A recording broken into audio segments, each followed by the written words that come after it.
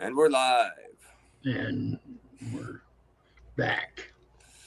And I've got a lightsaber this time.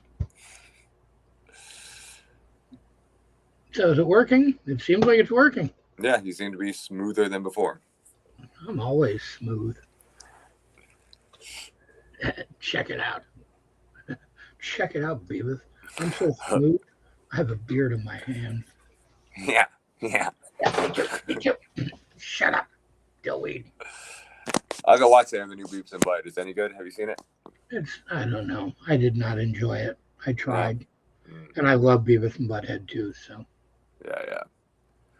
it made me sad. I tried so hard to enjoy it. What's up, Thanks for Brad? making it, We're Brad. here. Back, We're here Brad. too. Yeah. We're here too. Let's see. Well, let's see if anybody else comes back. Man, what a bummer that was. They should have like a refresh thing or something, or a way to. Yeah, right. We are back, Jeff. Thank you. Rich is back. We're getting everybody back now. The party's starting.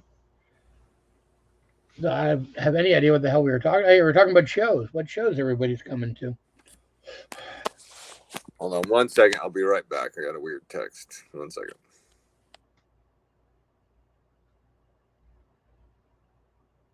Uh-oh. Phil got a weird text. What's going on with you, Rich? How you been? Yep, I saw that.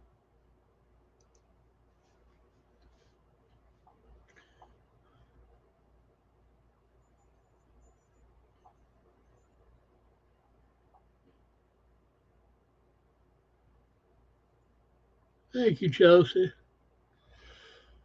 Oh shit, I'm tired. Hopefully the weird text is all good. Yeah, I'm all back. Okay, This is my mom reminding me to be on here. Remind what? My mom apparently reminding me to be on here. I don't Be know. on here? Yeah. Your mom was reminding you about the live stream? That's She's like, Tom's waiting for you. I But I'm like, even get your family. I even get your mom's on my fucking. and my wife's like, what's you talking about? She's like, why are you making Tom sit around waiting? Oh, that's hysterical. That's great. Oh, you're still in Louisville? Well, I'm not. Hello to St. Louis. That's so funny, Bill. I'll tell your mom thank you. Thank you for getting my back. Although it's like 20 minutes too late. like we've been talking, we are on a new live stream, and then I get a text. All right.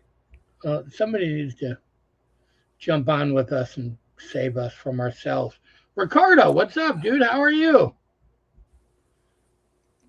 Donovan, what's up? Hey, I'm also in Green Bay, Wisconsin. Green Bay represent. Well, actually, I live technically an hour outside of Green Bay in the middle of fucking nowhere. But I claim Green Bay. So I hope you're coming to the Epic Event Center. Oops. Wrong thing. Oh. What the hell is going on there, Phil? Sorry, I'm trying to just. So I'm getting a lot of text messages all of a sudden, so I'm putting on Do Not Disturb. I can do that too. Look, now I'm sideways. But I hit the wrong button. I hit my auto rotate and I took it off, so it went back to normal. And yeah. Anyway. Sanford, Florida. Right. Never been. Slunt. I've never been either.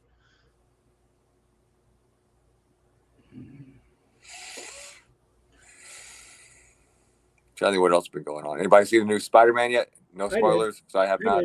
I did. I went and saw it on Sunday. Yeah, I got to bring my kids to that.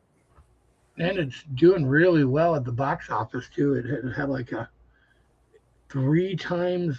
I was reading an article about it today. It had like a 3 times multiplier the second week from the first. Wow. Movie. Like just crazy. It was crazy. Yeah. Yeah. No, it was really, really, really good. I enjoyed the first one immensely, and I really enjoyed this one as well. I think with the first one, people were, just didn't realize how good it was going to be. No. Then after you saw it, it's like, oh yeah, this is great. Yeah, I had no clue. I had no clue how good it was going to be, and then I saw it, and I'm like, holy shit! Like, just everything about it—the animation style, Yeah. it was really. I kind of want to watch the first one again. I haven't watched it in a long time. And now that I saw the second one, I want to watch the first one again. But yeah, it was really good. Yeah. Apparently, live in the house. Uh-oh. Audio issues Fuck. again.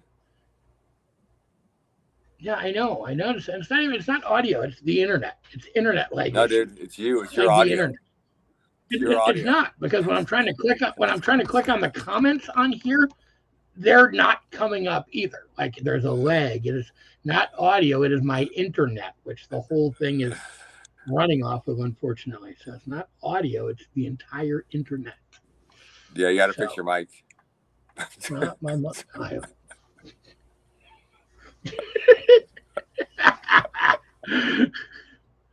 Oh, you got jokes. I do. I love it. Love it. I know. Well, apparently nobody wants to talk to us. Nobody wants to come on with us. So, They probably don't have. They're probably like, I don't have a turtle story ready. I'm not ready for this. I know. You better have a good turtle story if you're coming on with us. Maybe I'll sit. Oh, shit. I just broke him. I'm trying to be I was just going to say, maybe I'll sit here and transform Transformers. Transformer. What's that? It's a Transformer. It's Reflector. Reflector. Yeah, it's the camera. Come on, dude. You didn't have Transformers? I played in Transformers. What era was Reflector? And these are G1 Transformers, man. What? Reflector? Yeah. Never heard of Reflector. Really? How about this guy? You heard of this guy? You heard of Optimus Prime? You heard of Optimus him? Prime, Soundwave, Shockwave. The other part of Optimus Starscream. Prime? Brawn, Bumblebee. I know all the original guys, but yeah, Reflector. I don't know if that's Generation 1, dude. It is Generation 1. They're all fucking Generation 1. Like the comic book of Generation 1? Constructicons. Constructicons were awesome. Blood Transformers all fucking day. Great Devastator. Why is it? There's like 30 pieces to Optimus Prime. I know, right? Trying to pull it out, and I just keep pulling it. I love this guy. Is that one of the tapes from Shock? Yep. No, yeah. Yep. Is that was it Rumble or not Rumble? What was the other one? I don't remember. Yeah, I could sit here and pull out Transformers all day. But I keep pulling them out, and they're all pieces of Optimus Prime. Like that whole bag is just pieces of Optimus Prime. And he never looked great. His transformed form. Yeah, he's not really a good Transformer, honestly. Yeah. Like, he's an awesome character. He's really hard to transform. He's really hard to put together. He's like really kind of impractical. Megatron was pretty poor as well as a toy. There's no GoBots. I do not have any fucking GoBots. Remember that? The Megatron gun? He just looked so ridiculous. Oh yeah, I know. Yeah. You're a GoBot, Rich Sari. Yeah, GoBots transform like this. You just open them up. Look. I know. It's like it just folded. You just fold it out and flip it once. Like, oh yeah. GoBots are terrible. I'm not resetting the router. We'll just stop doing this before I go through all of that. Go to a coffee house, Tom. Oh, is that? Yeah, go to. I know, right? I'll drive. We'll rejoin everyone in an hour and a half. Yeah. Coffee house, right? Yeah, exactly. Like literally, the nearest coffee house to me is an hour away. So. Do you remember the original Transformers movie, like the animated movie they made with to me that was such a disappointment because I wanted all the original guys that we loved in the movie. No, and then they just killed them all off in the first 20 minutes in an orgy of glorious animated violence. In order to sell more toys, I'm sure. Yeah, well, and they realized that was pretty foolish after they did it. But yeah, I mean, that was it. They were just trying to, kill off the first wave so they could introduce more toys. Yeah. The Kmart of Transformers. Yeah. Pretty much. Hell yeah. I love old AOL dial up. That's what we're going for here. I mean, this is like true 1997 shit right here, right? This is like old school Taproot Tuesday. I actually am connected. I am connected via my CompuServe account. Yeah, right. And I'm on Netscape. Yeah.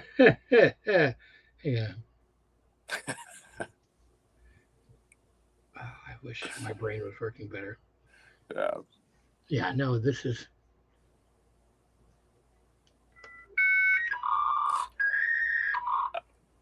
The memories.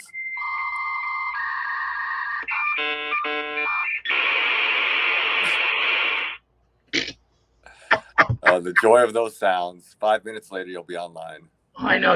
Remember, like, oh my God, you're going to wake up everybody in the house. It's the middle of the night. You're trying to connect to the internet, and you're like, fuck, be quiet. Trying to cover the computer up with like pillows and shit. I have fixed 56K, yeah. High speed. Welcome to AOL. You're fucked. Exactly. That's how I feel right now. I don't like I'm on AOL right now. Oh God, I want to get some AOL. I want to get a like collection of eight. Remember those discs? Like, remember you couldn't open a magazine in the '90s without 13 AOL discs falling out of it. You could not go to your mailbox without having like 15 of them in there. And yes, I remember web TV for sure. I had a web TV. Awful. And you know what's funny? Like, I was just thinking this the other day. Like, I have a Samsung Smart TV, a really nice one, and the actual internet on it is still terrible. Like, in those 30 years, they still have barely improved the actual like all the apps and stuff, like the streaming apps and shit are awesome, but the actual like internet browser on the smart TVs still isn't much better than web TV. They fucking better. Right. Yeah, the discs. Call waiting. Oh yeah, when you get knocked off the internet because somebody called and you're like, motherfucker. You download a file for like 7 hours and then somebody calls and knocks you off and you lose it. You got to start all over. One of my favorite stories is we tried to download the Hulk. Remember that first one, the Ang Lee Hulk? That really awful. Well, I did not care. The Ed Norton one? No, before Ed Norton. The one with the guy from Troy. Bruce or Bana, Eric Bana. Remember that one? Oh yeah, my God, I forgot about that. I forgot. Yeah, Eric Bana, maybe was it? Yeah. Oh yeah. So we downloaded that, like it was still in the theaters, right? We're trying to download it to watch it, and it takes like the 48 hours, whatever it takes, and we start watching it, and someone had put Shrek on. And I thought that was the funniest thing in the world that someone uploaded Shrek, but under the title the Hulk, just so people could download it, spend the hour or 24 hours, whatever, and watch Shrek instead. That was the greatest. Oh, and that was better than the Hulk. Yeah. Yeah, Shrek. Just to say, Shrek is probably better than that Hulk. Yeah. So, Edward Norton one wasn't bad. I know Edward didn't like that movie apparently, but I thought it was pretty good. Yeah, I mean, like I'm pretty happy that they've settled into a rhythm with the Hulk, and I'm pretty happy with what's his nuts. Yeah. I don't know his name, but I mean he's a decent enough Hulk.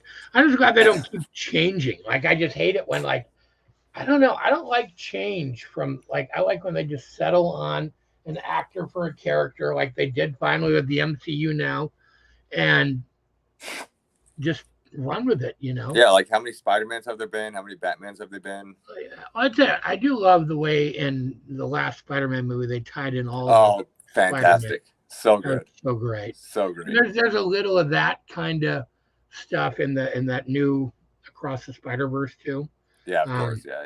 It's great. I love. Yeah, I did 50. If you had a 56K modem, you were a fucking king. I tell you what, I still remember my first modem I think it was 14.4. I don't think I ever had a 9600K.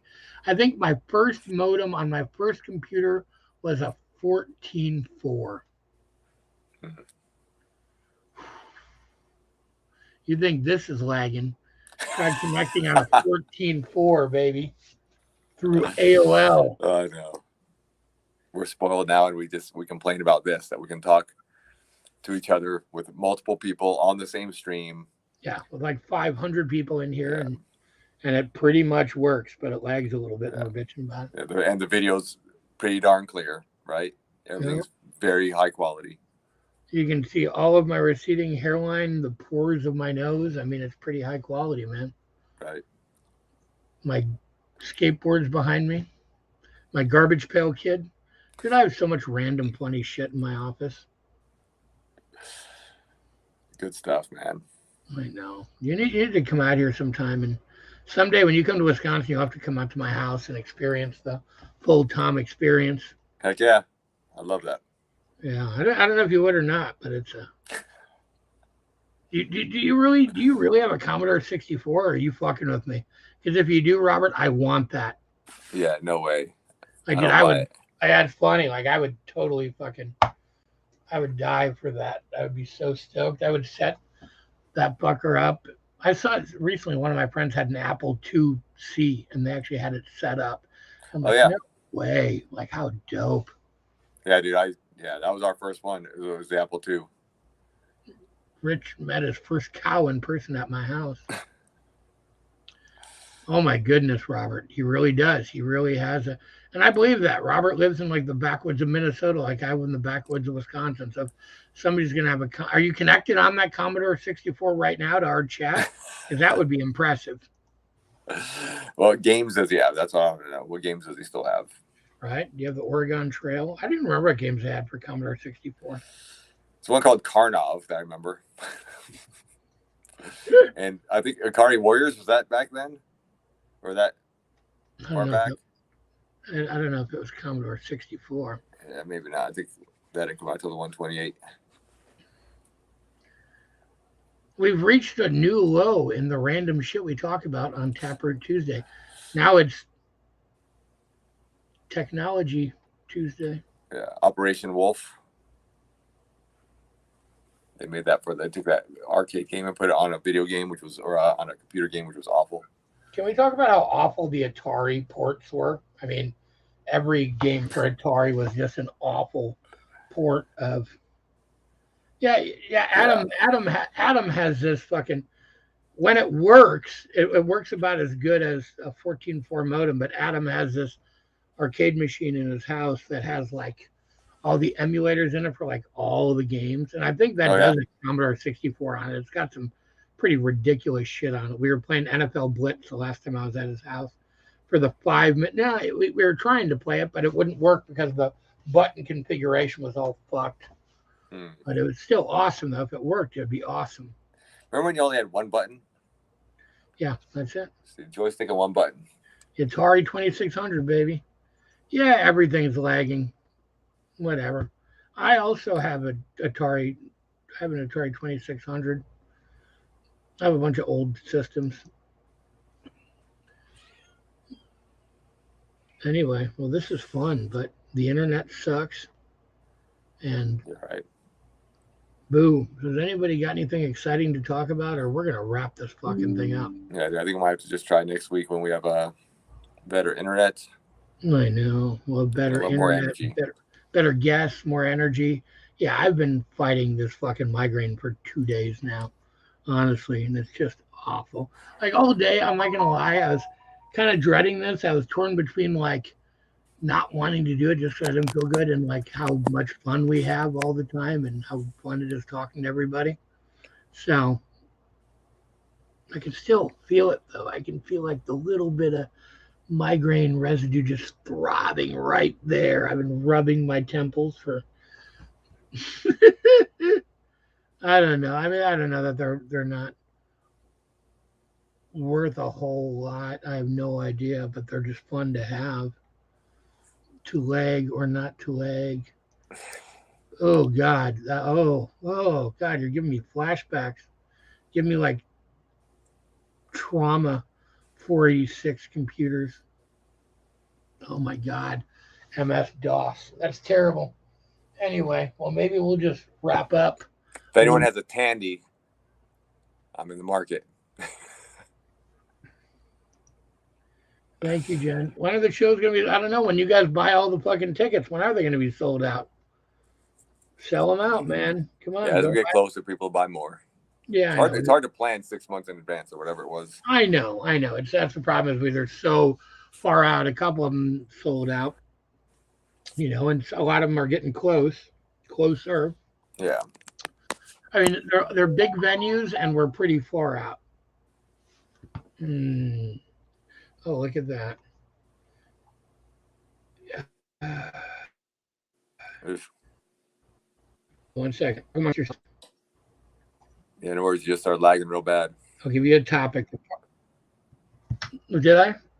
Yeah, as soon as you got that thing, you just like. Dude, how was that, Jeff? How was Jay? Oh, hell yeah. He's hilarious, right?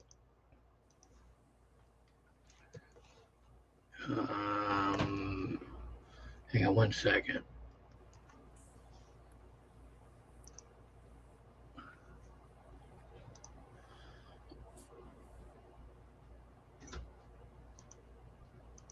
But no answer. I said, how was Jay? How was Jay? Jeff Jacobs, we're talking to you. How was it? He's so funny, man. Have you ever seen him live, Phil? I've not. Jay Shandress. Yeah, dude. Yeah. Super Troopers is one of my favorite movies, though. Is it really? Yeah, dude, so good. Yeah, no, I love Beer Fest too. Have you ever seen Beer Fest? I liked the other ones. Nothing held up to Super Troopers for me. Yeah, I don't know. To be honest, I liked them, but I don't know, man. I think Beer Fest is up there. Club Dread, not so much. Super Troopers 2. They made it too. Oh, they did, and they really shouldn't have. Yeah. They really, really should not have at all. Ever. They shouldn't have even thought. It's not in the pantheon of what's going on next week. Oh no, they're just saying that because we were saying that we were starting to wrap it up. But what are we doing, Luke? We hanging out? Phil's like, shit. Do we have a show that we booked that we forgot about? No, that just means because we said we were going to wrap up. We're both excited and anxious. I know, right? But yeah, no, so in the pantheon of, I'm trying to think of another bad sequel that's as bad as Super Troopers 2. Hey, look at that guy. Look who decided to join us. Yeah, no humps. No humps, no humps, no humps, no humps. What's going on? What was this about, a sequel? No, we're talking about Super Troopers 2. What was wrong with it? Did you see it? Clearly not, if you have to ask. I probably did, and that's probably why you're talking about it. No, I'm just talking about it because it's not good. We were talking about Super Troopers, and it escalated to the other films of Broken Lizard, Beer Fest, Party, Club Dread. What was the other beer movie? Dude, Club Dread. Yeah. What was the other? It wasn't one of theirs, but it was like Artie Lang or something. What's the beer one with him? Oh, Beer League. Beer League, which was not that. I'm trying to remember it. I don't remember. You know what movie I do like? Dirty Work. Have you ever seen Dirty Work? Dirty Work's great. Yeah, Dirty Work's fucking. Yeah, Norm Macdonald. Yes. Heck yeah. These vehicles are fully loaded with dead hookers. Wait, how can you not like the fake murder one? It's got Brittany Daniel in it. Hottest thing ever. Which one? Oh, Club Dread. That one, yeah. Yeah, it's okay. It's not my favorite, but it's not bad. I mean, I own it on VH. I own it on DVD, I believe. I don't think I haven't watched it in 15 years, but I do so own hot in that, and Joe Dirt. Fucking when I saw her, I was so pissed. I was at a LA Kings game and she was with fucking Dawson. Like Dawson. Dawson, like Dawson's Creek Dawson, like the Dawson. James Vanderbeek. Yeah. No, the Dawson, the shitty one from the Mighty Ducks. Really? Really? I didn't even know how to react to that. Josh something, I think. That's awful. I do also enjoy Joe Dirt. So anyway, so yeah, we were just cutting out here. We were wrapping up but now Steve's here, so I figured we'd wrap up with you. So. Well, she didn't, so that's fine. What was that? Nothing. Oh, Joshua Jackson. There you go. Oh, that. See, Chelsea's on it. That guy. Pacey Witter. Thank you, Chelsea. You promised frontal male nudity. Whose frontal male nudity? I don't know. I don't know if I want to see any. I don't want a large farva. I want a liter cola.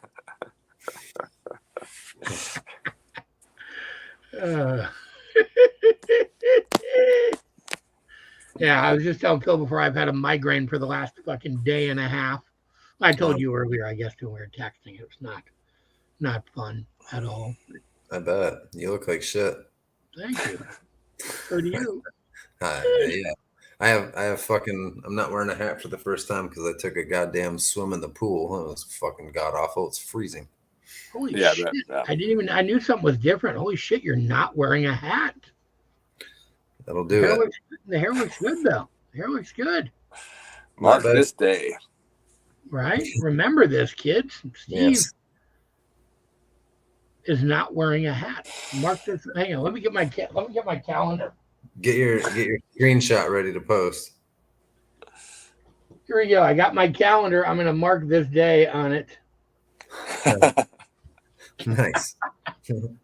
Yeah, my calendar is from 1980. This is fucking rad, though. Holy shit, is this awesome. Totally the shit I find in my office. Look, there's Yoda. Oh. There's a centerfold of the AT-AT Walkers. Centerfold. Nice. Look at that. Dude, how come the 80s were just so much fucking cooler than now? Like, because it was predicting now. I guess. Everything back then was predicting now. Now we're stuck in the worst part of what they were thinking. Ooh.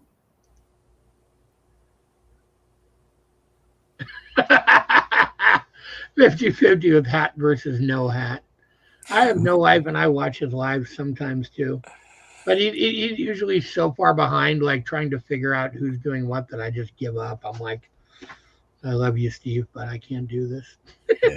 I'm there for like 20 minutes going, Steve, well, that's pay attention to me.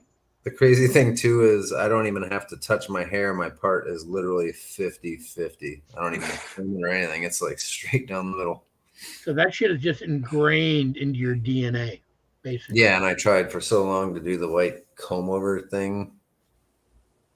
Kind of doesn't work. No. You need to get some flop or some Dapper Dan. Get yourself some pomade. Pomade. Yeah. I used that for a minute. It got ruined by someone. Oh, did it really? Oh, is this where we talk shit about Mike? Well done, Tom. Thank you. I figured I'd do it before Steve did. Are you about to dip? Yeah, I am. Lucky bastard. Thanks for calling me out. Hi, oh wait, go back. It's Maggot. What's that mean? I think it's one of the drunk livers. She's fucking sweet. Yes, it is. She's the one that partakes in activities. What did this guy say? Good on you, Bruce. Grizzly, wintergreen long cut. That's how I roll. Yeah, it sucks. We all used to be Kodiak, and then it was like, ooh, cheaper, same shit version of the same. But you know what's funny though? When I literally started dipping in high school, right? Like fucking high school. Like I'm 48 now, And at the time, Grizzly was when it started out, it was just generic Kodiak basically. It's like $1.20 a can, right? Now Grizzly is like the same price as Kodiak. It's like not even generic. It's like $9 a can. Like it's insane. That is It's insane. insane. Kodiak And was yet, You have you still buy sleeves? it. Holy shit! Really? You would be my favorite person ever. Wait, sleeves. No. I used to do dark wintergreen, but then I don't know, get over the dark, and now I just go for. But holy shit, you would be my hero, Cynthia. See, it's so much fun now that Steve's here. At least now, me and Phil aren't just sitting here trying to entertain ourselves. Phil used to know my deal before I ever fucking even drank or smoked or did any of that shit. The only thing I did do was dip a little bit, and the only reason I decided to do it was I convinced myself Mike could already do it. You know, that thing. Yeah. It took me so long. It was my first job. It was at a party store, and it was so cool. We had the chewing tobacco in the freezer, so when you go buy it, it was just like freshly frozen cold, and you throw that first one in. So I'd like go in the back when no one was in there. I'd be in the freezer trying to go. Couldn't get it. And then the second time, when I finally got it, I did one of the fucking, what's the regular brand? The most regular what? Brand. Oh, like Kodiak Copenhagen or something? Copenhagen. The one that makes like mint and spearmint. Skull. So I took a Skull spearmint home. I'd never done anything to like get a buzz whatsoever. So I took a Skull mint or whatever, Skull spearmint, because I could do that. So I took it home and I went to give it a shot. And it was like I'd never had anything enter my blood or that would make me kind of go alternate. And it was like 10 seconds after I put it in, I was like, whoa, this is awesome. And then I hear, Steve-O! My mom. Oh, boy. What, Mom? Like, first trip or first alternate, whatever. It was fucking sweet. Your first dip trip? Yeah, pretty much. But yeah, no, dude, it's so fucking expensive though to comment on what everybody else is saying. Like, so I live in the middle of nowhere in between two Indian reservations. And you know, it's funny. Yeah, it is super cheap in the South. When I go on tour, I always, when I go through like Georgia or go through the South, I stock up and buy like 100 rolls. Or when I go to Phoenix, there's an Indian reservation there where it's really cheap. It's like $18 a roll. But where I live, out in the middle of nowhere, there's an Indian reservation and it's like $5.50 a can, so it's still pretty. It's like $26 a roll, so it's pretty cheap. And there's also a place right across the Illinois border. There's a tobacco store where it's $19 a roll. So every now and then I just drive 2.5 hours to the Illinois border and just go spend $300 and buy like 20 rolls, and then I have it for a month or whatever. Do you ever go to Ottawa, Illinois? I have not. Why? Pretty sure that was like the what's the place outside of St. Louis that we love that has like it's like the Illinois version of Sajay. It's like 4 titty bars within like half a mile. Very nice. Yes, I will be at all of the shows, Jonathan. Lucky me. We get to do this live every day for like every weekend for like 2 months. Right. See, we'll be dipping and drinking White Claw after the show, and I'll be. Aside from a few shows that I will be spoken for, I will be partaking in other things. Ooh. I don't even know what that means, but okay. Oh, dude. Come the first show, I'll be smoking crack like a motherfucker.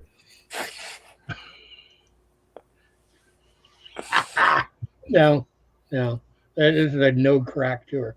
No. So I was going to say, I did have a cool call the other day with this company that makes this soda that's infused with THC. which is pretty dope, actually. And they're going to send us a bunch. They're going to send some samples, but they're going to send us a bunch for on tour if anybody wants to partake in it. It's called Hydro Soda Company.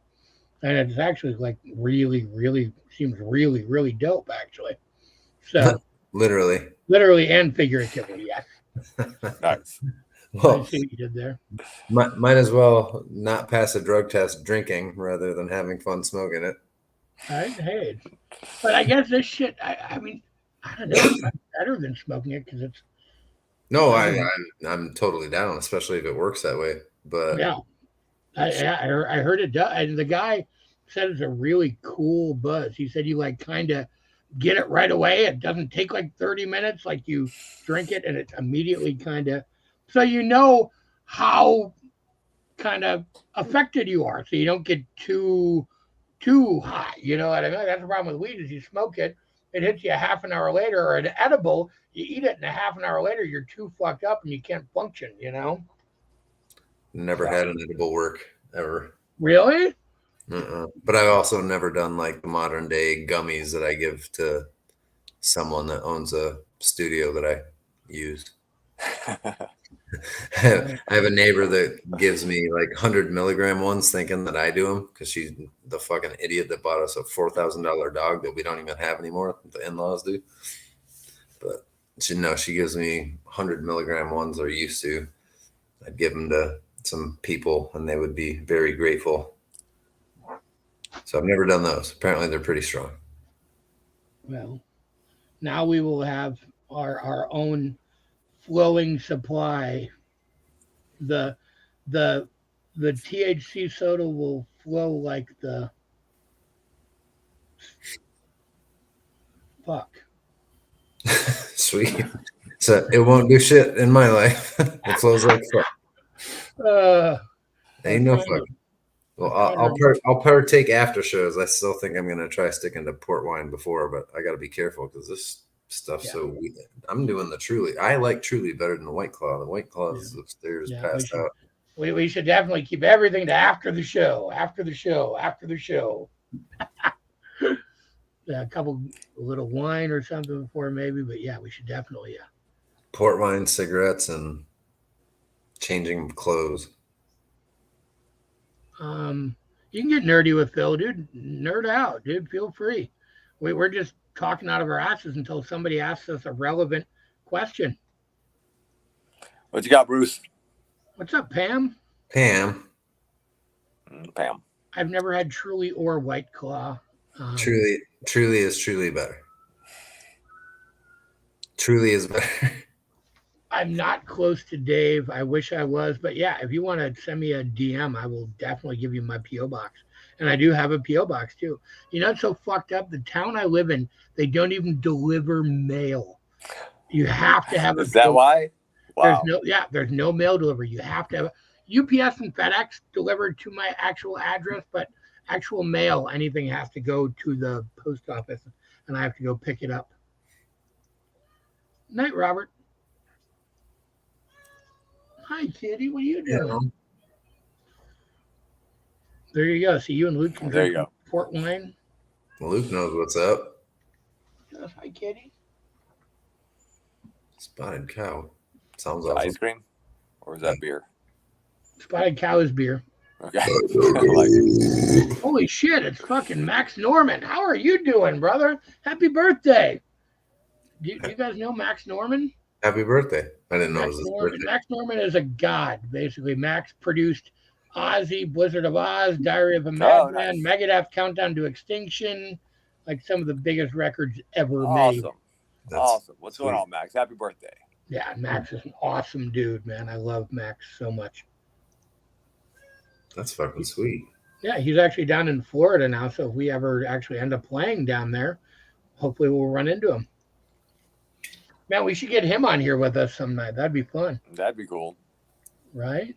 We still got to get Toby on here. I talked to him about it a couple weeks ago. So, earlier I was telling Phil, I think I texted you this, Steve, before we were on tonight. I was talking to my friend Alex, who played Andy in Child's Play, the main kid in the Child's Play movies. Mm-hmm. So and he's The doll. what? No, he played the kid Oh, who owned the doll. that would have been sweet if it was the doll. I No, know that's that guy. I know that guy too, but no, that's cool. That's cool. That's really cool. I read what you wrote briefly. I was like, oh, that's cool. Like I didn't know what you meant, but that's sweet that Hi, that's Jennifer. the kid from that movie. Yeah, no, he's awesome, man. He's a really, well, so he actually is a producer now, and he has a studio in Florida, and he's an engineer and a producer, and he has a studio and does a lot of.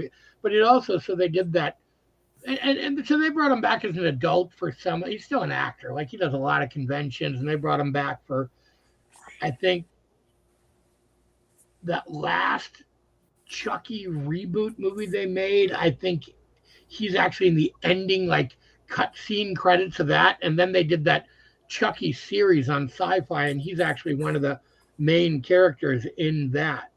Right So, yeah, he's super cool. on. Hi, Right on. Jennifer Winkleman. How are you? Hi, Patty. Who you asking? Oh, Phil. He was nerding out. He asked what compressor you use. Do you use a compressor, Phil?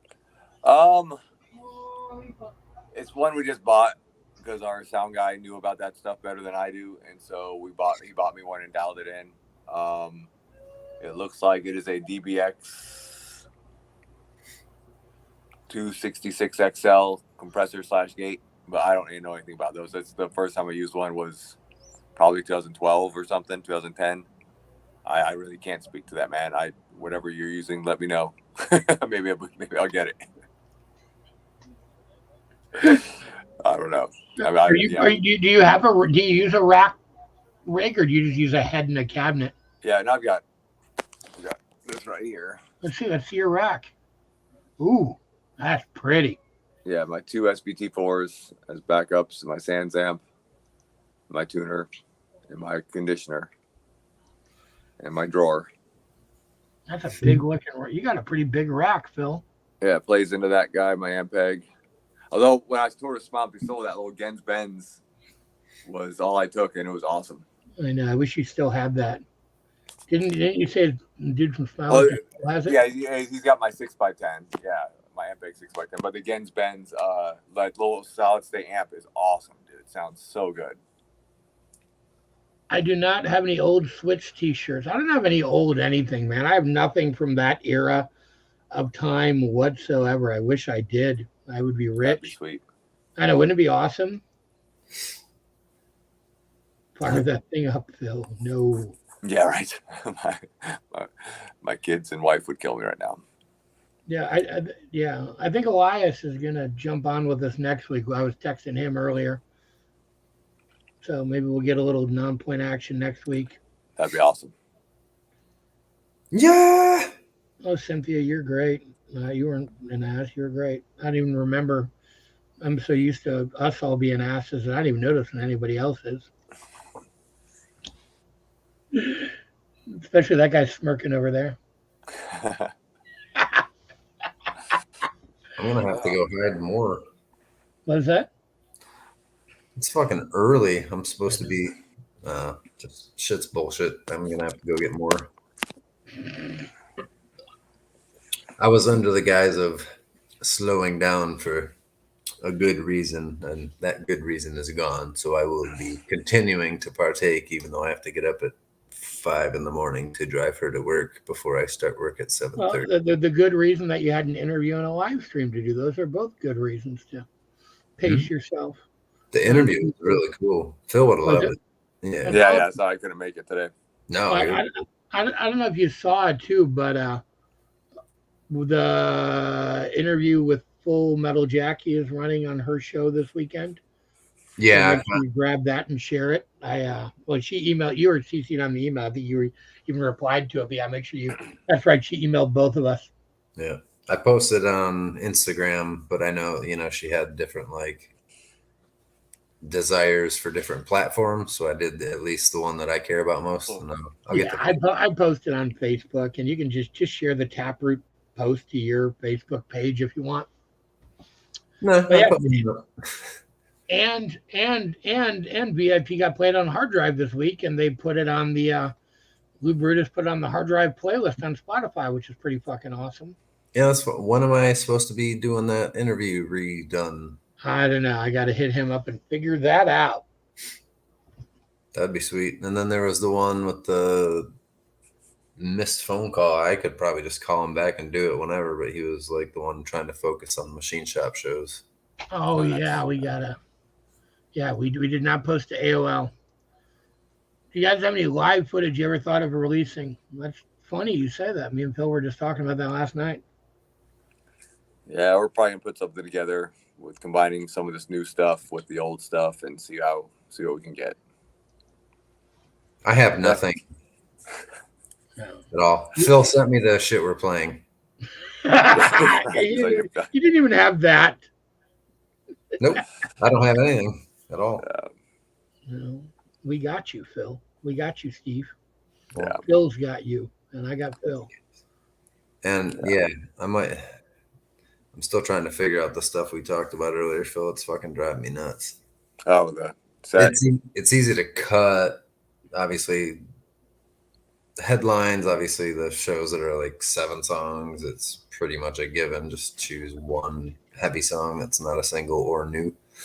Right. But the headline ones, I'm like, well, fuck. There are the specific ones Taylor asked for that are like, sweet, cool. It'd be so cool to play different songs, but is it going to be the people like, why aren't you playing the songs you used to play that I want to hear? Why are you playing them?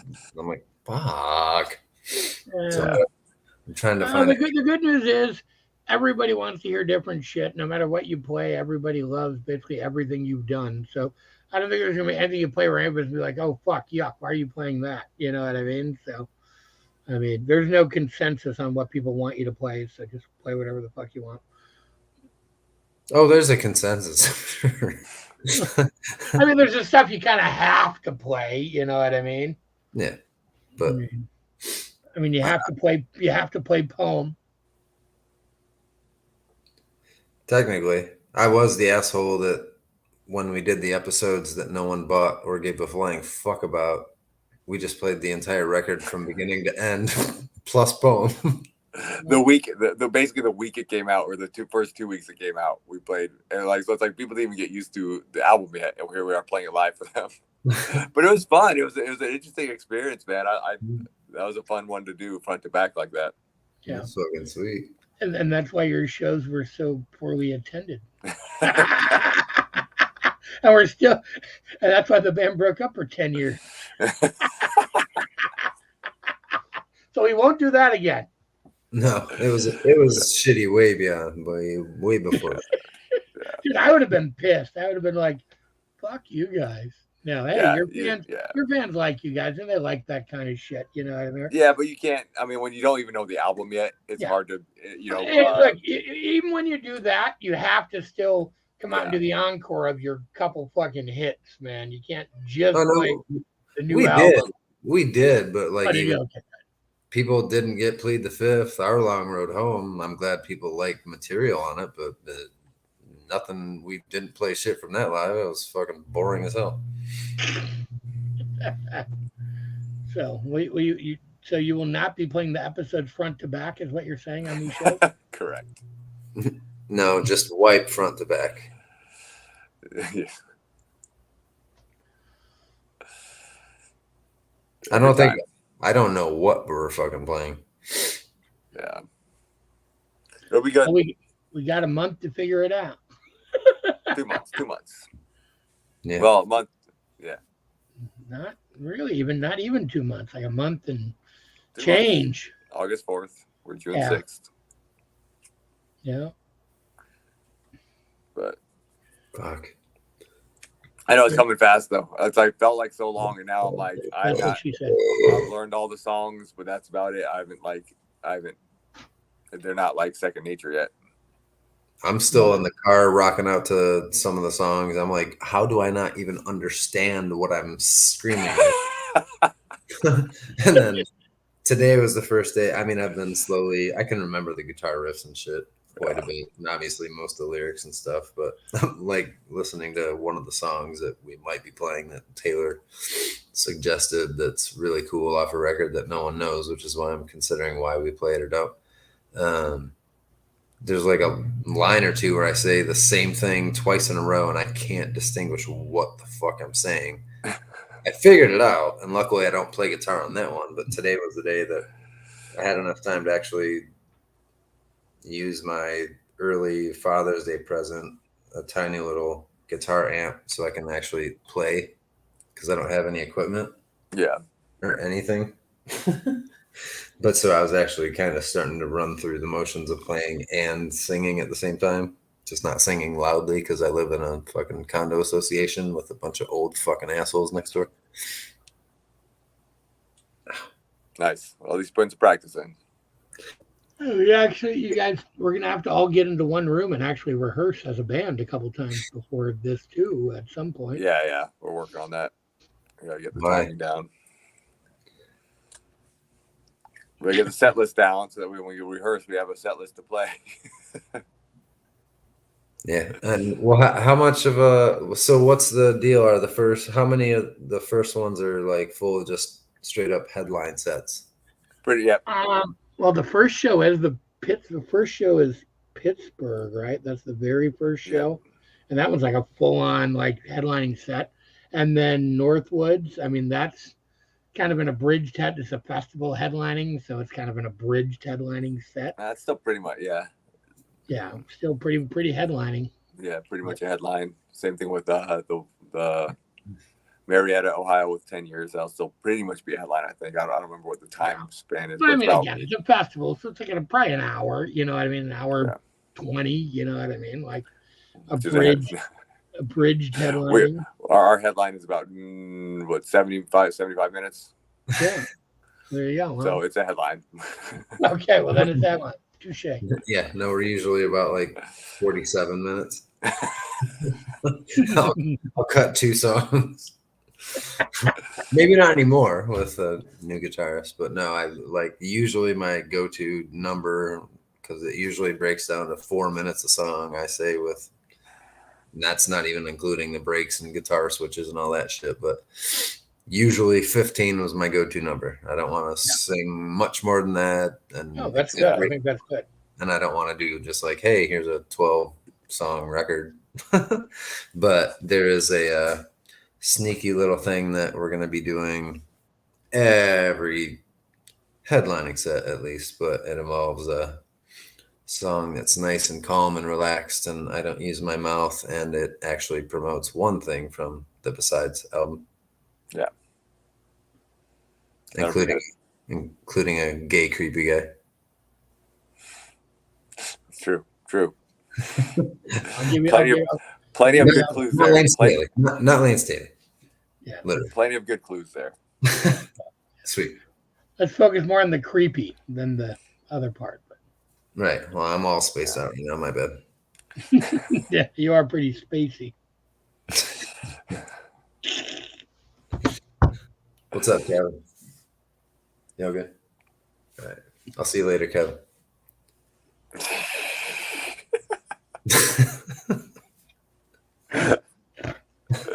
That took me way too long. That did, yeah. Like, who the fuck is he talking to? Does he have a Tired. kid named Kevin? I was so confused.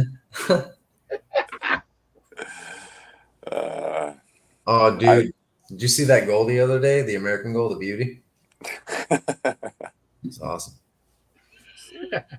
Oh, Bruce has got jokes. He said you shouldn't talk about Jared without him present. Yes. I'm going to get a little drum set on my desk just so I can do rim shots. No, you just need the button. Right?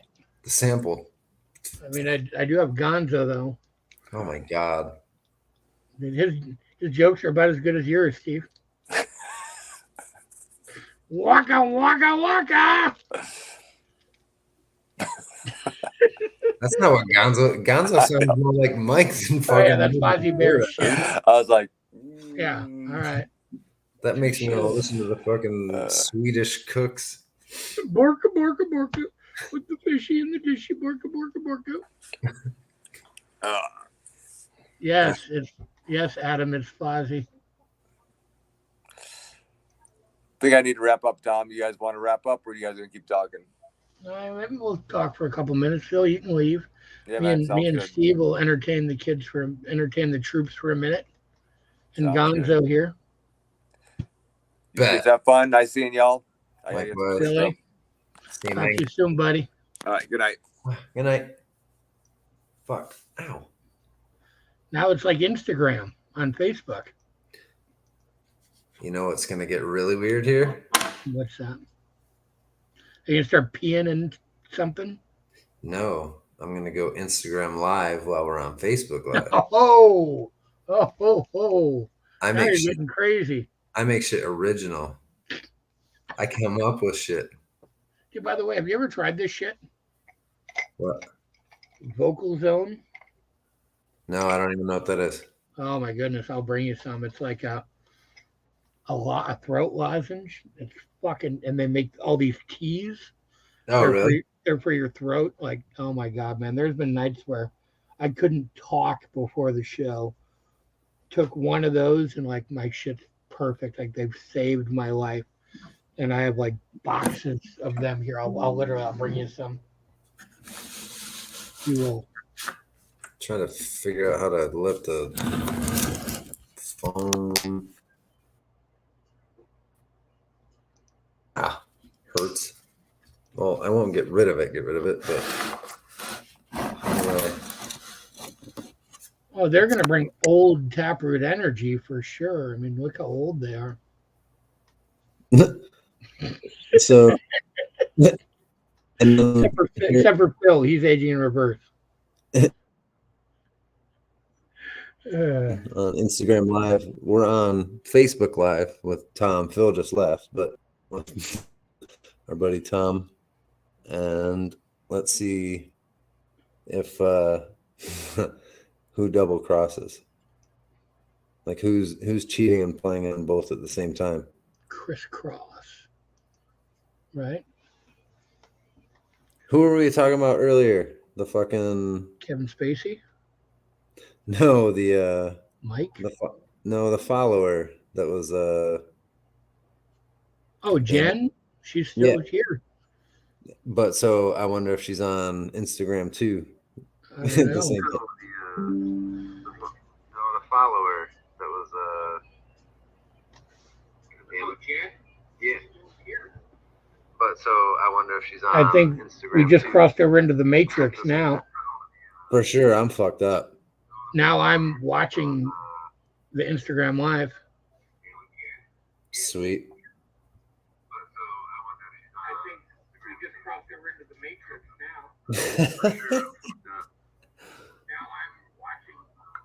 Has anyone ever done this before? Come on. Sweet. I don't know. I mean, I pee. I haven't pooped yet, but I don't think I've ever tried doing this. Hey, I actually just had an emergency, so I'm going to have to wrap this up. So go enjoy your Instagram Live, and I'll jump on there when I get back.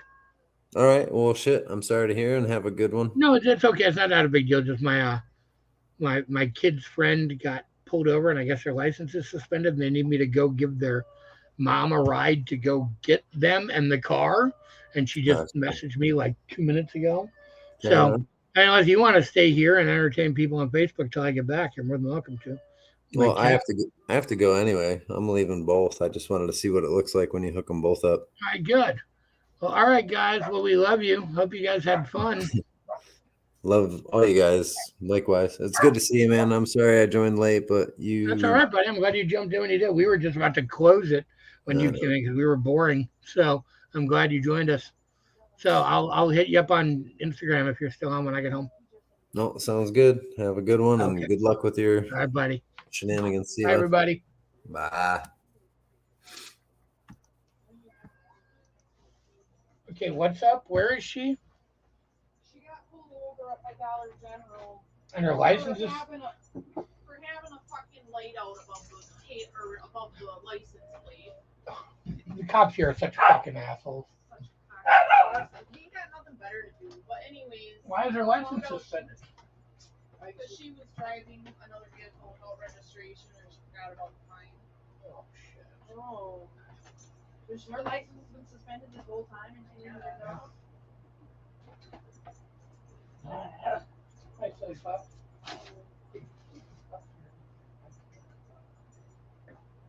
Well, you'll have to run me up there if I have that. That's what I mean. I mean, that's why I'm just gonna leave the dog, try and leave the dog here.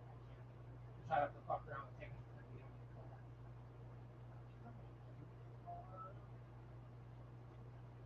I'll be right back.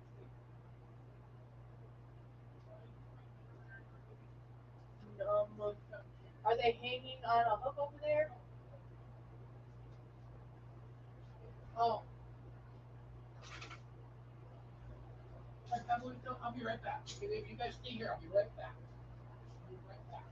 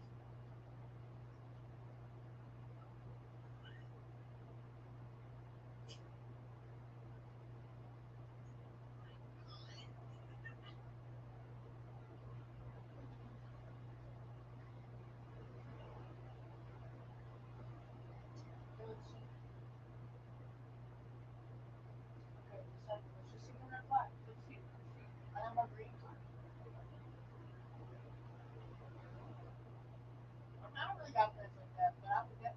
See, this is lies, lies. See, I done caught this damn filter up. I don't even get plans because I'm a fucking lazy piece of shit and can't take care of them.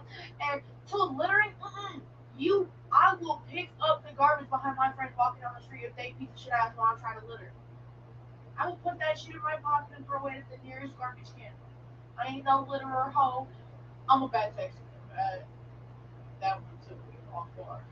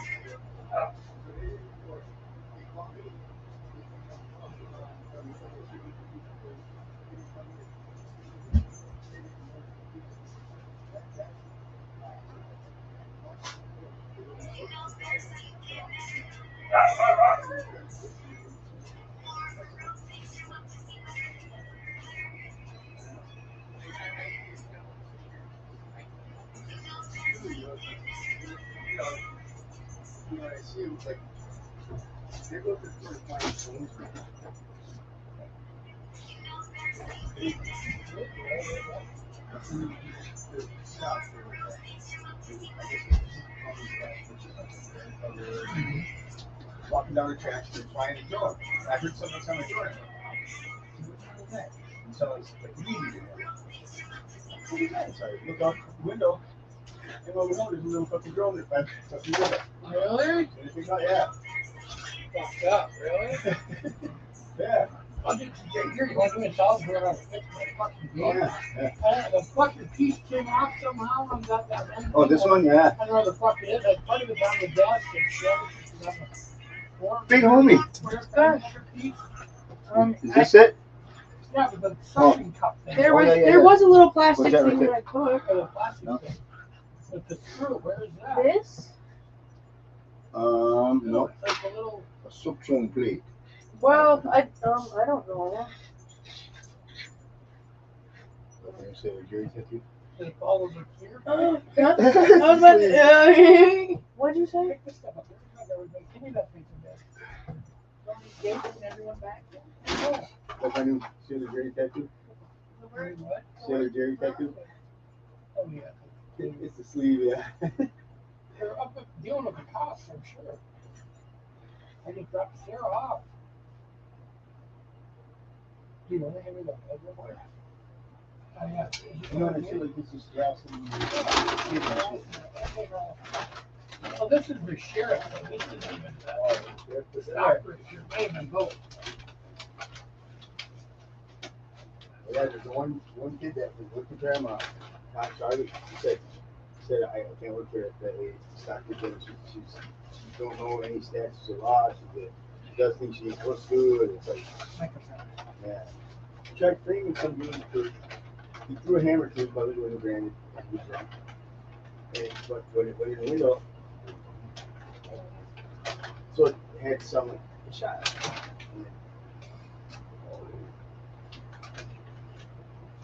I got a bunch of wrestlers that yeah.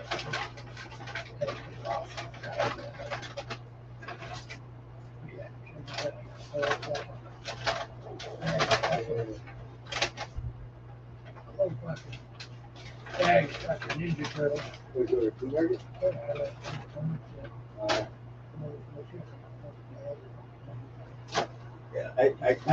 Yeah, I got like what 4 rig like stuff that Jacob's got over here.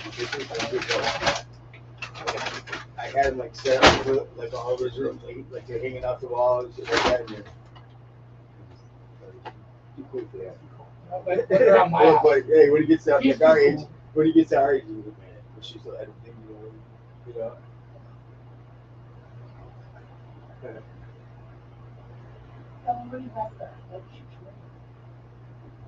Oh, the little toy. It's like I do that. No. Where the fuck did it go? Well, the one piece, but you said that one is like a, it's oh, here it is, right here. And then the other piece is on the desk. Yeah. What? Oh yeah, no, it's right here. That's that one from the table. In my hand. Hey, you might have pulled the fucking thing off there. Put that Yeah. thing- Yeah, you do. Yeah. That thing's like fucked, like a tip of that thing. Yeah. Shiny jewelry. Dude, how much tile is in that box? Right there, that's probably about. 8 tiles or something? No, there's probably about. I'd say 20 something tiles, maybe more. You think that'll be enough tiles to redo the bathroom? Are these like ceramic tiles? That's the ones you brought upstairs. I don't know. You tell me. These are the stick, I think. Oh, They're like a sticky back on them. You can peel it around.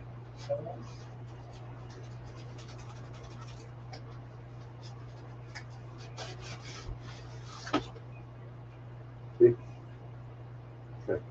peel it off, and then you like use a heat gun, and you heat it up just a little bit, and then you put it down, and.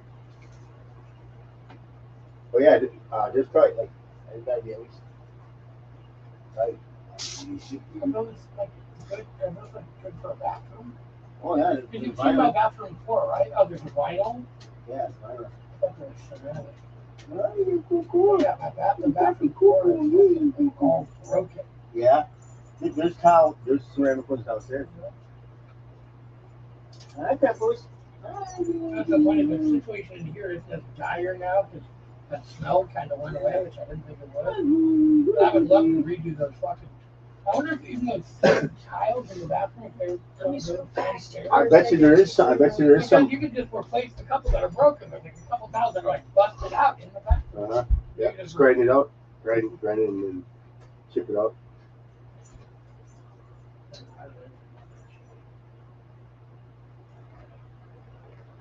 Yep.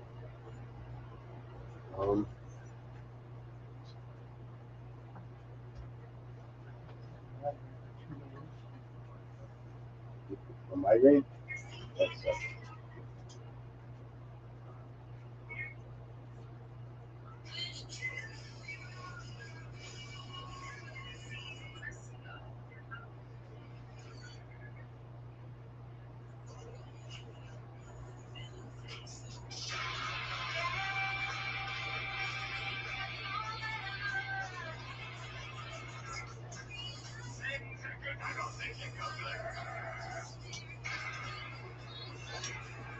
Believe that I feel my heartbeat. I can listen to metal music and feel total. Hi, my name is Dr. Nicole Truly. So I've been sober for about 2 years now.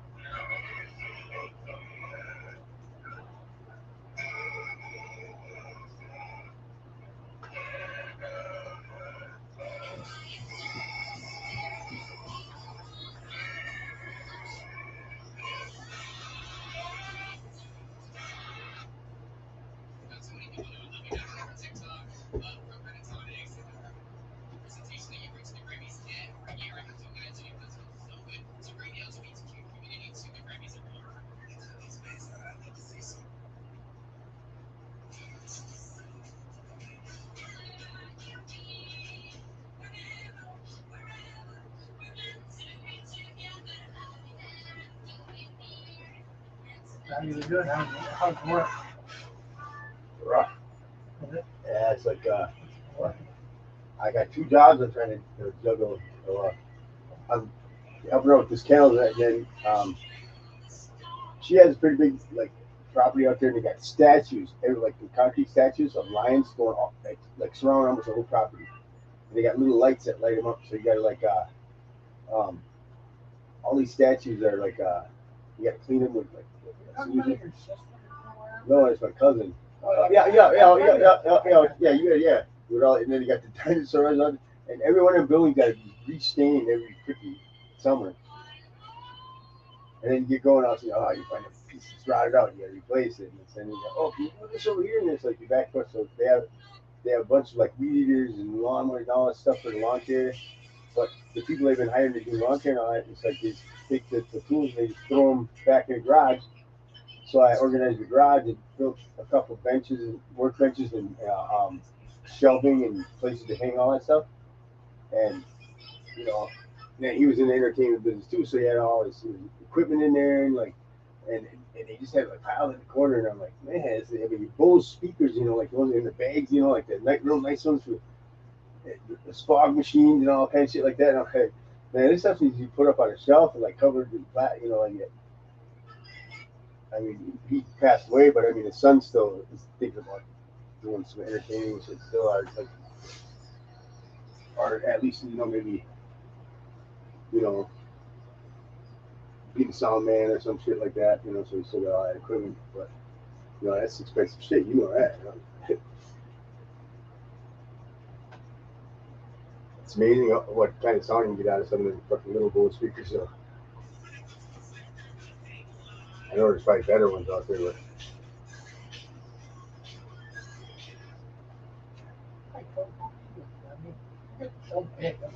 I know. He's like a tall basketball player. And that one little dog acts just like him, like he was jumping up and like hitting you, like the little guy. Who's the new guy? Who's your mini you? Is that your mini me? Alright. Oh, then your mini me will bye bye too. Oh, you look fucking hard. This cocoa pebbles. Hey, good boy. He's a good boy. He's a good boy. He's a very good boy. See, little tails are wagging.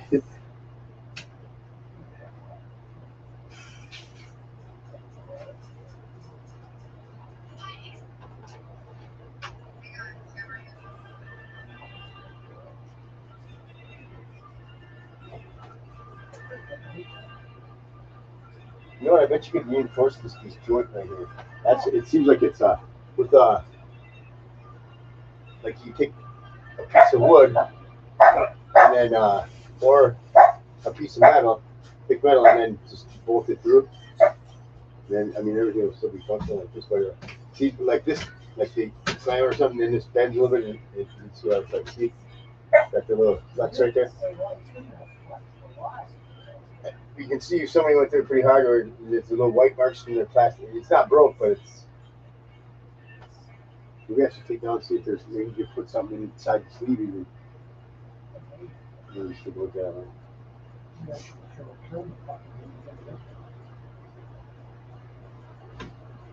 I had a couple of these. They're all metal ones that, but yeah, okay, gave them away just for like the dogs in it.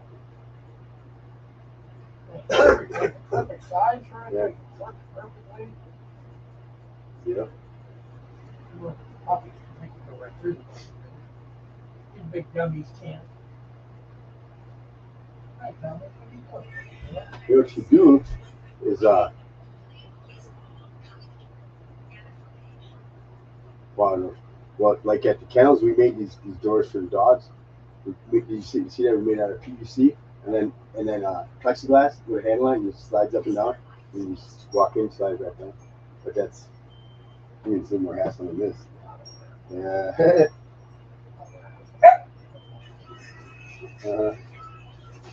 But they make all different kinds. They make.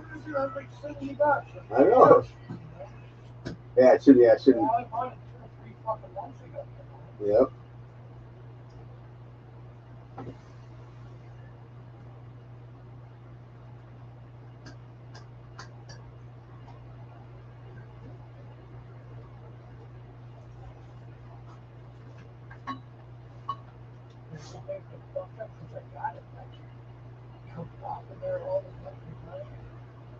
Maybe it's not put together right? No, it's put together right.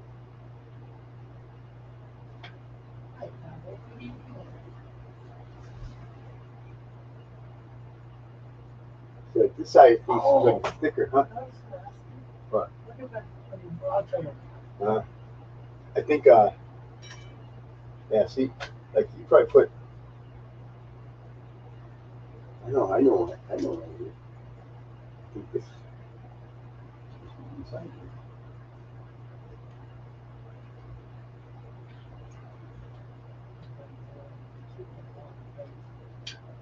Why are you so cute? Okay, so cuckoo. Woo. Choo-choo! Cuckoo! Tail. Cuckoo! What's up, little fella? What's up, little fella? Huh? Are you a good little fella? Yeah. He's a good little fella. You're a good boy. You're a good boy.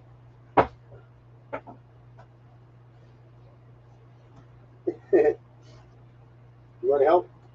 Well, what do you think we should do to make it work better, huh? Tell me. Oh, yeah, that might work. Yeah, that might work.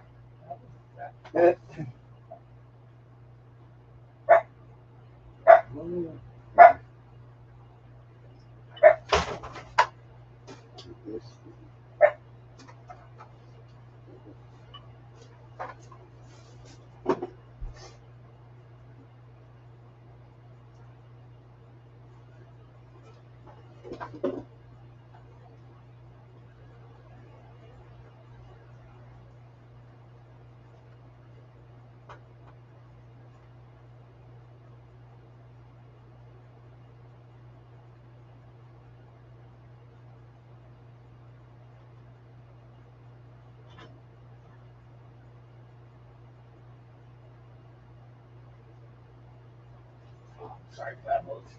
Sorry, baby girl. Bebelito. Bebelito. My Bebelito. Bebelita. Oh.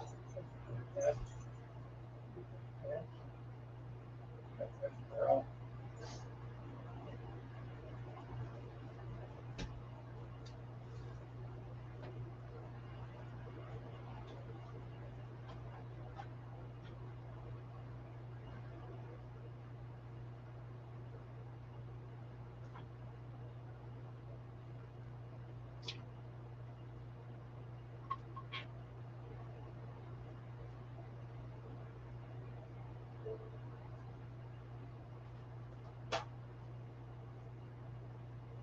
Is there a sleeve that is like a threaded sleeve that goes in there along with this?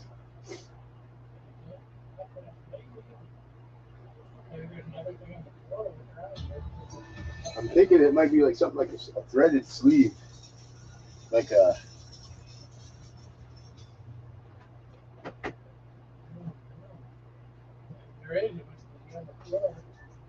Because I mean, now this when this goes into this thing right here, this piece here, there's no threads in there. It's just so why would a threaded thing go inside there? There's got to be another piece over there somewhere. Yeah, that's what I'm thinking. Let me see what's on this side.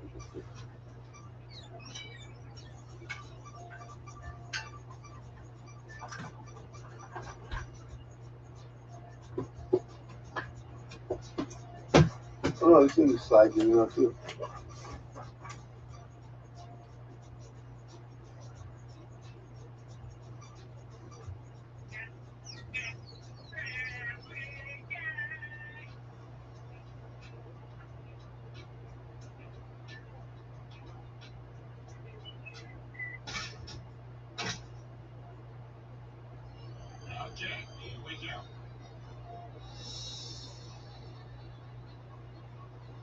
Oh, and the adventure begins again.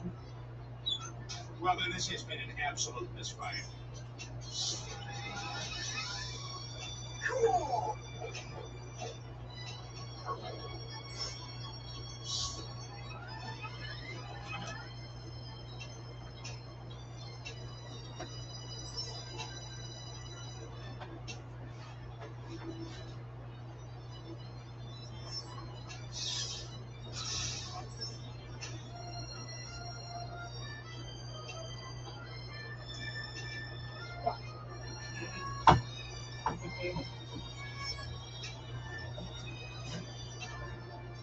Good so far.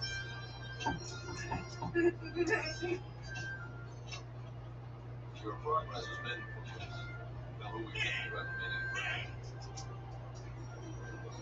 What are you doing, Mr. Swanson? Shoot, it was so close.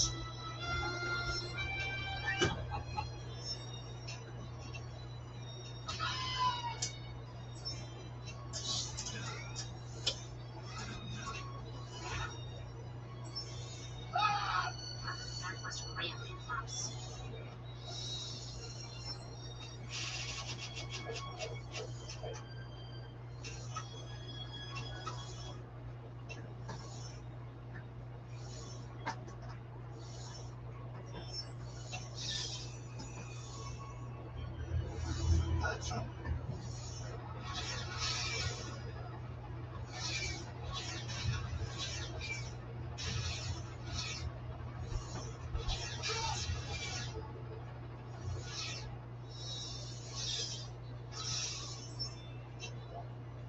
Yes, yes, yes. Fuck you. Authorized Lieutenant. Move it can't be estimated, but Hey, Joe, I'm over here. Brother, this has been an absolute misfire. Yeah, I think you take a piece of wood and or metal, and then just sandwich this side right here, and then it'll. I would say there's a piece fucking missing. I can't tell. It looks the same as on the bottom as it does on the top. So Oh, really? yeah, I think it's just like when you go through it, you can't slam it like a door. Like these kids try to like run through it like slam.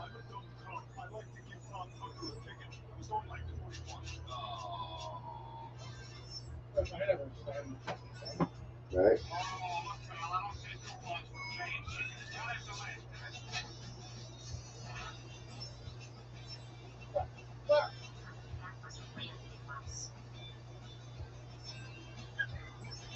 Dule.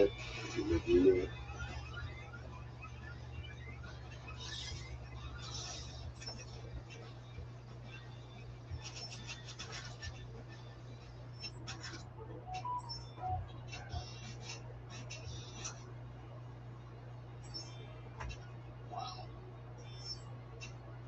Perfect.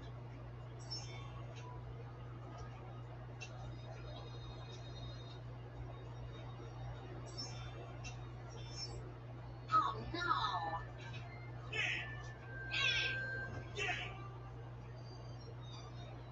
I've never been very good at saying good me.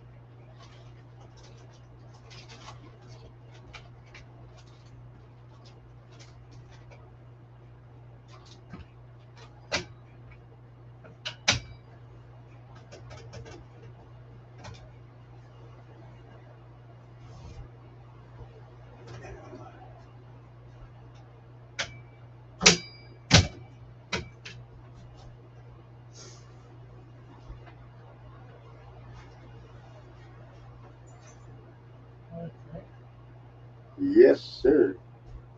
It's got some Mountain Dew. What's that? Oh, it's got some Mountain Dew.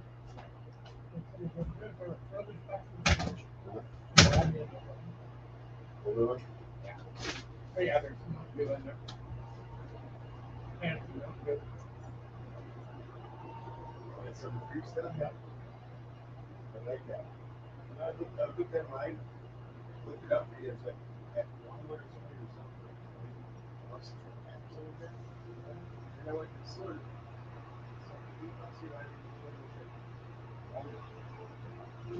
And I paid $3 for the fucking $4 for the 6-pack bottle.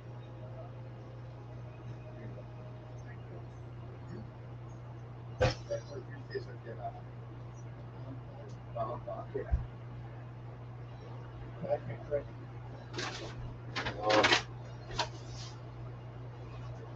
Very sweet. No. You would like Wawa. Right? Guys, You know what else we should make for good handy? My vacuum. One of the 88 cents that goes together, and a couple of screws there, and blocks and screws. So somewhere over there, I blocked some screws and I put them in the approach. Yeah, didn't we talk about this one? Were you going to try and do it one time? Yeah. Well, I bought some screws and I'm hoping they'll work. I just bought the screws I could find. I just bought a little hinge kit that had small screws with it. Yeah. I'm trying to figure out how to get the handle on it. They gave me this little, I think like a, expensive, this little carpet cleaner too, if you want to use that. You know, go over it sometimes. See?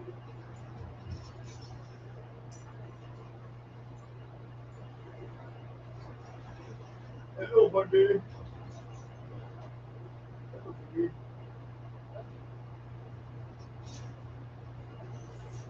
What was happening? It happened. Are you not like here?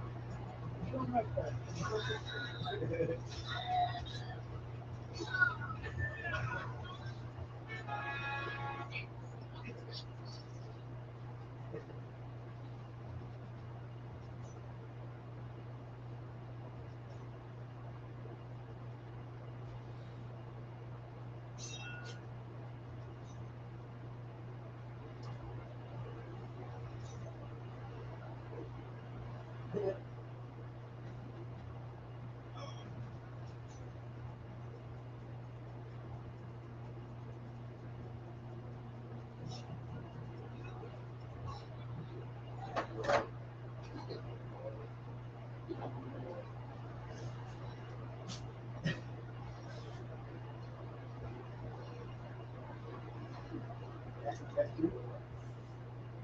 Yes, I am. I'm a dumb little acrobat. Yeah.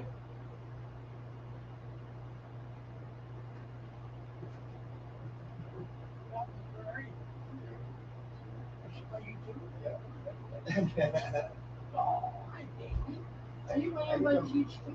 The dog was Well, old brother down Okey, strokey, dokey.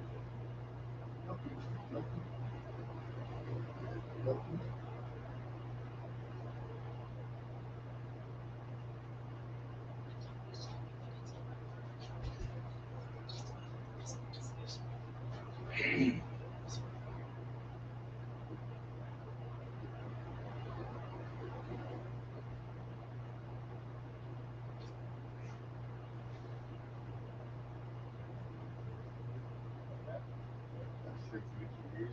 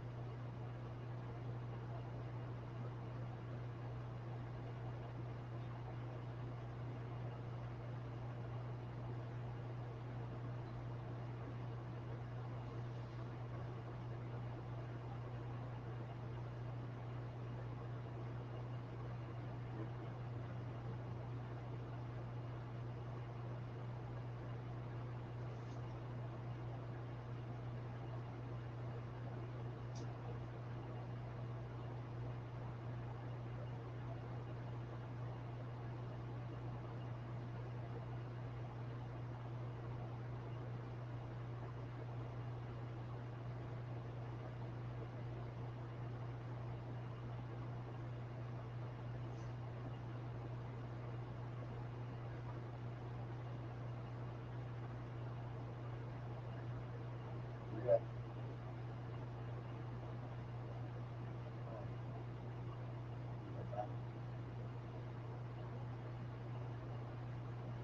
Right. What happened?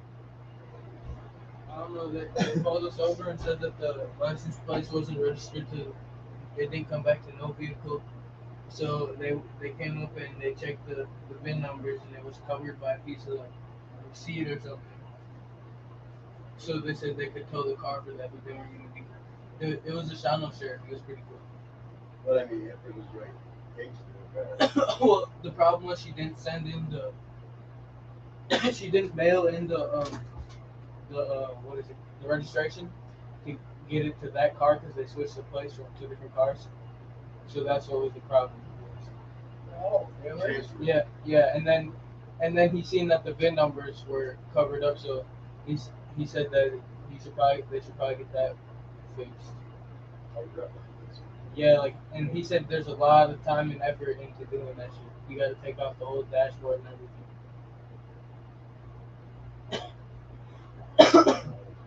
VIN number on the fucking door. There's been Yeah. there's what 12 windows on the car. Yep. Why do you need to uncover the VIN number? Like, the VIN number's on the door. It's in like, VIN number fucking spot. It's under the hood. It's on the Well, door. it was just suspicious because it's covered and that's really hard to do. Okay. So obviously wherever they got the car from, they were obviously doing something in the car. I didn't see that. The guy keeps getting through the security truck. So I like to say, I was just about to go pick it up like the next day. The detective show up at my job saying, I want to be here right now. You want to accept that? Yeah. You can still throw the 15 minutes. Yeah, I already knew that. It's that 3 months. So he was just back to you like 50 car, right? And he goes, he'll tell you the car stolen. How did they catch him? See like a bunch of tractors and back and stuff like that. That would have been a good deal. And then put him out. No. I know. It was same color, same everything. But it was Comes from. at Ground Fest, a GT there.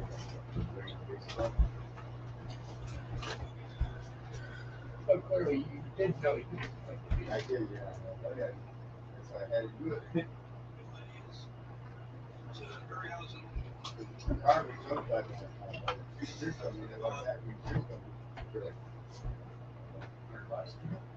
$100. Hey, oh, that's a good last deal.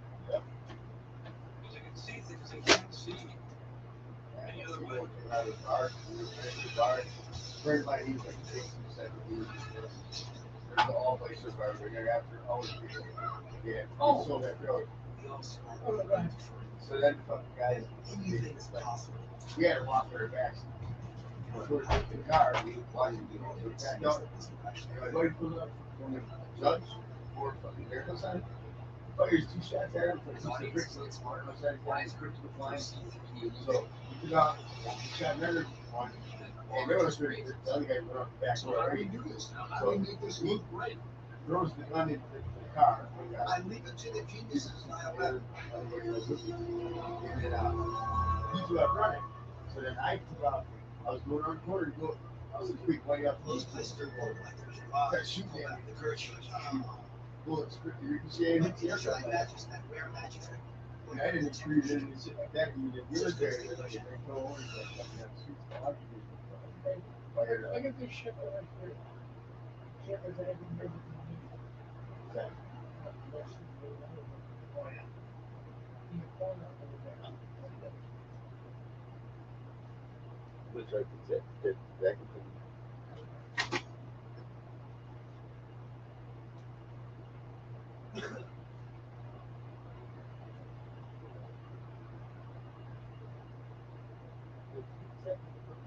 Yeah, got all the garage. You got all the garage stuff.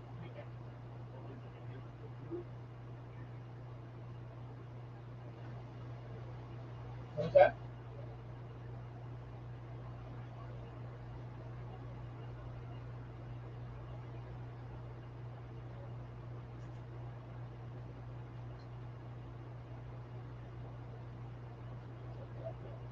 What's that?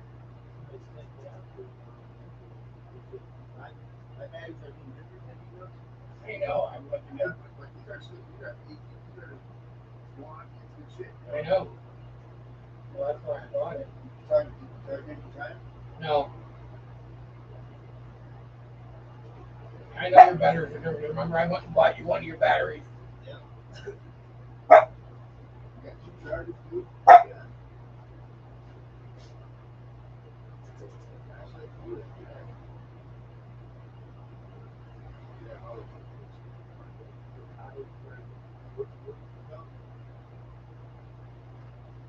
I didn't know if the fuck's in there. I didn't really look. I thought it was that.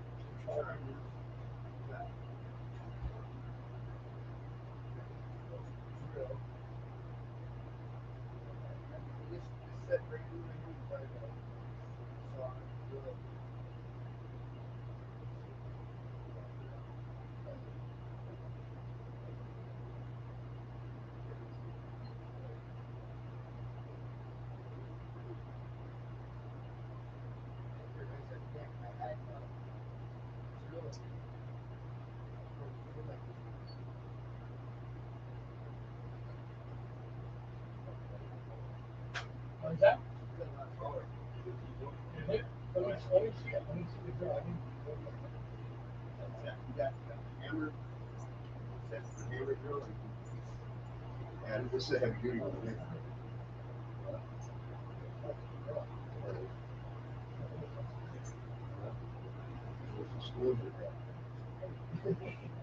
But now you're so lightweight, and you know you got brushless in them. Hey, it's still good for that. I'd say it's probably like maybe 2000. Still ain't really that old. I mean, shit. I got a 1950 saber saw that was better than anyone I ever had. Yeah, there's a saw. There's a saw in there too, right? Yeah. What's that other big weird fucking drill? That's Yeah.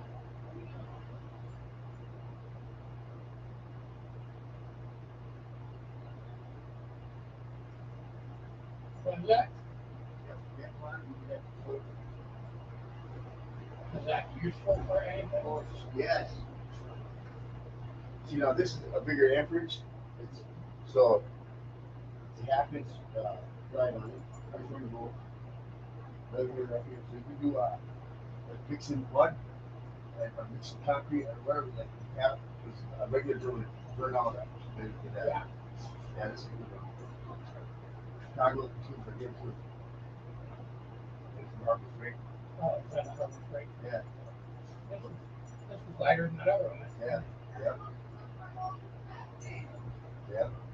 Yeah, this is good enough for, like, man, if you go to concrete or, like, say, you're going to lean into it, yeah. From the back. Well, I mean, if you need it. From the back. Yeah, sure. I mean, if you need it, if you need something like that. Oh, yeah. This? Yeah, I can do something with this for sure. I got to look at it. Oh, yeah. I mean, so this Disney out here. I mean, I paid $30 for the rubber tail for all of it. Really? That's a good deal. Yeah, it was. Yeah. That was $20 for the box and wash and ship, and then $10 for that other drill. This drill hasn't even been used. I know it even got the fucking box. I know. They just clean it up. Yeah. I mean, it was only $10. I figured it was worth $10. Was that? Yeah, back. And then the hand was somewhere over there. It might be on there.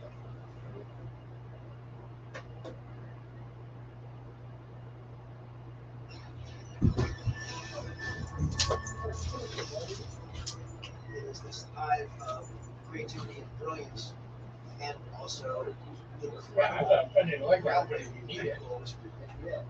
you'll use it. They're pushing technology forward. So where's your butt? I think it's in one of those bags over there, or one of the bags on top of the.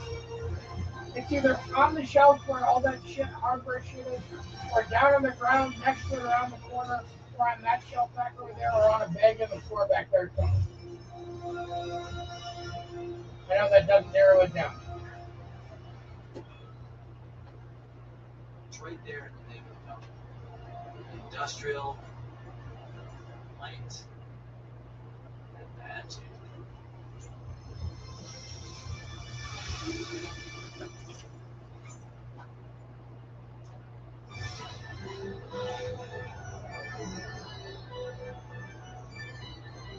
There's a couple different little mounting kits around, and then there's what I thought I put together was like these little hinges that had screws.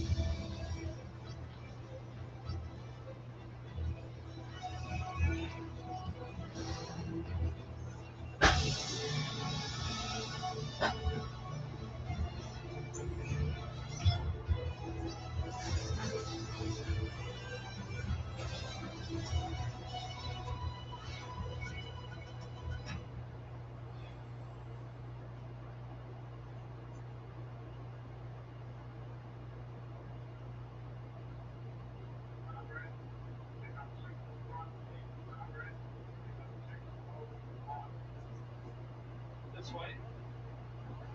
Yeah.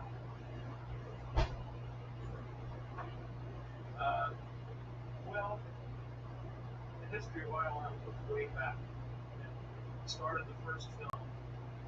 I investigated all the optical houses, special effects. Realized there was nobody around, no company around that we could make a picture.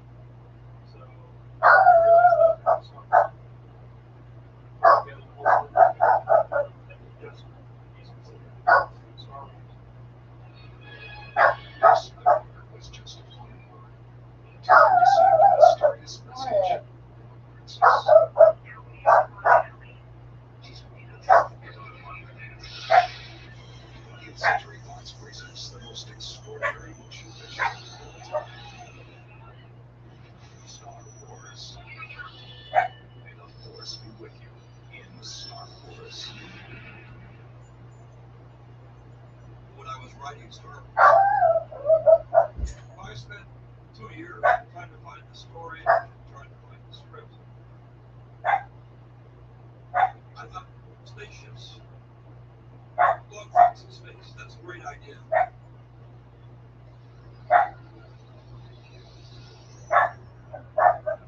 I said, I want to do it. Oh, I want to do it like a space opera, like Rogers and Flash Gordon. That'll really have movement, it'll be kinetic. I'm an energetic filmmaker.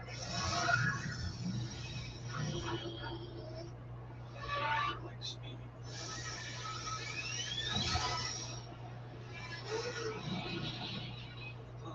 The last real science fiction film was 2001, which is brilliant, and it was made with brilliant. The shots were all low takes and very slow. So I looked around for special effects. Mind it? Nobody could do what I wanted to do for Star Wars. So the big question was, how are we going to do the effects? I met John Dykstra. He was working with visual effects, mostly on commercials. And I realized that there was a little cabal of secret special effects people. Some of them worked at commercials, some of them were just wishing, some of them were making home movies, but they all knew each other.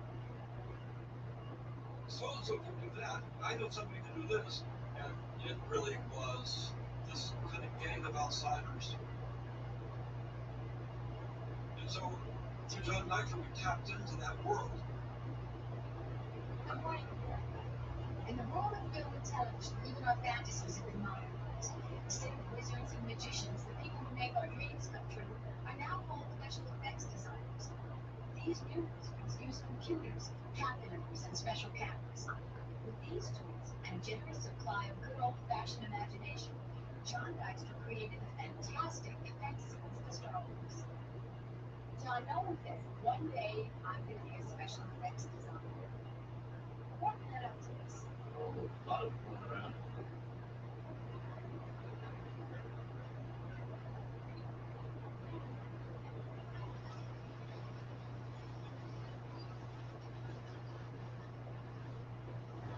I'm definitely involved in machines. I like machines a lot. Always played with cars, things like that. I like physics.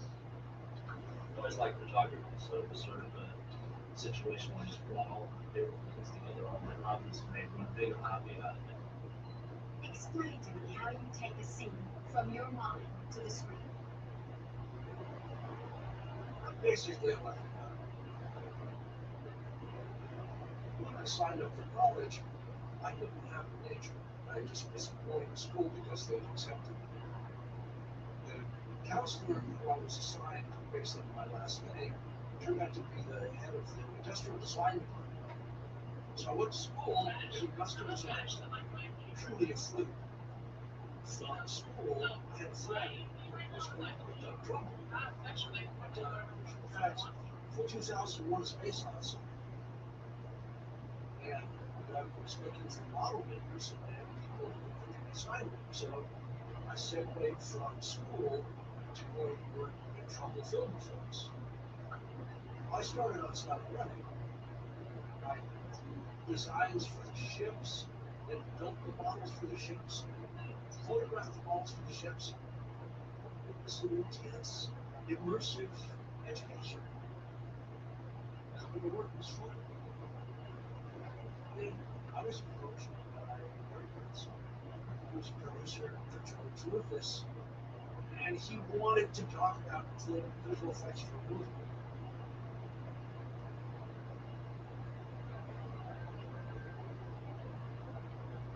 I was given the script. I mean, how bad could this be? It's a dogfight in space, right?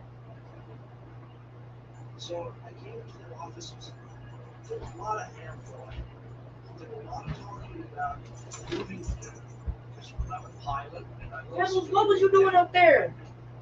I swear to God. like that all the time. Brr, they be sneaking up upstairs, and the animals keep trying to fucking go to the bathroom up there, bro. It fucking smells horrible. They get into that attic and they're destroying all my shit. I tried to. It always winds up open. Ugh. I understood the movie. Let them outside, man. Pebbles, come on. Going outside, come on. You want to go inside? Outside, come on. Pebbles. George was involved with all the repercussions. He was Sometimes you want to go outside, maybe? I was going back and forth. We had one foot in the door with John, and he kept making it really good where we get the shots. So they basically said, okay, you go do this. I went and found an empty warehouse in Van Nuys, near Van Nuys Airport. And I walked into the place, they installed the phone, didn't even have furniture. I sat on the carpet on the floor in the office that I was going to use, and I started calling people that I wanted to bring in to work on the project. One day I got this call from John. Richard, I'd like to talk to you about maybe photography of this sci-fi movie for 20th Century Fox. I said, I'll be right there. I had finished the program in the industrial design department from Cal State Long Beach, where Dexter had graduated a couple years before. I didn't graduate because I got a job in Malibu. And the commute was gone. I went back to the school on a Saturday. I see this flyer taped to the door of the industrial design department, and it said, "We are looking for artists, model builders, painters, craftsmen for a." I think they said it was a space movie, and there was a phone number and address there. So I got out the Thomas guy, who's at the time was the only way you could find your way around LA. I took my ruler and I figured out I could save an hour off my week. So I jumped in my clothes and zipped out to Belgian Airport, met with John and Jerry Kurtz. John had this big desk, it was like the size of a book table. And we're sitting across, both had beards, you know. And Gary Kurtz had his Quaker beard. The original job offer was for 6 weeks doing story books. John asked me if I could do story books. And I could do story books. I came across the guy who went to college with and lived in Seal Beach. And he said, "Oh, Lauren, you'd be perfect for the job. We're working on this science fiction movie out in the valley, and we need modeling." We all came from different schools, and a lot of people were friends of friends. This guy that I was working with was older, and he said, "I got a buddy when I was in the Navy who did some kind of science fiction show, and we were interested in that floating through the book. So here's how we were called. Here's Richard Elliott. It turns out he's looking for camera. So he did his number. So Star Wars came along. I never felt that there was going to be any place for me in the business, or there was any way to make any money doing visual effects. But it was basically the only thing I was supposed to do. It's in my DNA. And I had a group of friends my own age who were also effects fans. I've always wondered why I locked into this so early. I was watching movies like King Kong, the films of my hero, Ray Harryhausen, and something just clicked. When I was about 30 years old, King Kong came on television, and that just kind of changed my life. And then in 1958, 747 got King Kong areas.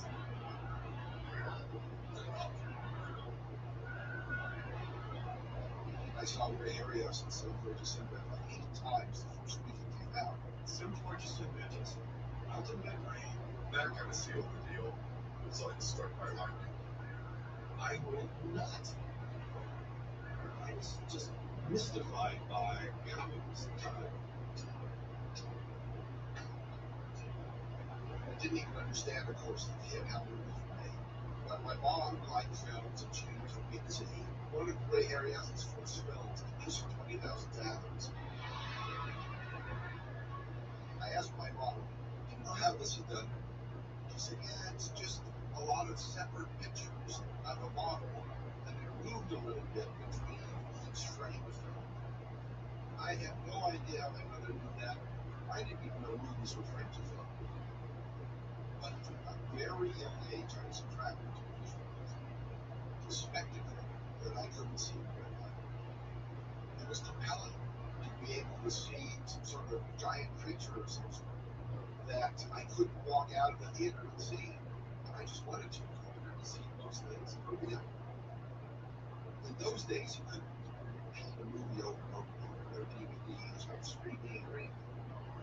So I just wanted to recreate in my mind these memories of what I was seeing in the theater, and there was no way to unless you did it yourself.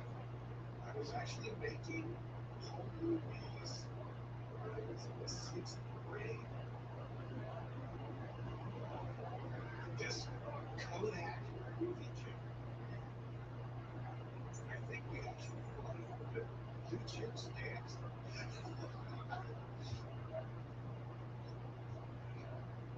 Here's how it started. I would convince me without knowing a damn thing what we were doing, but viewing it, I guess I absorbed it from seeing so many movies. Watching movies really precipitated interest in prehistoric life and dinosaurs, and became an amateur paleontologist. I didn't have any kind of social life. I just spent all my time alone, drawing and eating and sculpting. For Christmas, my parents would buy me these playsets that had a bunch of armament or dinosaurs and whatnot. And so you could create these scenarios with World War II characters and dinosaurs. You know, that was a big part of exercising the imagination. You know, low logs with an 8mm camera and something like that. Push clay around. G.I. Joe's came out, so I could steal them from Sears for them. Not like imagine that. How all of the gears started to turn. And then we tried so hard, both that we should never have attempted the whole lesson. And you go, you put it into that drugstore to be developed. Anyway, you get it back, you put it on the projector. And if it worked, when it came close to working, that feeling of excitement, yeah, it's hard to describe. The goal was to please myself. And there were a few of us that got to know each other through this magazine, Famous Monsters of Filmland. It was at Christmas time down in San Diego where they used to have newsstands, and there it was. I had no idea where the magazine came from. I didn't know what it was, but they were photos of professionals. So I could look at the photos and understand how it was being done. Forrest J. Ackerman was the owner of it, and I think Corey really influenced an awful lot of people doing this work. Corey was a very strange character. I said, "Oh, that's fun." No, and he did stuff like if you knock on the door to his acrobat, the door would creak open. He'd stand up on that, and on his hand was Bela Lugosi's Dracula from the movie. He didn't know himself. I think he got it through exercise. Did you will? Follow me. It looked like a regular house on the outside. You walked inside, and all there were books and photos and props and paintings. I was flabbergasted. There's actual models from the original car. You know, you learn more about how movies are made. I still remember when I first went to Dory's place, there was a group of people there. They were in John Burger. And John invited us to go to California. We're at Cascade Studios in Hollywood, California. And here's Phil Kellison, the director. Phil Kellison was the head of the effects department at Cascade. He moved up the street and drove by and saw this sign. It was like a museum. So kids and I put on, but it was just our collection of movie props and photos that said the Museum of Science Fiction and Fantasy. And we thought, what the heck is that? We stopped by. You got an Android charger there, though? Phil invited me up to Cascade. Said, some animation. I said, why, sure. The commercial was the sheet that just cut off the clothesline and walked by itself. I was actually reading the stop motion and walking the sheet and seeing all that stuff. I was probably like 17 or something. The effects department of Cascade began when the industry was exploding in the early 60s. And so many great people working here. That's where I met Ken Alston. Yeah, that's good. It's kind of an amazing work. Cascade closed up because some effects were fashionable. There were some effects that were USB-C or something. but they were closing up. It's like a regular, I think it's not the C type. I realized I would have to grow up and get a real job. But then eventually I started learning that George Lucas did very much for me. Hey, you got a bitchy car. I was going to do a space movie.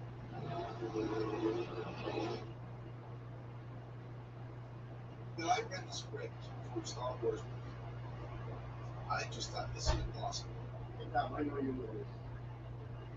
Honestly, I was worried about the script at first. Because, I mean, it was like, It's entirely from the song and teenage that script. Rogers. You know who that editor? So years ago, you know, it's brand new. So I was worried. What George tried to do with space battles, this will take forever. There's no way this is going to be good. I don't even know how to do it. Shots. I have to say, I was a little bit confused. There was a lot of stuff that didn't make perfect sense to me. And again, I wasn't a movie person. In fact, it was probably the first I think it might have been slowed, really slowed down. Yeah, in this thing. It's tennis. It's like, wow, this has a lot of cool stuff in it. It's like a lot That's of what movies we asked people with do. Shelby and Full of stuff that no studio Shelby would. with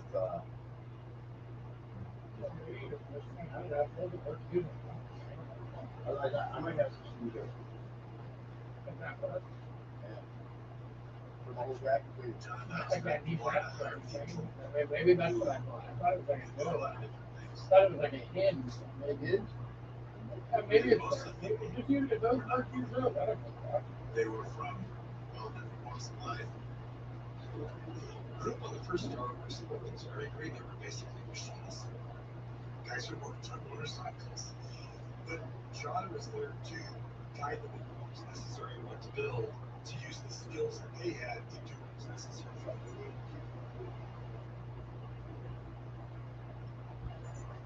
It was fun cigars you get. They were like In different things that couldn't get built. And want those people anymore. But to be honest with you, this was a long shot. We were part of the convention in several different ways, and if any one of them failed, it would be a disaster. It was the opportunity to really go for it. You know, it's like when you're a ski jumper, you're standing on top of the jump and you know that you can do it. And everybody had that attitude. We had to school each other. George wasn't very often in the beginning. A bunch of pioneers. Maybe we're quite sure what they did. Whatever, a bunch of guys didn't know what was happening.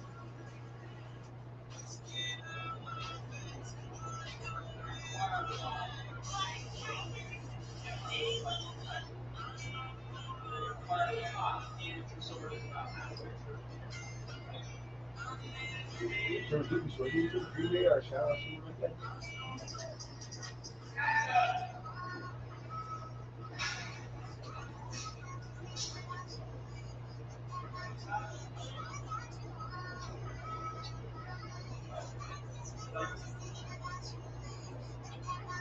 I mean, who knows what's going on in England? But George had this material that he got from World War II stuff for what he thought he wanted to have happen in the battle for Houston. So we used that as a template for what we built. My version from the point of view of what would I get if I bolted the camera onto this ship and just basically did. I wanted to make this stuff indistinguishable from reality. And that required motion control. Motion control is the ability to record the movement of the camera through space, forward, backward, side to side, rotation, up and down. It's a record of that movement, and then you can repeat that movement as many times as necessary. I had worked with a prototype motion control system years before. I had been at the University of Berkeley on a project about perception. The idea was to build a miniature of motion counting, photographic with a camera, and then compare responses from people who flew that miniature with people who were put in a car and driven through the same environment. I met Al Miller and Jerry Jeffers, and they have built a very early motion control system to move the camera around the miniature. I got together with them and we conceived the motion control systems for Star Wars. Because most of the images were built up modes, vast glass images on the glass, and the camera had to be able to duplicate them exactly, precisely, so that when you put those elements together, that sandwich would go up really, all of the pieces would sit with difficulty for the idea. But we need to build now, you gotta understand, I have to be nuts to think that this studios I'm gonna build all of this stuff and then I'm gonna make visual effects for a movie. But they did.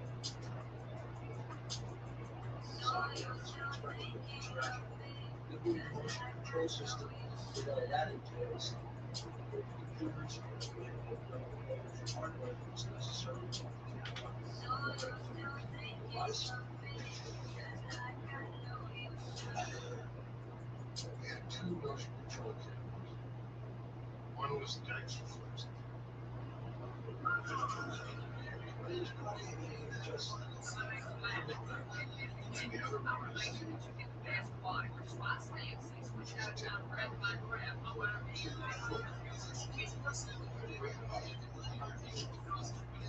we have to do an autofocus system for it. reporting for a magazine, so it would be as local as it could be. I mean, it was fantastic. We're all into extreme photography now, so we're experimenting in different areas. We were using a format that was obsolete at this point. We were able to acquire equipment from numerous existing people, and then had to modify it for our purposes. And all this distribution that had been used as a Ten Commandments.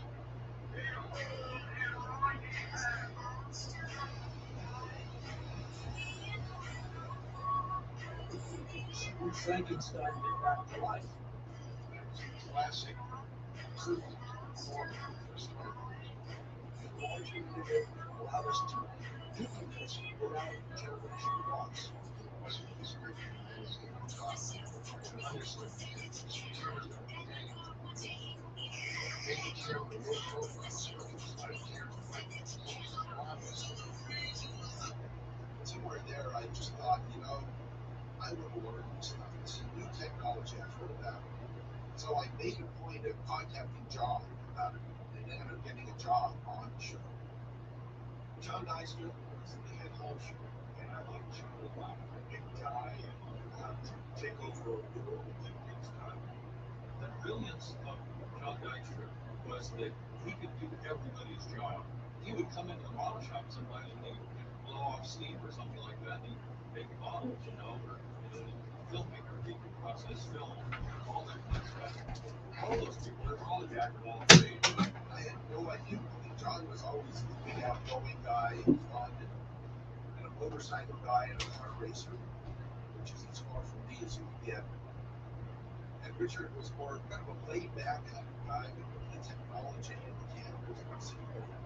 I didn't understand much of that. Richard Loved to build work. That's what he lived for. He might give you that mechanical on song, mechanical on shoe, drive. So it was an ideal place for him.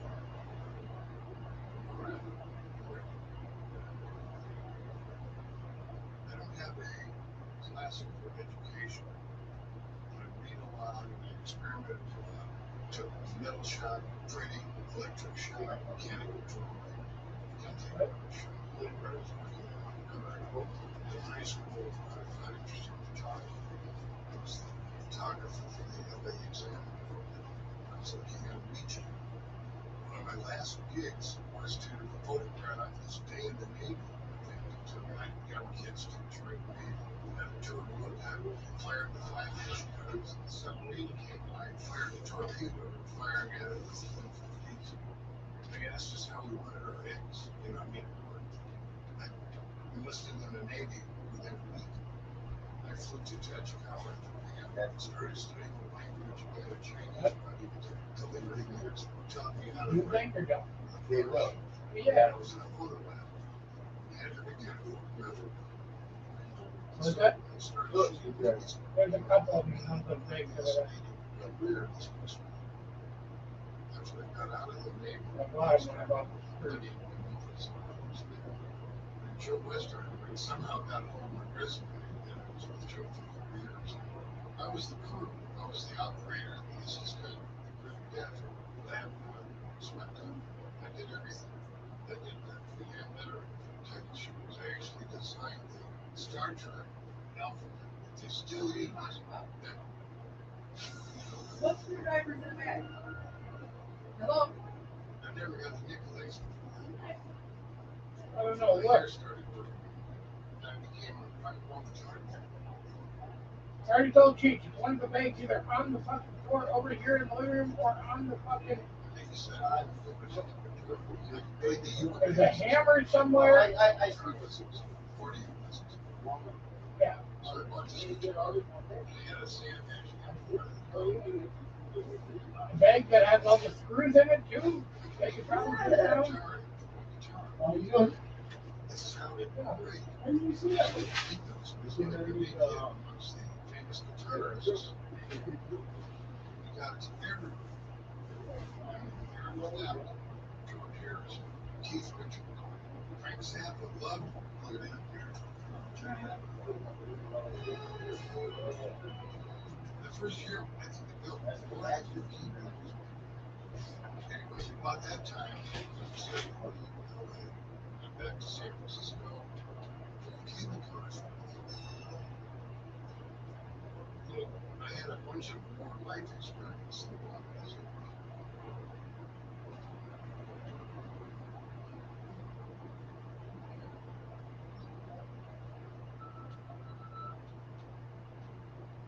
When I first came on this I didn't know any people. I didn't even know the jobs because it was the factory, all these departments, like 5 departments in different areas of this big building. The world I came from was big used equipment literally was built 40 and 50 years old. There was nobody for shit. Nobody's going to put money into it.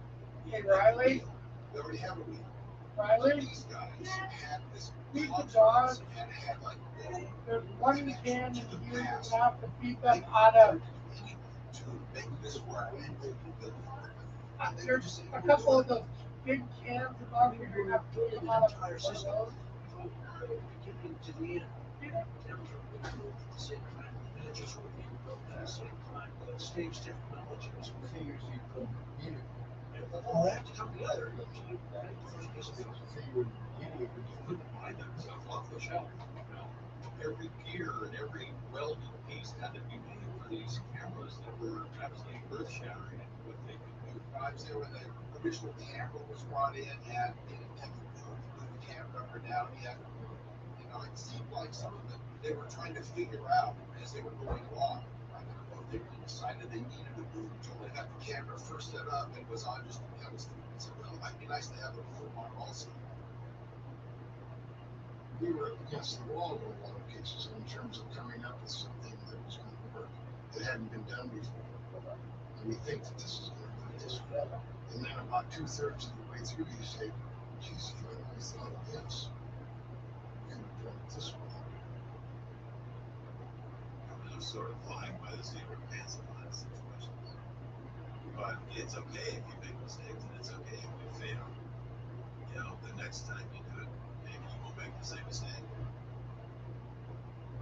In the beginning, one of the guys I saw that grabbed an eye was Joe Johnson. And Joe was an artist, I thought. But then I saw him building a log. And then the next time I'd see him, he was like painting something. Or I'd see him over here and there's a sword gun. And he was really multi-skilled. At the same time that I started doing storyboards. So yeah, we had to change the design. The design, the wide And the internet. Oh man, my whole design was cool. But they didn't fall into the worlds of the Empire stuff looks like this. And the Rebel stuff looks like this. George always saw the Rebel fleet as essentially guys that acquired this stuff, used, and it was beat up and patched together, supercharged engines, and we were basically able to outrun them. And the Empire stuff is right off the factory floor. So we can outrun them. The American ships because we're not right now.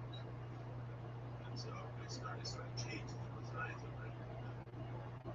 And that sort of led from doing storyboards over here to now I'm going to take all this stuff to my other drawing team and start changing these designs. I don't remember if it was because something needed to be done and there wasn't anybody there to do it, but when George said, you know, we need a new ship for Han Solo, and we need it fast.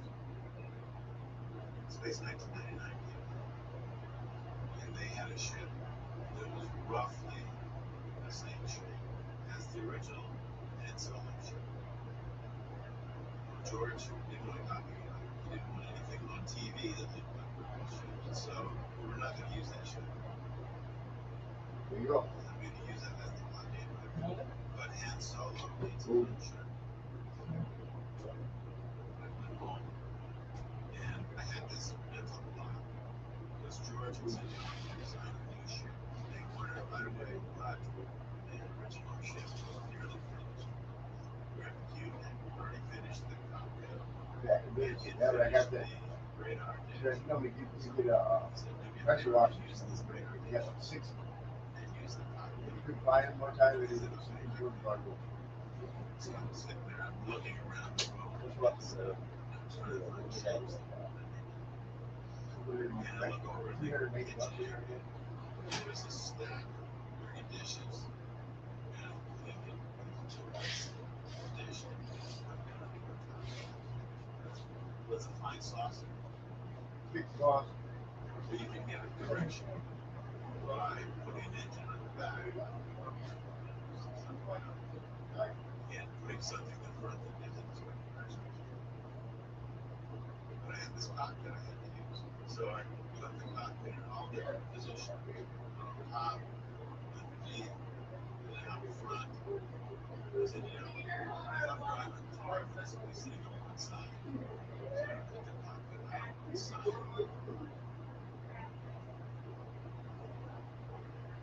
But I don't want it to look like a bird. So I put the cockpit on the right side, but making a right-hand drive.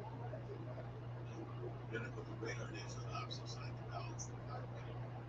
I did about 6 sketches, and I brought them to George, and I knew right away before he knew what he did. He's going to like the one where it's eccentric on the side. Something that, you know, the eggs did. Which he did. Its nickname was the pork burger. Does it look like a hamburger? By the time I gave back those drawings, when George said, yeah, start building it, it was underway. So instead of designing it on paper, I hung out in the model shop. Practically instead of on paper. George wanted a used universe. He didn't want that shiny flashboard look. You weren't supposed to think of it like that incredibly massive piece of aluminum that was somehow floated in and put together. This had to be put together in riveting.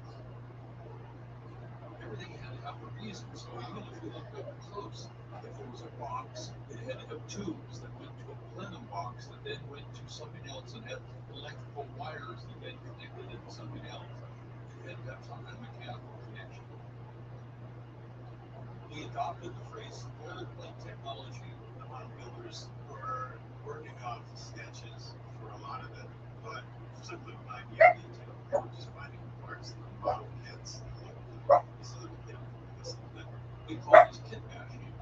We would buy German tanks, airplanes, guns, World War II equipment just right in front of factory parts.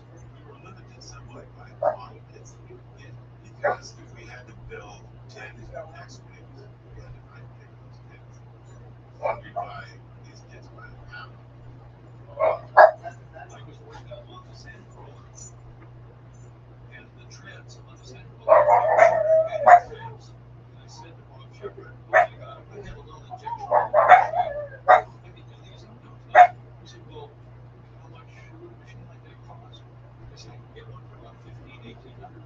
He said, oh my God, $1,500, $1,800, go get it. Get the truck and go get it. All of a sudden, the light went on like, oh my God, $1,500 is a pea in the pot compared to this multi-million-dollar movie they were making in Evil that has to be out by 1977.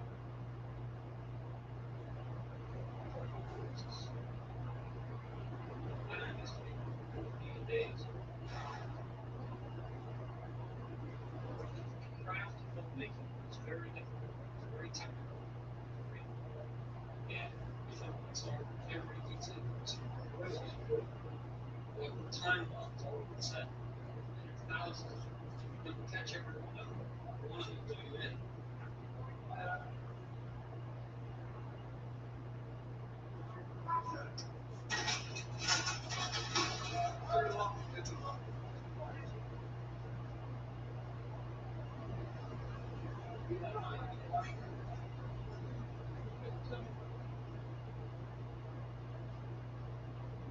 George was still in England, but we weren't producing film yet.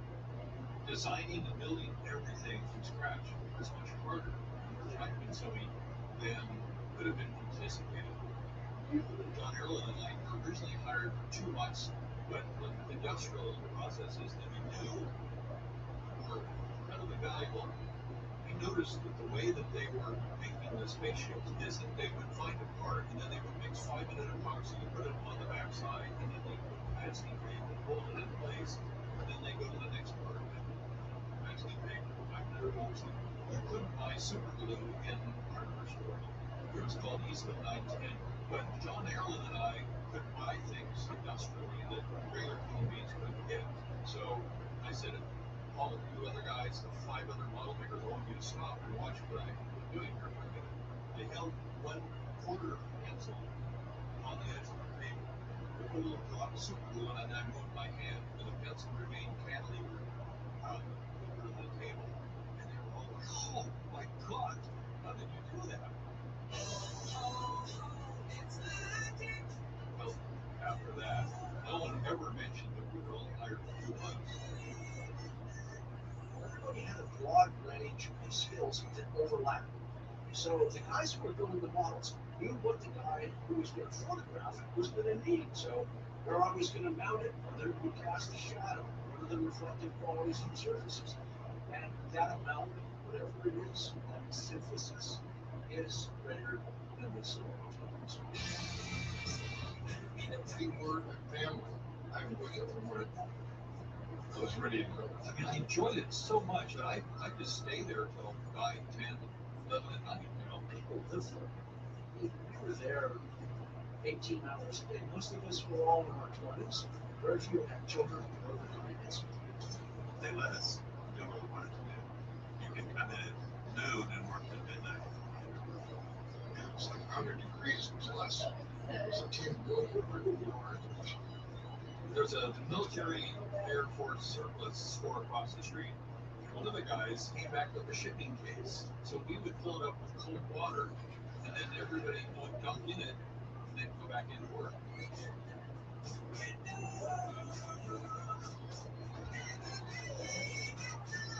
My dad had bought an aircraft escape chute at a surplus place. We use it as a slip and slide. You just push the button and it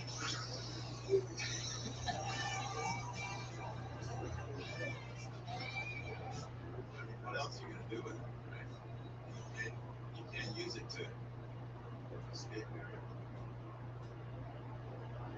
I would go there at night, so I didn't get to participate in lunch hours. I was still working at Disney when I was moonlighting on Star Wars. Going from Disney Studios during the day over to this rather unkempt, dusty warehouse was literally night and day.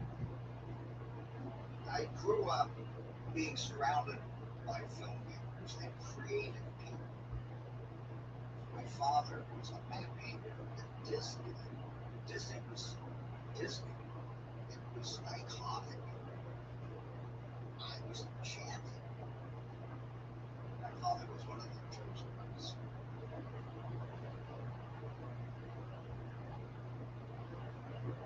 For years I was known because I was the son of a people watcher. I didn't want to follow my father's footsteps, fill his shoes. Who could possibly do that? I took one course in freehand drawing, and I got a C. But my father said, I know you're not that interested in doing it, but Disneyland is having a really difficult time hiring people. And he said, give us 6 months. So now I'm working at Disney, and after about 6 years, I got a call out of the blue from Jim Nelson, producers on a film called Star Wars. He was clever. He brought over Ralph Moore's sketches. They were intimidating, but but at the same time, it's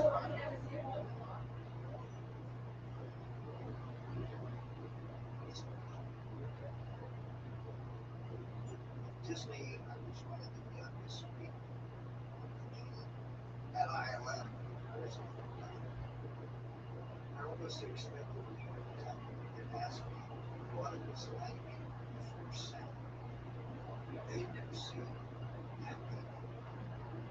That painting is the painted piece of silver and it goes together with actors on location on a set in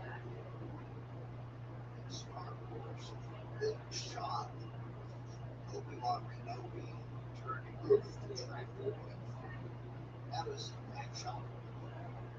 Alec Guinness was standing 6 feet off the stage floor, but I, in my mapping, replaced the stage floor with a shaft that goes down to infinity, which creates circular tension. That kind of tension. There's this old guy who's dressed like his mother, going around something that goes way down. He could fall off. Oh, why did they put the switch over next to the bridge? It's not, but you're loving it. You're just busy with your life.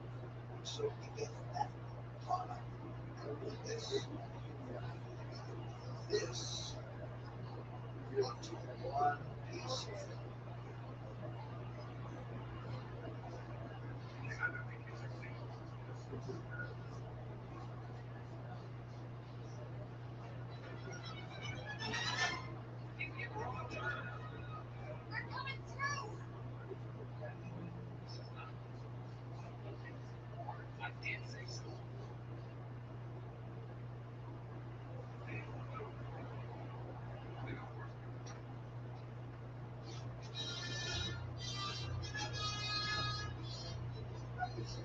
Set up on the second floor.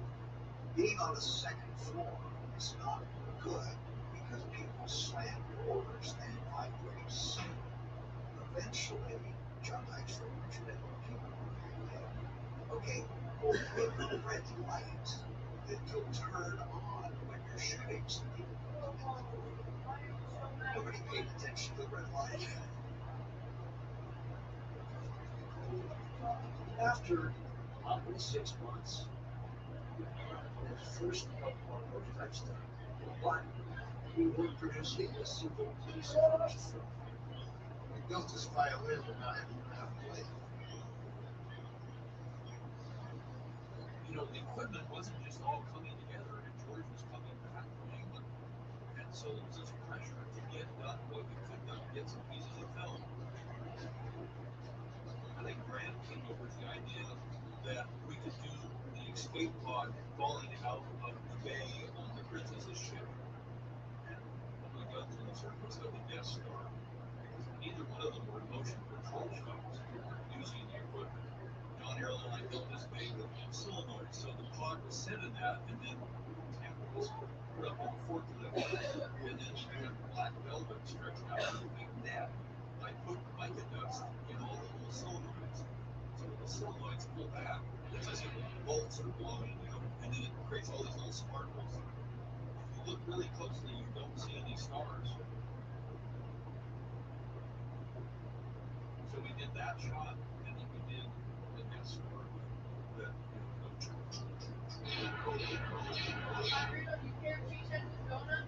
I know, George. That was a lot more than that. Alright.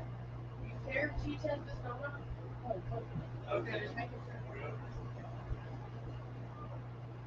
This whole business of There's those cookie things on the fridge. You want one of those? special effects in general is one non-stop, continuous test. Because you always have to rely on some other trick to go out and scheme to solve some ridiculous problems and use test again.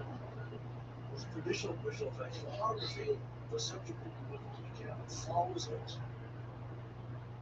In our world, cameras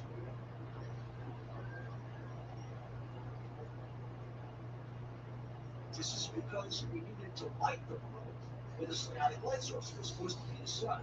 So we wanted the light source of the model pointed to another state of flux. The model rotating, the shadows would change. The model panning, the shadows would change. But if we had moved the model towards camera, the light would have gone with it. Otherwise, the light would change the model. So we used the camera. We put the chosen model on a device which is also controlled by the motion control system, so the model can slide back and forth, go up and down. We had to figure out what kind of camera would results in the proper subject. Invariably, the producer comes and says, I would like something like I've never seen before. You're always faced with a problem of trying to figure out how to get to the camera someplace where it hasn't been before, give you a different point of view than you've ever had before in the same place. The thing that they buy when they come for your talent is your general ability to give what you say you can give, especially with animals. They don't like that. Basically.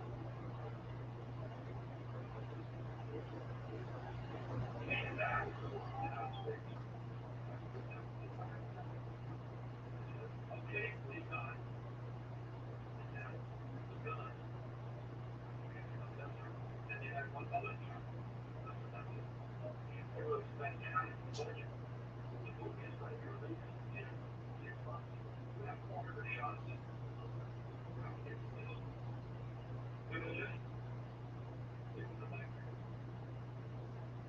I was not happy.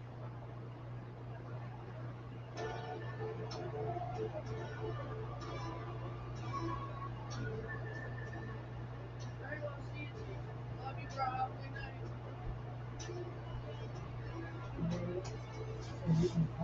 Yeah.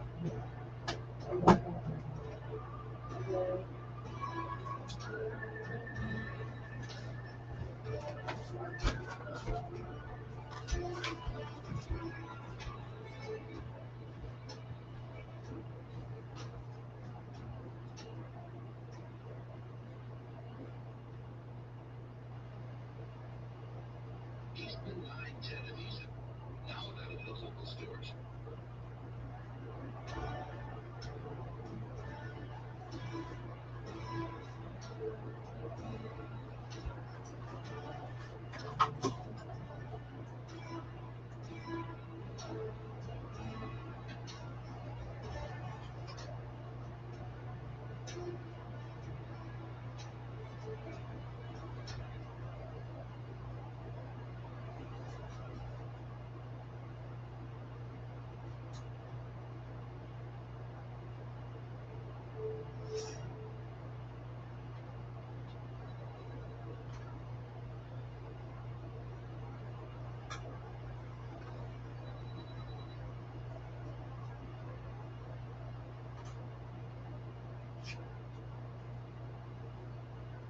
I grew up on a farm in Modesto.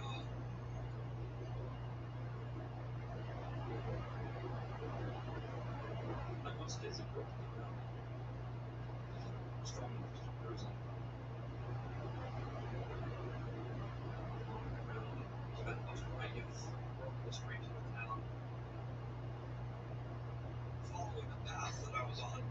I was sort of flipping out of high school. My mother kept worrying about me.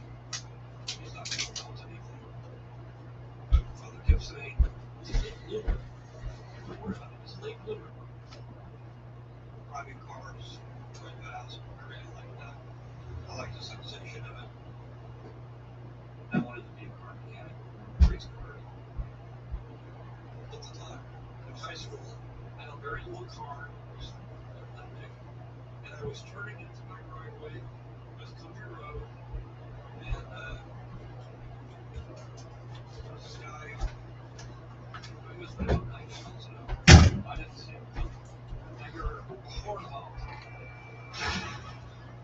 That was him calling. They hit me broadside.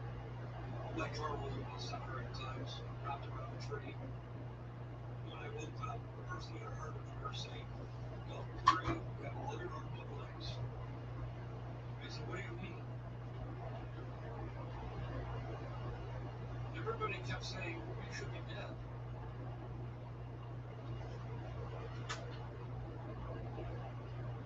decided that, you know, maybe there's a reason I'm here.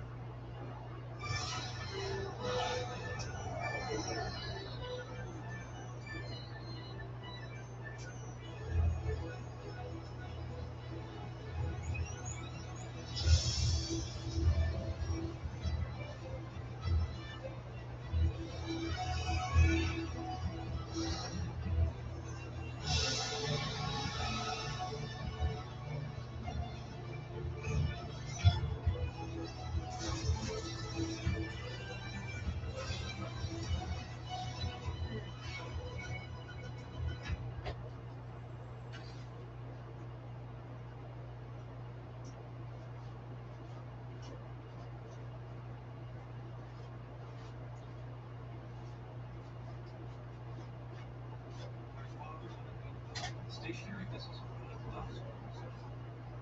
He built it up for me and for me to take over. And I said, I don't want that. I'll never work at a job where I have to do the same thing over and over again every day. It was probably the biggest disagreement we ever had. I said, well, I'll just go to school and I'm not go to college. But this is during the Vietnam War. The only thing I could get into was the junior college. I took lots of classes in the social sciences, psychology, anthropology, and I got really hooked on it. This is great. I love this. One of the books I had and everything was The Hero with 1,000 Faces. And I got very intrigued with the idea of how you build a society. It was all done by stories, mythology, heroes. It really wasn't until my junior year of college that I discovered film. Ended up at USC. Suddenly I've seen all kinds of films I had never seen before. I was just a whole new world. So since you eat, sleep, and drink movies, and you love every second of them, I instantly knew that this was for me, that this was it. I didn't know what a filmmaker was. I didn't know what a producer was or a director or anything. All I knew was I wanted to make film and whatever that entailed. First semester there, I started making student films. So with the Center Park by Storm. We met in the 60s when he premiered THX 113, his short film, during a film festival. George won first prize.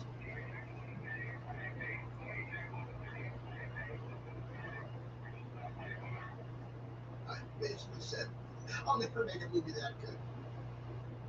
One of the things that really bonded us was we made movies for the audience, even more than making movies for ourselves. All of my friends, they were all people who loved movies. None of them were interested in making money. They were just interested in making movies.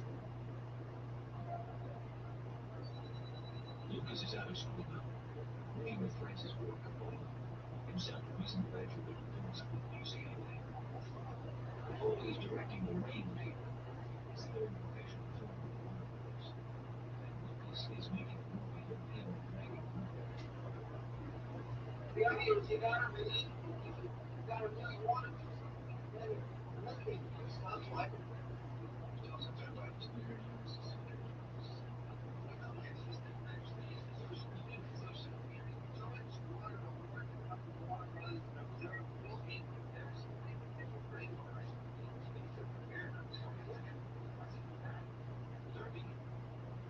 Phineas Rainbow was the only two people on the set under 50 years old, and the only two that had gotten films. We had an affinity. We were young, very much against the establishment. And so, in '69, we went to San Francisco. Both Francis and I said, this is where we should be. Not too many lobbies have had a fully blue turbo binder. That's true. We hope that at 3 in the morning that will be a comfortable neighbor working on film in the other room. We bought mixing equipment and editing equipment. We were building a little studio there. We could do everything ourselves. I got to take one of my student films and turn it into a feature.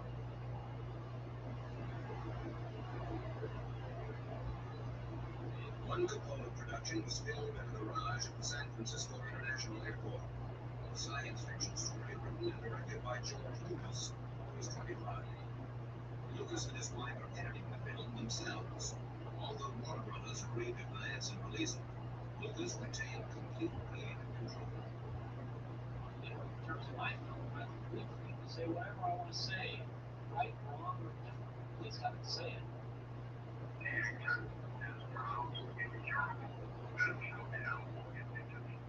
With Warner Brothers. They didn't come up here and look at what I was doing. I don't know whether they even read the script. Yeah, we thought they should have went up. They went, oh my God, what is this?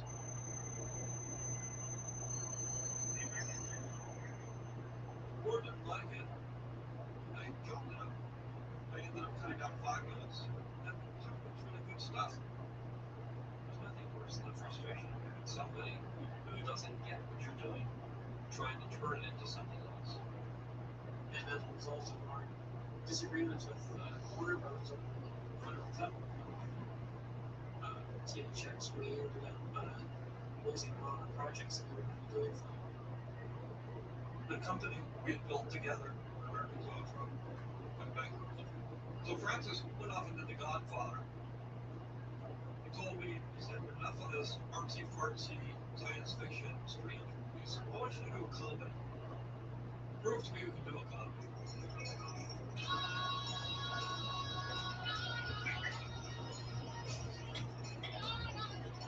First time I met George was an audition for a movie that he had, a decipherable title, American Graffiti, for graffiti, because I think that it was about George that I found listening to comments about he doesn't really do actor speak. He's a little cryptic. He talks about the atmosphere of the world.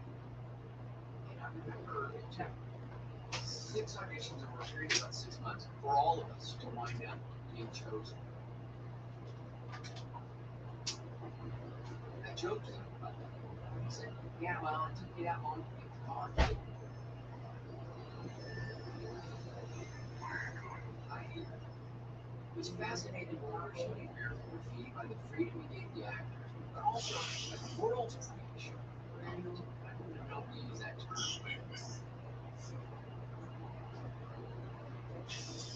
The cars were important. A lot of it's from my own experience. At the time, cruising was not I had really a felt remote. compelled to sort of document the intimate nature of that relationship between cruising so uniquely I American. swear to God, if this phone hangs up while I'm sleeping and I get blamed for having shitty connection, I tell my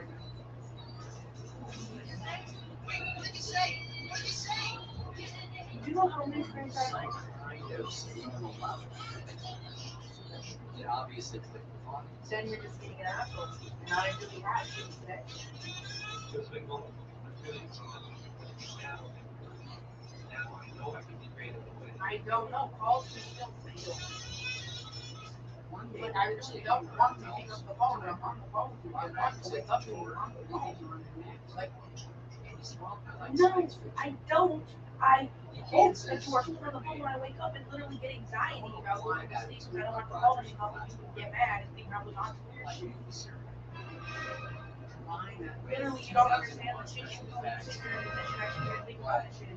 I try to make sure my phone was charging, check everything, now the other apps and stuff, so it wouldn't be running so much shit. Like, I literally had my phone propped up right there. Like, I was like, okay, shit's fine. And then, sure as shit, I woke up knocking around the phone. The idea that the society creates heroes that they can admire. And then I went away and I was like, oh my I can see it as a and then randomly I tried to call you and tell you, and then instead of listening, you just started bitching me out there. I said, I want to do one of those, I'll do a modern version. And last time, it was, oh, I just woke up 10 minutes ago, why didn't you call me right away? So I tried to fix it this time, so I was super fucking tired, didn't even want to open my eyes and make sure I I don't take get a away. proposal to a couple of studios. The second I opened my eyes to try to avoid an argument. Please. And then they couldn't read it and say, I understand what this is all about. Science fiction. I don't know, but I can show you so many screenshots right now, call us On top of that, it was the number And most of the students that Disney does that. The rest of us And a can't. lot of times I'll be sitting in the same spot and they're trying to call me and I'll be trying to answer like 4 times in a row and it's just not answering. I was getting freaked out. And But so once I decided I'm going to do something, I just don't let anything stop me. I'm sitting here telling you, I knew I was going to have to sell it. I got 4,000 words. and if I were to go in the other room or do something or do some shit, I would probably hired text an you. illustrator for it to draw the characters that I had done. I usually don't when I'm on the phone with you. I just sit here on the phone with you. They show me those videos. That's exactly what I want. I got 100 ideas. Do this scene, do this scene, do this scene.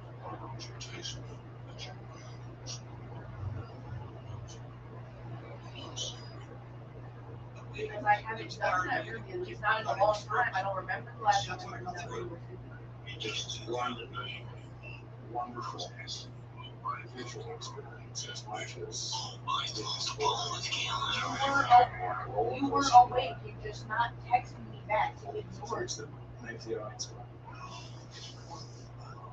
I literally sat there all night watching my phone, and you just did not text me back, and I texted you the second after we pulled out your driveway.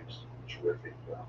Maybe like 3 minutes, okay? Maybe I won't be dramatic, maybe not that second, but I texted you right after we pulled out.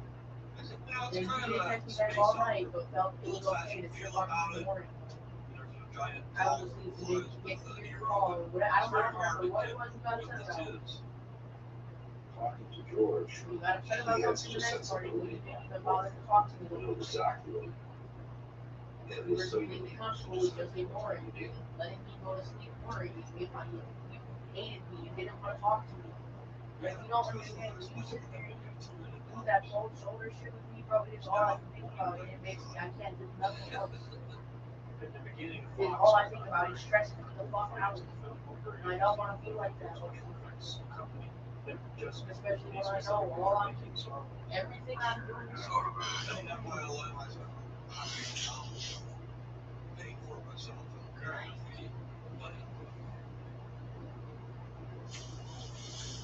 And that's one of those things that you get one guy really good. Don't bring all the other people with you. It was an organism. Taproot. We were thinking most of the names were really bad, but I thought, well, we were in a warehouse, so it's very industrial, and we were using magic and light to create things. It just popped into my head. I said, I'm going to call up industrial light magic on LA. And I was going out to England, Tunisia to ship the thing.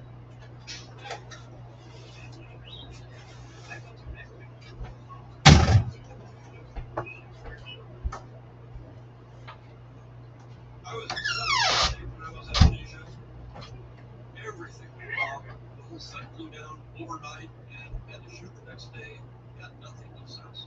It was just one thing after another. There were problems and a lot of concerns by mainly the financial people because of the cost of the vessel and that's what they're on display. People ask me, well, what's the secret of making movies? I said, persistence. That's the only way you can describe it. And if you give up or you falter, you can't do it. You've got to be persistent under impossible conditions. So I got on the airplane and fly home. The first place I went was LA.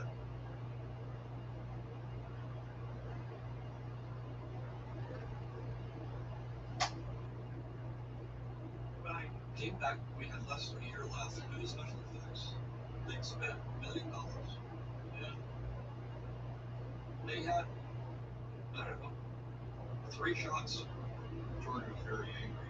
You know, you could feel it in the room, even if he wasn't necessarily in the room. I know he was unhappy, but I don't know whether he was unhappy with me or with the situation. The studio was breathing down his neck. I don't think he was feeling well. One day, I needed to go to the editorial and grab some piece of food or something. We had to go through the screening room to get to editorial. Ran up, full of energy. I'm flying into the screening room. George and Dyksford were in a heated argument, yelling and I just ran right in the middle of it. I don't even know what it was about. You're on fire, huh? And all this money was planned, and nothing would happen. It was really in shambles. They had no production schedule. They had no plan how they were going to do the whole thing. It was very upsetting. We were buried doing the work of building the equipment and the miniatures 18 hours a day. So if we hadn't succeeded in getting it all done and executing the shots, was at least my words at that time. And then on my way home, flying from LA to San Francisco, I'm thinking, oh my God, this isn't going to work. This is a mess. You'll never get to work again. I was having severe chest pains. They took me to the hospital. They thought I might be having a heart attack. He said, have you been under a lot of pressure? I said, yeah. He said, well, it's probably that. Take some aspirin, call us in the morning, because it wasn't a heart attack. It turned out to be angina or something. But of course, everybody else was panicked. What if I died? People don't even know what the movie is. You know, it's a million little pieces. Nobody knew what I was really doing. I was the fourth editor hired. So Well, you've achieved a lot. in the editing process. By the time I arrived on the scene, I was deeply impressed with the whole thing. Almost every cut had to be altered somehow. They got on my nerve and I said, listen, George, something I really need to tell you. Every Keanu file in the Illuminati archives. I said, no, don't worry about it. Nobody has. You file in the Illuminati archives. Okay, that's Keanu now, and here's his auxiliary power. I was very frustrated editing without effects. What did I get myself into? How am I going to get this done? George, at a certain point, decided that he wanted to get the opinion of some of his colleagues. Martin Scorsese and Steven Spielberg. I saw Star Wars for the first time in rough cut. Well, there we are. Lost Spice Days. As a ride, The film was, to say it was not finished is a kindness.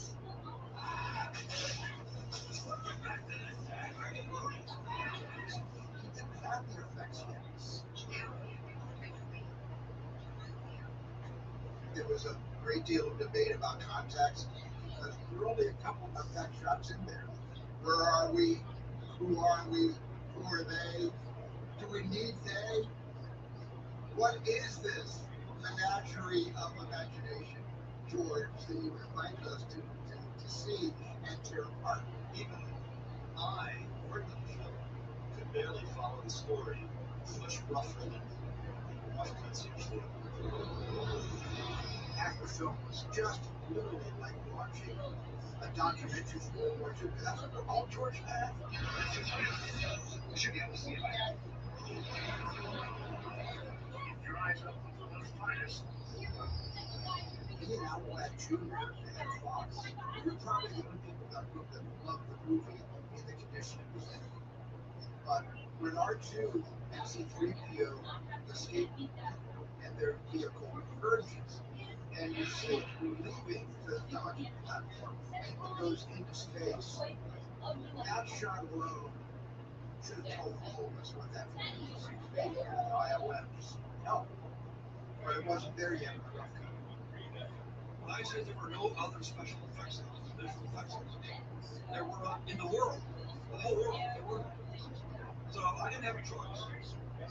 I was on fucking Bronco and I had to go.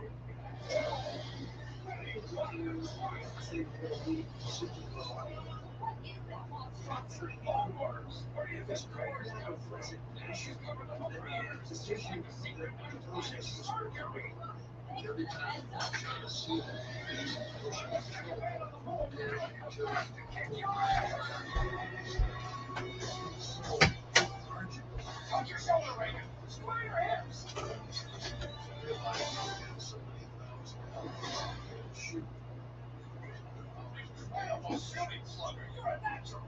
Shooting cannons, and it's shooting fixed wing shots. You're a mighty good myself. Fixed. So isn't that almost very fair? How about a deal for our facilities listening for fair folks? It was like all the best. When I get free, I'll kick his ass from here to Schmidt. I will actually do it. Right now, his DNA sequence. Say, Dr. Bash, what's wrong with all? Screw you, what? Wait, We have all very time. you gonna tell me that I'm a nasty asshole? Hey, tell me, Not very good. We're fully designed to Wires DNA. I don't need some damn respect. Hey, data, my friend. Data, mom. All right, let me out. Read the commune. gotta get this What? What? You replace that flag. just my biggest issue with air structure. Still got that intrusion. Yeah, the Deal. wasn't so This means war. I gotta go. Means war. Stop calling. World War III is gonna be with Antarctica against the British wall destroyer. Next. I know I told you I had to remember that. It's just like it was a Late night. looking place. They did not have nice furniture. It just looked like a dungeon. So I said, the guy sat next to me, but rather than me that now, that was the receptionist. You just right here. This was nice. Tell me about this film. This is like my film. Just really uptight. And then the text says, come on in. It's like Princess Actress at a Walmart. Yeah, they look at someone watch this movie. Well, of course, that young man was Lucas. Toward the end, he asked, Two minutes after you're ready, I will be. I had seen a few things, so I was already whatever this guy wants to do. I'm on board. So mostly,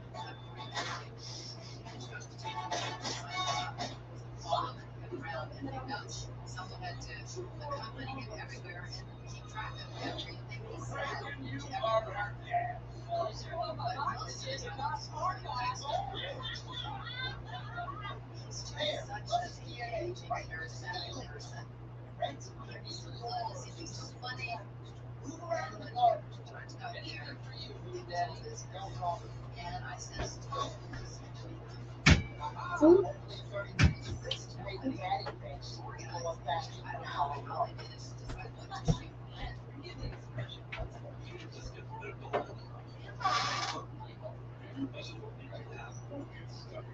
George Mather really brought order that gave George Lucas tremendous confidence.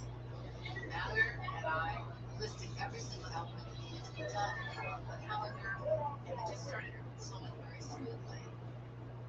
We had a big book of the storyboards, and every day I would type up the notes for Haley's, and we would cut them out into strips. Results. Watch this. There it is. The flag pole. All right, shake it away. That's where the moon wants me. There's two or three elements. I didn't think possible. When we shoot the first one, have them develop. And say, like this, modify things. Shoot.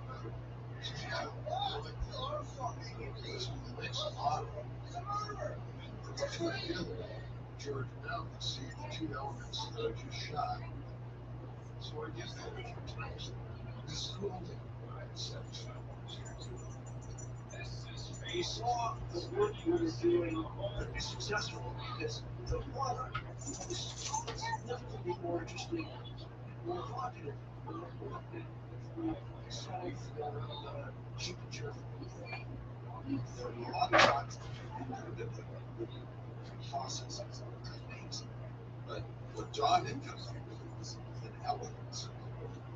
Once you bought into that system, that you could do any type of shot.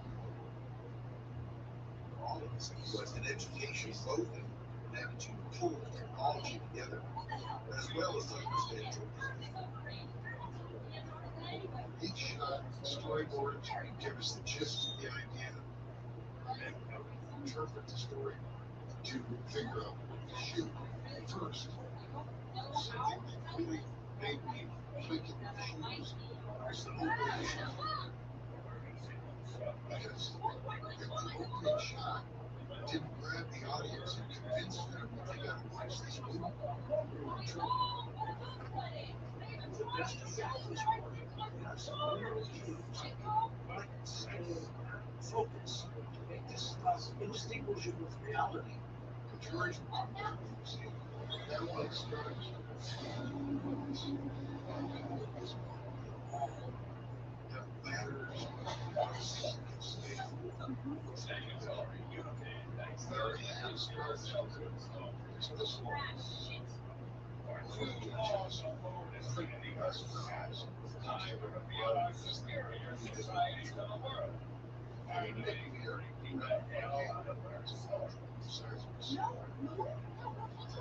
wires trying to create their escape. It's very important to be able to get the camera very close to the audience. And camera's going to be so if the start I would say that was basically 30-second animation. It was actually straight. Basically, I tried to upside down.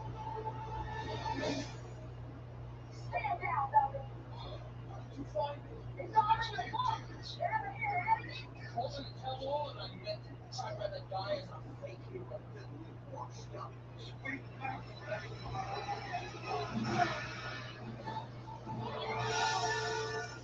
The feeling that you got in that opening shot with the star destroyer comes overhead was precisely what George wanted.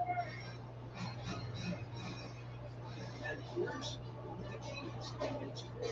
The entire ship is in focus. Closest thing to the camera is the first.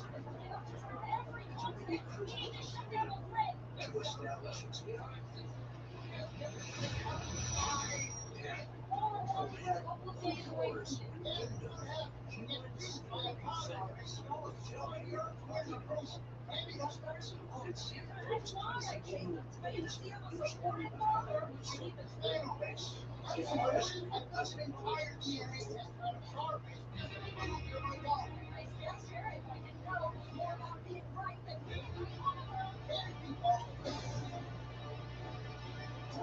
it's a mystery. It's a creation answer to this great disease for us.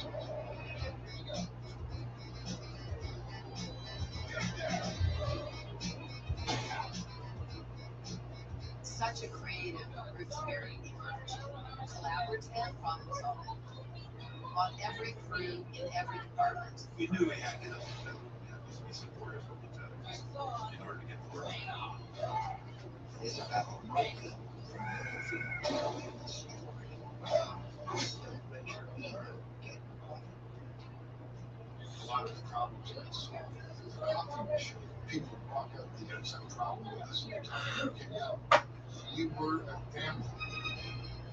I just really liked that George would stay late and help me on mundane tasks. Behind and I would be standing story floors.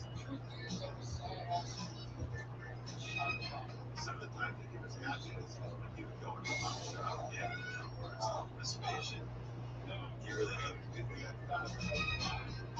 You were behind, so it just took a long time to get that many shots. He was great at compromising. You know, he moves the shot over here, he'll flip the shot backwards. You know, the lights go in the other direction. And we started making quantum leaps. Things accelerated.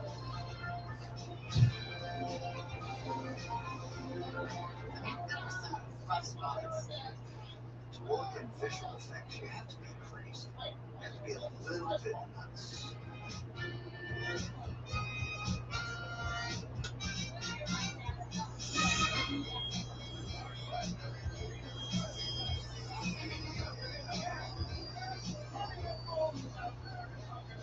Since we didn't know when it was going to be first, there was nothing sacred. It was just build it, did it in front of the camera.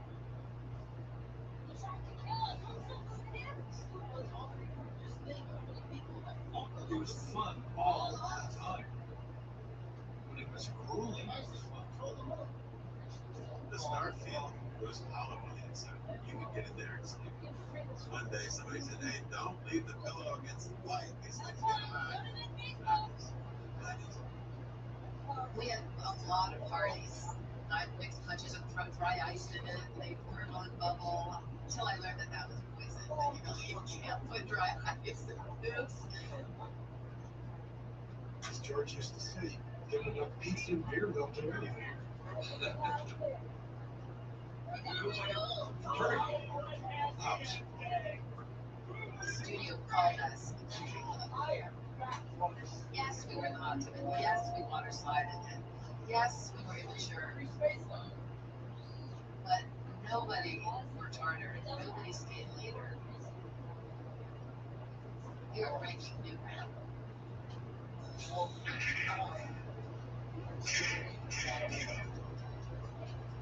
It really was a lot of fun until it got toward the end. The crunch was on. We were beating ourselves up to get the movie done in time. The premiere's coming up. People are freaking out. The sound department wants your work now because they have to put their sound in. Oh my God. Joe was redesigning the storyboards and giving us different shots. We were shooting like crazy and falling over each other. Just trying to get the work done. Getting along. Lighting and shooting us as fast as we could. It was a mission of faith because nobody knew who we were thinking about. Everybody was very hopeful. I was under enormous amount of pressure. Crew was under enormous amount of pressure. When we were walking through the stages, he was kind of frustrated, like things were not coming together the way we would like. He was disappointed in some of the shots. Highways, skin, proof. I would say hybrid. This is his movie. He's going to take the blame. Professional. If it's not right, we get really upset inside. Sometimes I'm trying to most things. My impression of George was that he was a combination of extremely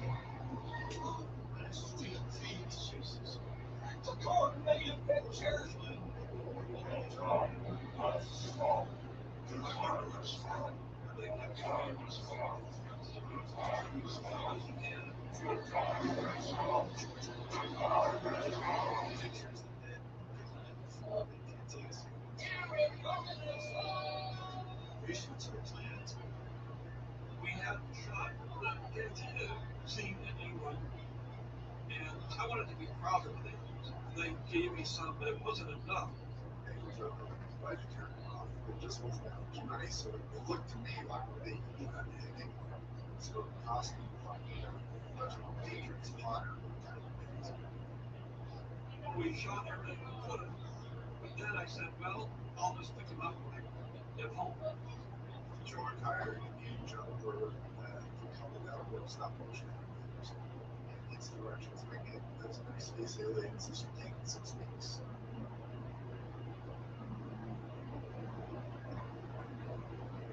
They brought in another 12 monsters.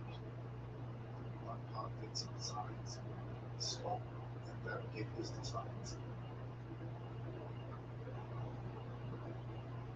And then went over to the stage on La Brea Avenue. And George put us in our own masks. And the costume department would dress us up. And that's kind of how that was done.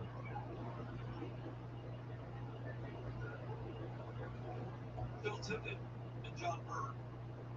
I liked them. They were a good team. We became friends. George would come in once a week to check out our artworks. And one time he was looking at it and saw a shelf, stop motion character behind me. I was like, 20. He said, so you guys do stop motion animation. He shows the chess set basically he had without any characters. George was initially going to have the chess set just be people in masks shot against the blue screen. But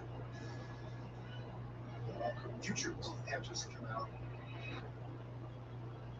and there was a scene there with hackers on a chessboard. George felt kind of stupid, so he's like not the original. And so if he didn't stop motion, we would have it. Right? So he said to me and Jumper, can you make 10 stop motion aliens? So that's why we're here. The one advantage we had in ILM is we got guys off the street, which meant they could do anything. Right at the schedule. And so when John Berg and I went in to make a deal with George for Dyke Street, this big mountain vehicle, and George said at one end and Dyke Street had the replica of West Street 44, and while we were negotiating, talking about a rates, he just like spin the chamber. He had no idea that he was doing it. We were sitting there like, is that too much? We'll do it for free. We have a cardboard box with all these little characters that took the set and asked George what he wanted. How about this little yellow guy jumps out and the other gets on and throws him down and everybody else is watching. Okay. Got it.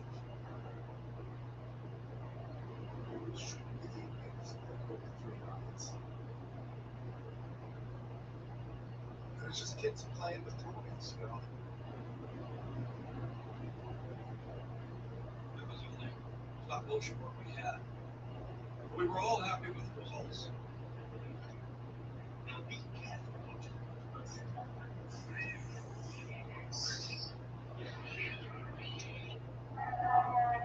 You made it back, screaming about the clone. Yeah, it's like wise. Instead of working. George was very generous with giving creative freedom to people. And he would be very patient. If you had a question that didn't make sense to you, he'd explain why this is what I want to do. When he came by, I got as much of his time as I could. And I remember him sitting at the drawing table drawing the sequence. At the end of the film, the attack on the Death Star. George is not an artist. He can put lines on paper, but he's not an artist. And I was really amazed at his ability to convey the idea in very crude visual forms. Again, that was of particular importance to George because the studio was threatening to eliminate it. They had concerns about crossover lines, and they thought, hey, they get to the Death Star, they rescue the princess, that's it, the story's over. But George was determined that was never matter. Movies are kinetic. It's about movement. Forget the actors, forget the story. It's all about movement. It's a chase. The chase is the beginning form of cinema. Chase, it's like anything else in a movie. It has to be built. You got a beginning, a middle, and when it ends.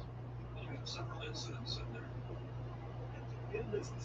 The idea was to create a realistic looking space dogfight. They were attacking an invulnerable fortress, the Death Star, and Luke's prowess as a pilot allows them to succeed in destroying this city.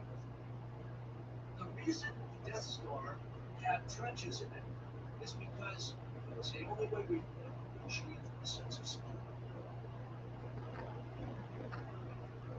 We had ridden motorcycles down gullies out in the desert, and I noticed that when we were in the gullies, we were traveling by things.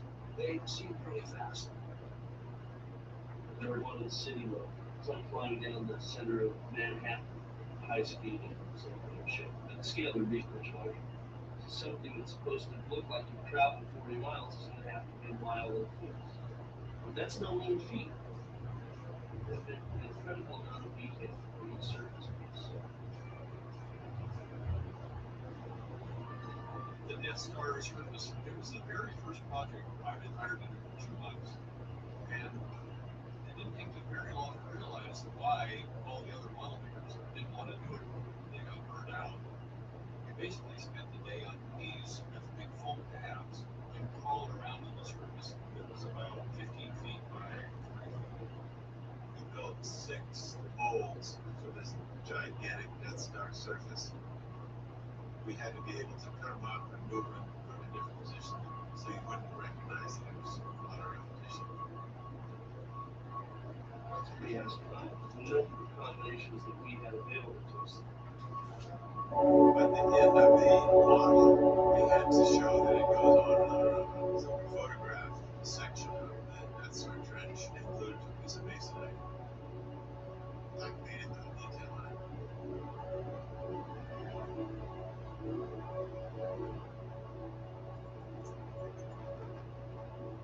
Just to make it seem more alive, thousands of these little windows had to be put everywhere with retroreflective tape made of glass beads that reflect micro light. But there were tens of thousands. That was my job to do them. There was a moment when Marshall Lucas, George Lucas's wife, Clyde, came down and looked at the Death Star. She got the camera, looked at it, lit it up, and she said, Windows have to be a smaller scale. It's like, oh my God, they had to be half as big.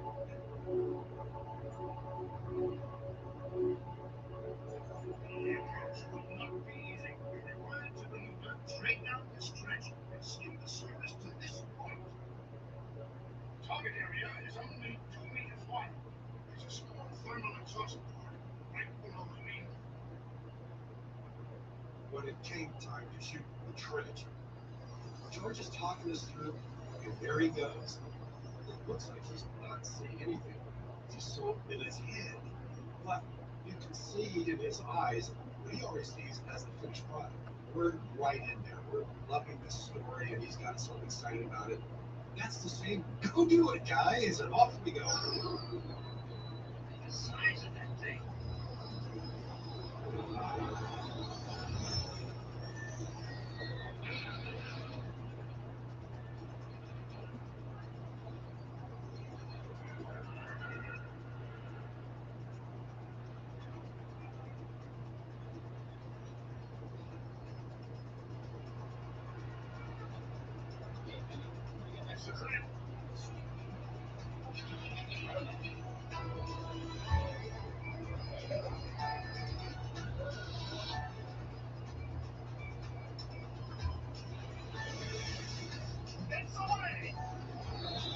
We figured out that we had to be traveling 20 miles an hour as we went by this we put flat in the parking lot.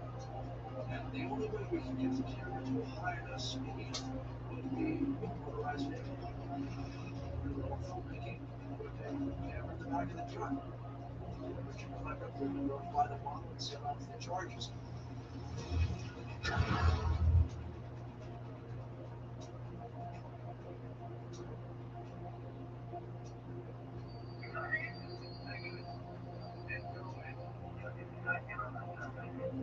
They were able to let whatever worked, make it somehow function, and we'll come out with this great thing.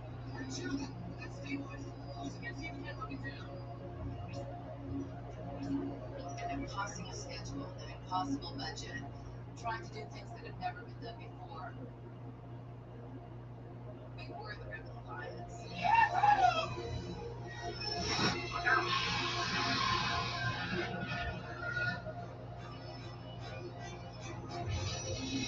We're all clear, kid. Now it's fine. Ready to go home.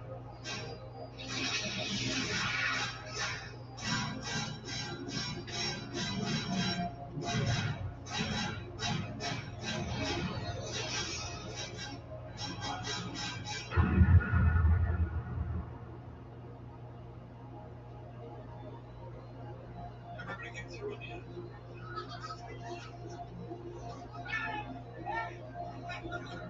Release the movie. Yay! I couldn't believe it, really. Last night, I went to Israel. So everybody around us was, a bunch of the guys that were smarter than me took out 20th century stock. We didn't know what we were working on. I mean, it was really just a job 5 or 6 days a week. We didn't really know until the movie came out. And we were mixing up until the day it was released. And when we finished, we went to have Grambling, or Hollywood Boulevard, right across from the Chinese Theater. And they said, boy, something's going on out there. Must be a premiere or something.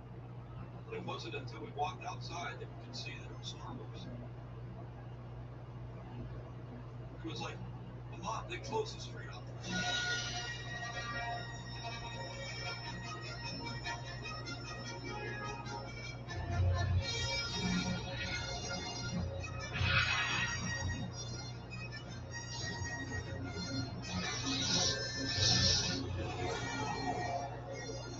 This is it.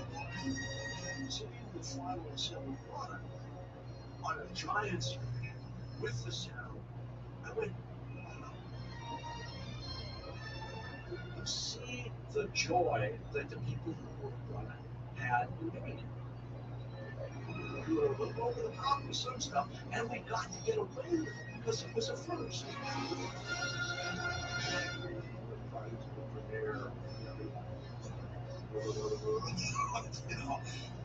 My parents loved it.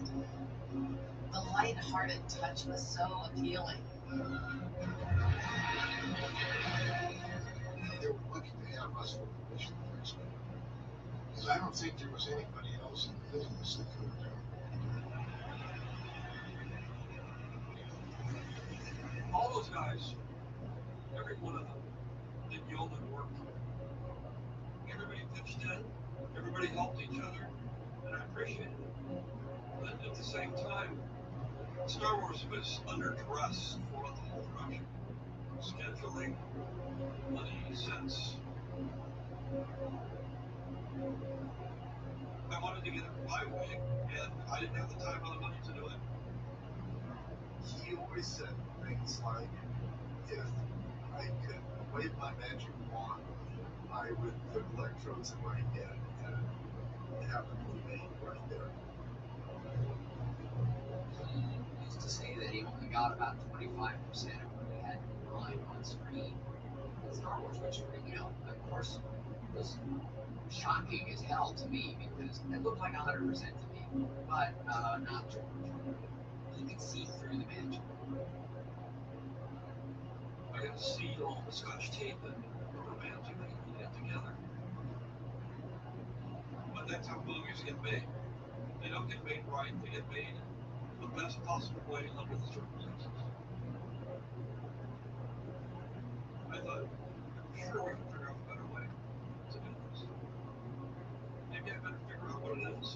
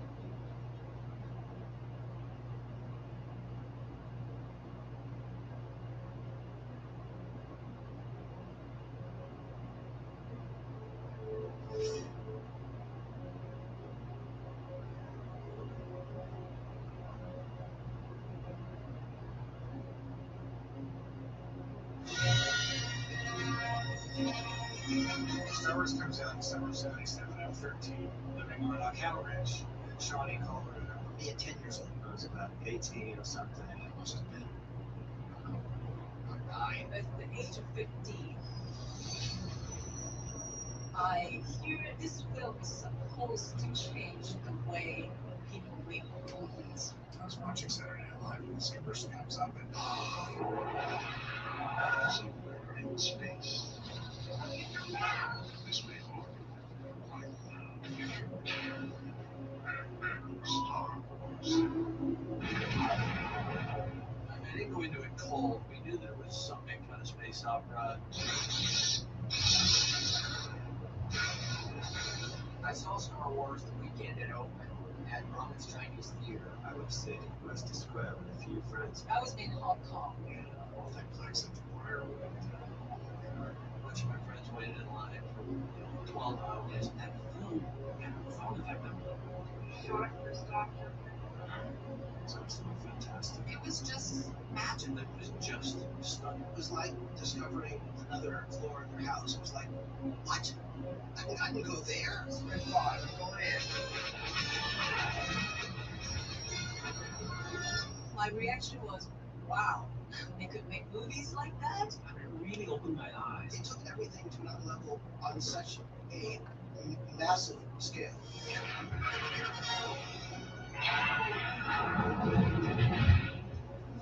We walked out, and all I did was say to Sherry, want to see it again? And she said yes.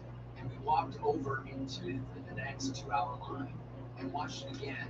What? Like there's nothing. I couldn't even. There are no words even still to describe what that felt like. I went home and I said, I'm quitting my job. You have to pay the bills for a while. I'm going to make the film.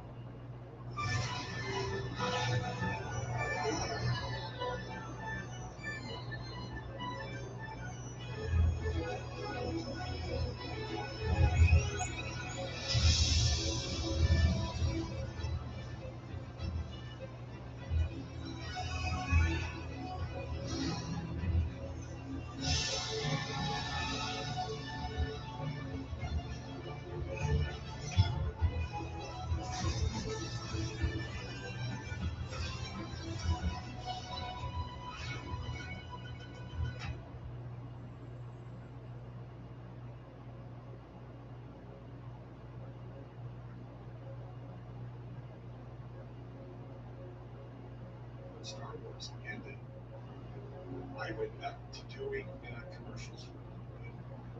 And figuring, well, that's the, so that's the end of that. We did our job, we worked really hard, had a great time, and then went on our separate ways. They split up because they were down in LA for 6 to 9 months. And I wasn't doing anything. ILM didn't exist. I worked on Close Encounters for a few months. Doug Trump was just setting up somebody to actually end up reshooting the mothership. John Erlin and I, we got a call from the producer on Flash Gordon. Flash Gordon. About Flash Gordon. Flash Gordon. And John Dykstra immediately called us into the office and said, what in the world are you guys doing? He said, there's a project that's coming along. I promise you, if you could wait another 3 weeks or something, there is a big project that's coming. I didn't want Star Wars to finish. I didn't drag my feet, but I didn't. The experience was so enjoyable and so electric, and everything about it was brilliant. And I didn't want it to end.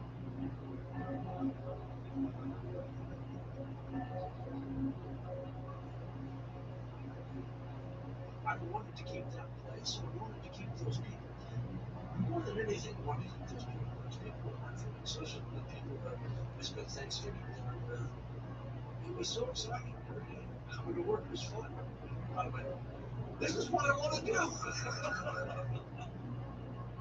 But at the time, even though Star Wars was a great success, there was no way of knowing for certain whether ILM would continue or dissolve or whatever.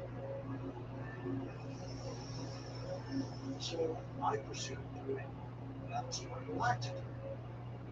He created a company called Apogee, and Apogee got the contract for doing Galactica.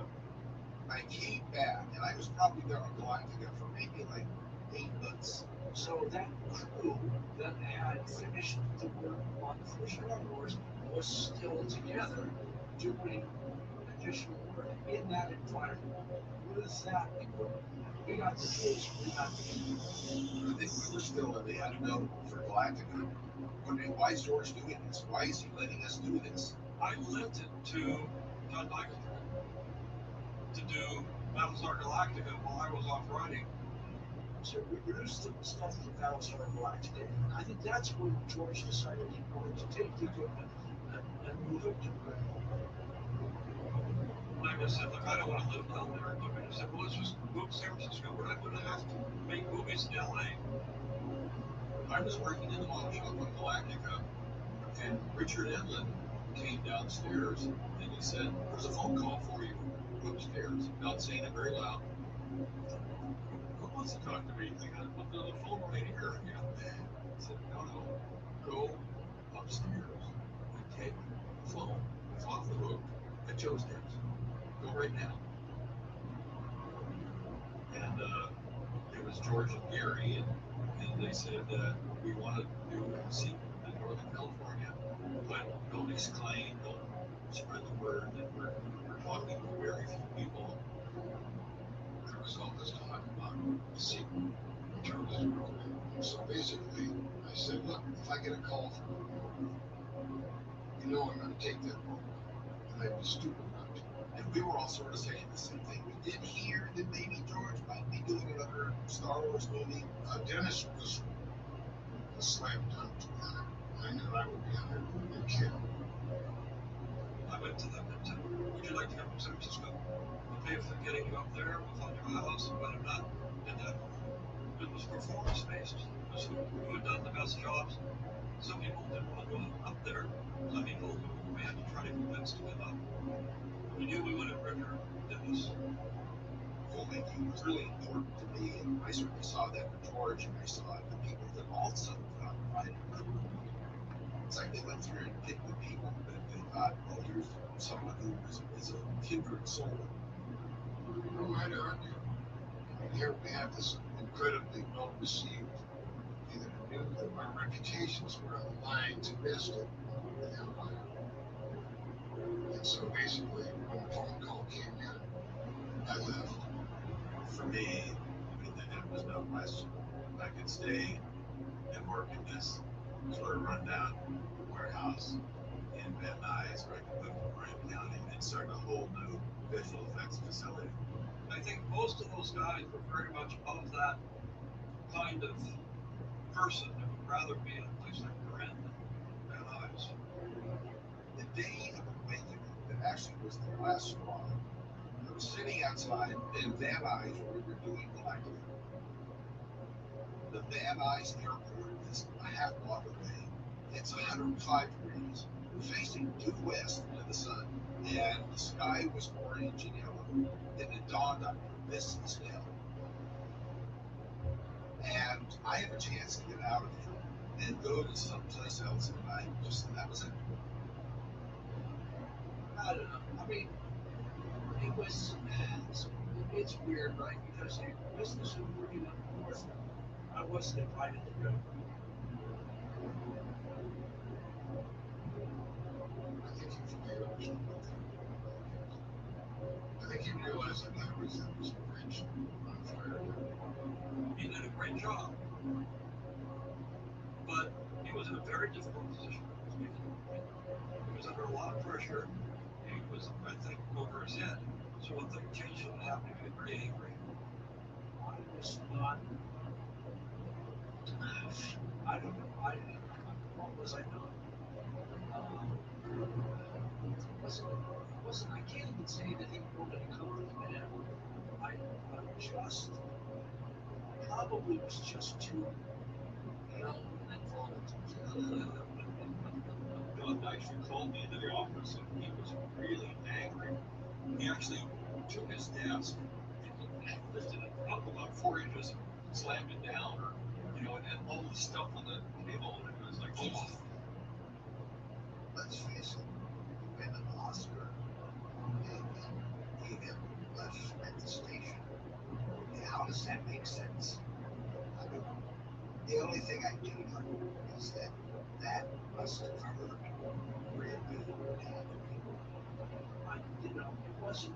Am I disappointed that I wasn't invited? Of course, but we had to break a lot of ground, and you know, there was some chip pay, there was some dents and a few scratches here and there, but it was so much fun. It really was a lot of fun, and I think that it was so tragic when we all split up. It was like breaking up a family.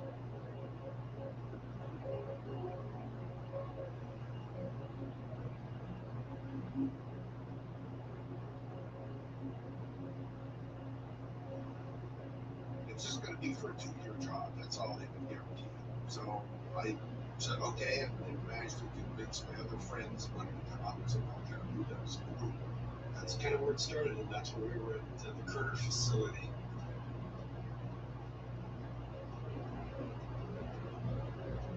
When we first moved into the building, it was a single-story structure with no walls at all. It had a front door and offices and bathrooms at the front, and then it was just an open warehouse.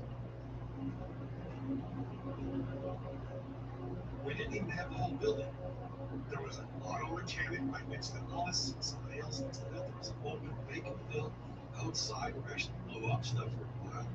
No frills, believe me. I remember one of the producers said, well, you know, we'll never fill this up. And within 6 weeks, we had already started filling the second floor. There was a lot of just mundane stuff we had to take care of as it started to take form. I can still remember the pieces to the Dexter flight showing up. And we were all sitting around going, how did this go together? We had to get going really quickly, and somebody came up with the idea that, well, if the carpenters would give us 2x4s, we would just lay out the rooms where the doorways would be without doing drawings. And so they just started building walls and everything where we sat. You know, I'd arrive in the morning and the 2x4s would be moved over 2 feet into my department, you know, to make someone's hallway a little bit wider. The model show was not quite big enough. And there was a hallway where they could have all been drilled for this band songs. And it was just like, that's a huge mistake. You know, because there's just a lot of traffic going to it. And it was just waiting for an exit. And so I made a multiplied index finger and cast it. And stopped it. Put it on the band song and just let it go. And you know, days later, that song's gone.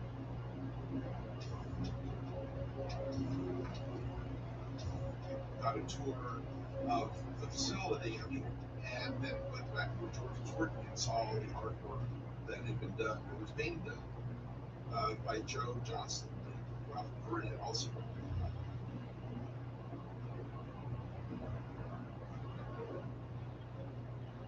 That was stunning for Trampart. This was just really a big step beyond what Star Wars was. From the scale of the film to the scale of the effects. All these different locations that all needed problem solved. We knew we had to top Star Wars. And that's no mean feat. It was a little bit scary and 1,000% exciting. It was pretty overwhelming when I arrived to work on the Empire Strikes Back. I had done back paintings on Star Wars, and probably there's only about a dozen in the movie, maybe not in that many. But suddenly, 50 and then One of the difficulties, of course, was to staff it, because I had to restaff the company. Now I was a supervisor. You know, in Star Wars, we didn't really know what we were doing. But now we knew what we were doing. We had to do it again and do it better. You know, my mother was interested in what I was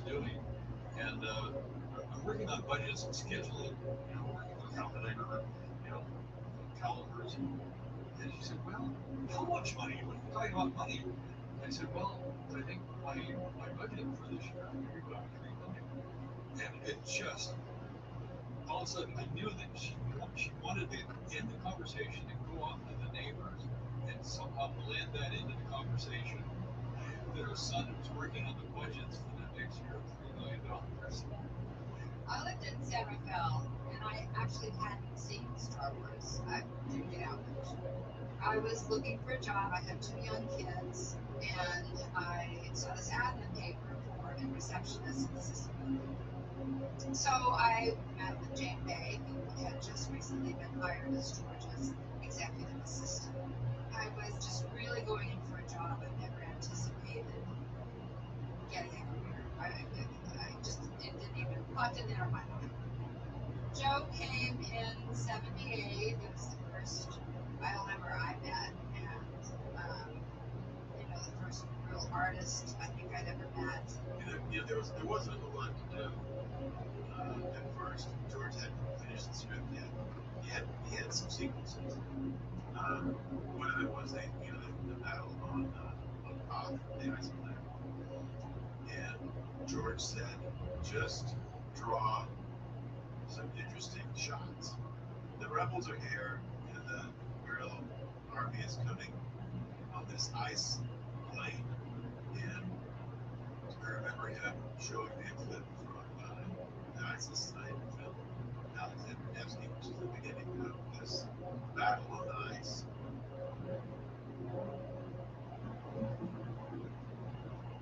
And he had this shot where it's an ice plane, and you can't see anything.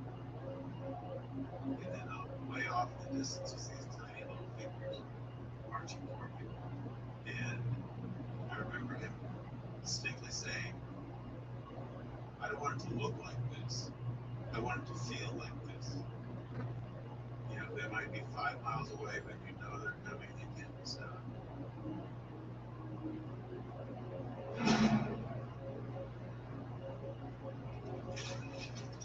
George knew he wanted this big snow battle.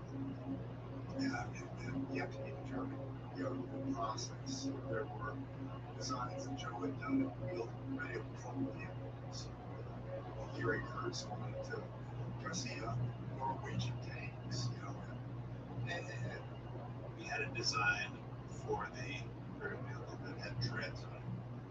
And Gary had arranged with the Norwegian army to borrow 6 tanks. And he gave me a picture of the tank that they were going to borrow. And he says, design something that we can cover this with, it doesn't look like a tank. And I said, okay, well, it's going to look like a tank. If you see treads, it's always going to feel like a tank. So all this stuff was flying around, and I think it pretty much hit us to convince George to do it stop motion, and that we had control over it. These things were machines, and it would lend itself to stop motion in a believable, kind of way. I found this brochure from the U.S. Steel Corporation. They had produced this thing in the 60s. There were illustrations by Sid Mead. It was all about, this is what steel is going to be in the future. And his illustrations were really amazing. His portfolio was fantastic.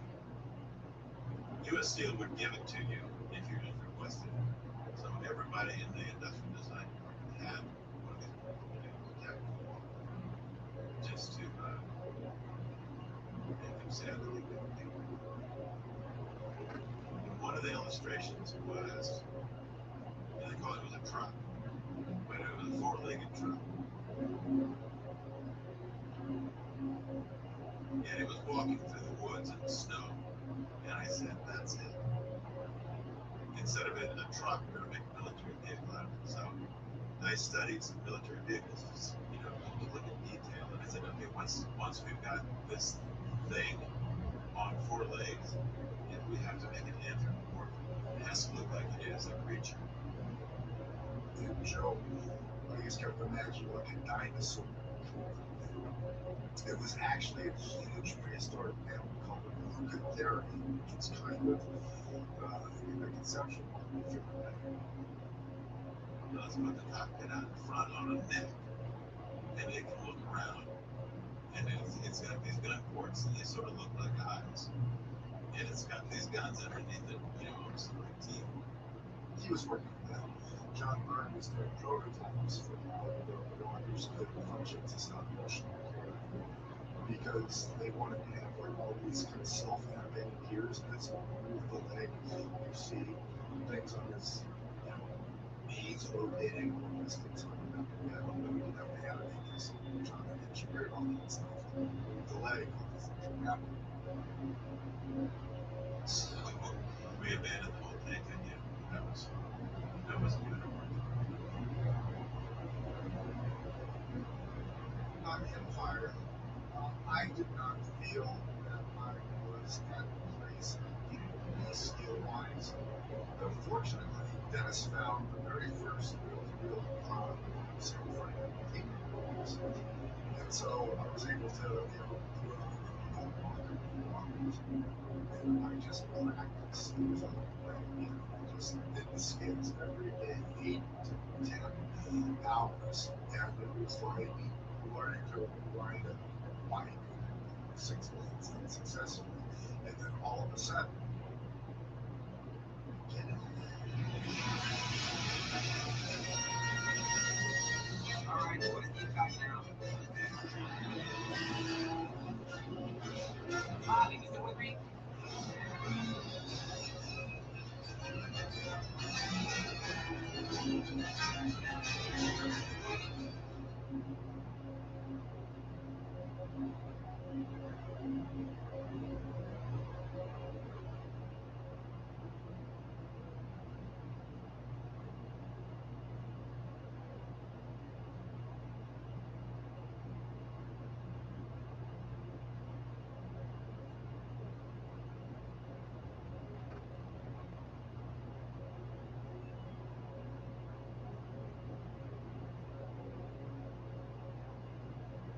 When I arrived in Kerner, the first thing I saw when I walked in there was Phil Tippett doing stop motions on the walkers. And the set was amazing. I thought of that. What have I got myself into? I just didn't want to be the weakling in the chain. I didn't want people to say, good movie, except for those paintings. For some of the big shots in Empire, every one of them was pretty brutal because the set was maybe 40 by 40 and there was a big Rossi-located background and there were 2 walkers there. The show was down to 3 legs of one and comes up and strafes the other one and flies off. And it's a point of view. And it was going to require 2 animators and John Wood got the flu. And they had to move on the set the next day to do something else, so I got to do both of them. Except on 3rd and 4th risers, I would get my hands and knees and go down the first trap door and animate. And because of the scale and the slowness and speed of the movers, a lot of the movements just had to be felt. You could gauge them. You couldn't even see it. You just have to think. I moved it down a millimeter and take like every 10 or 20 minutes and do all that stuff. So now, get my hands and knees go down the next one. The trap door repeat the process over and over and over.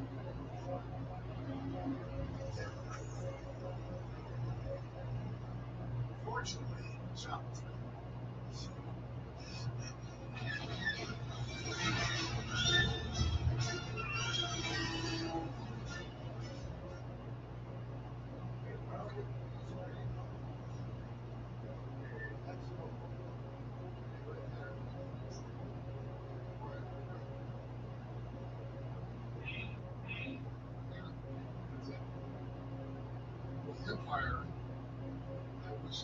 graduate level at Boston. In other words, we had done undergraduate work in Star Wars. It's fairly easy to map a rocket ship over Starfield because it's mostly black anyway. You see a map. There's some shots that did have a few map in Star Wars.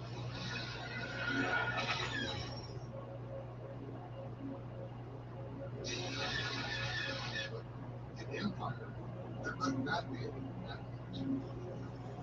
You have land speeders, which are light gray, flying against a white snow background, fluffy white clouds veiled the sky. I mean, it was like you couldn't have a map line in the shot, or the 10-year-old say, "Hey, that looks funny," you know. And the 10-year-old is one of our most severe critics because if it doesn't work, if it doesn't look right, it's not buying the shot. You lose it in the scene. So I had to build a special optical printer to deal with this problem.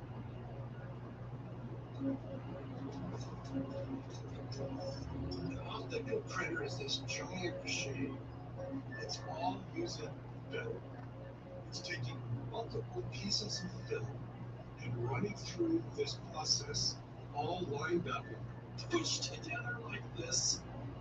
It's not two pieces, it's multiple pieces of film, multiple pieces of mass that have been created to combine images of a background plate and a foreground plate. All kinds of things that have to all be sandwiched into this machine and run through one single frame at a time. And it's being rephotographed. The camera is essentially photographing what goes through these projectors. Normally, you would only have 2 projectors. This one has 4 projectors, so we can run more images at one time. That just gives us more flexibility or capability to process many images at once. It's really a big project using telecentric optics, which created parallel rays coming out of the lens. So you don't have geometric distortion, which is the harbinger of mathematics.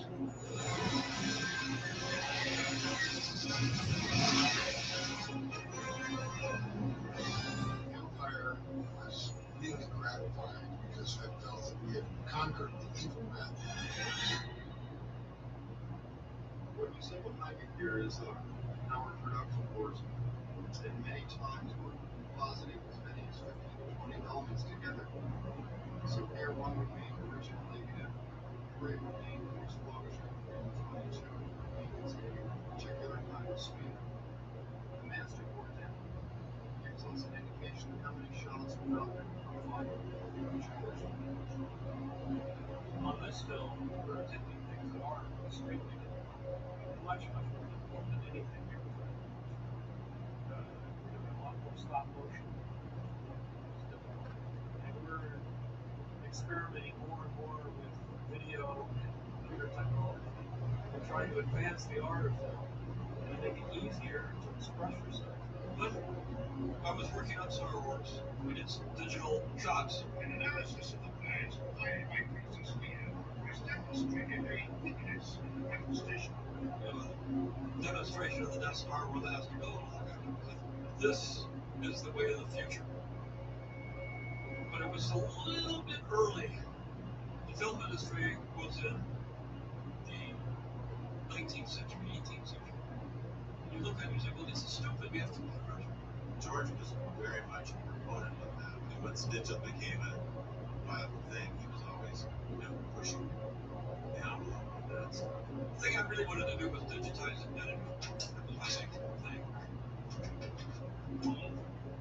I was frustrated. We said, this doesn't have to be this way. This is crazy. And I said, I want to be able to go from top to bottom all digital. See if you can find somebody to hit up the compare image.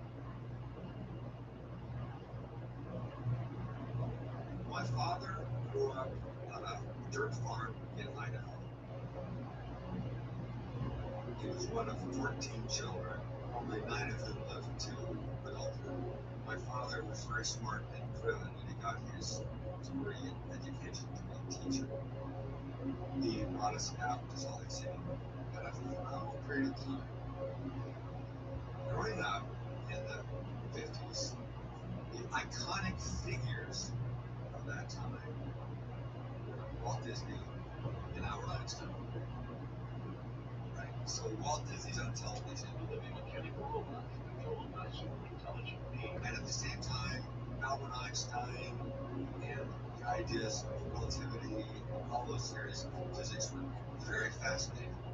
So I helped both of them, but I actually wanted to be an animator. The background to this is we've got the Cold War going on, and the government had this brilliant idea, and that was they were going to fund students at universities around the United States for the development of computer science. And it was what was then called ARPA, the Advanced Research Project Agency. In fact, the internet came out of ARPA, but it was first called ARPANET, and the University of Utah was one of the first 4 nodes on this set. So I entered the University of Utah and got a degree in computer science. The earliest computers were for finance and bookkeeping and so forth. But they can imagine at some point it's going to be that we will need picture making. In graduate school, the very first class I took was one in computer graphics. It's like, God, holy cow, you're going to make pictures here. We can do animation. And all of a sudden, bam, everything took shape. So I thought, well, I'm going to try to animate my hand. So I made a plaster mold in my hand, learning the hard way that you should put method in the back of your hand first. So I was sitting there with a razor trying to cut the hair to get my hand out of the mold. And then I digitized it with the wireframe to Lego, and then I wrote the software to be able to animate it. This time it's like,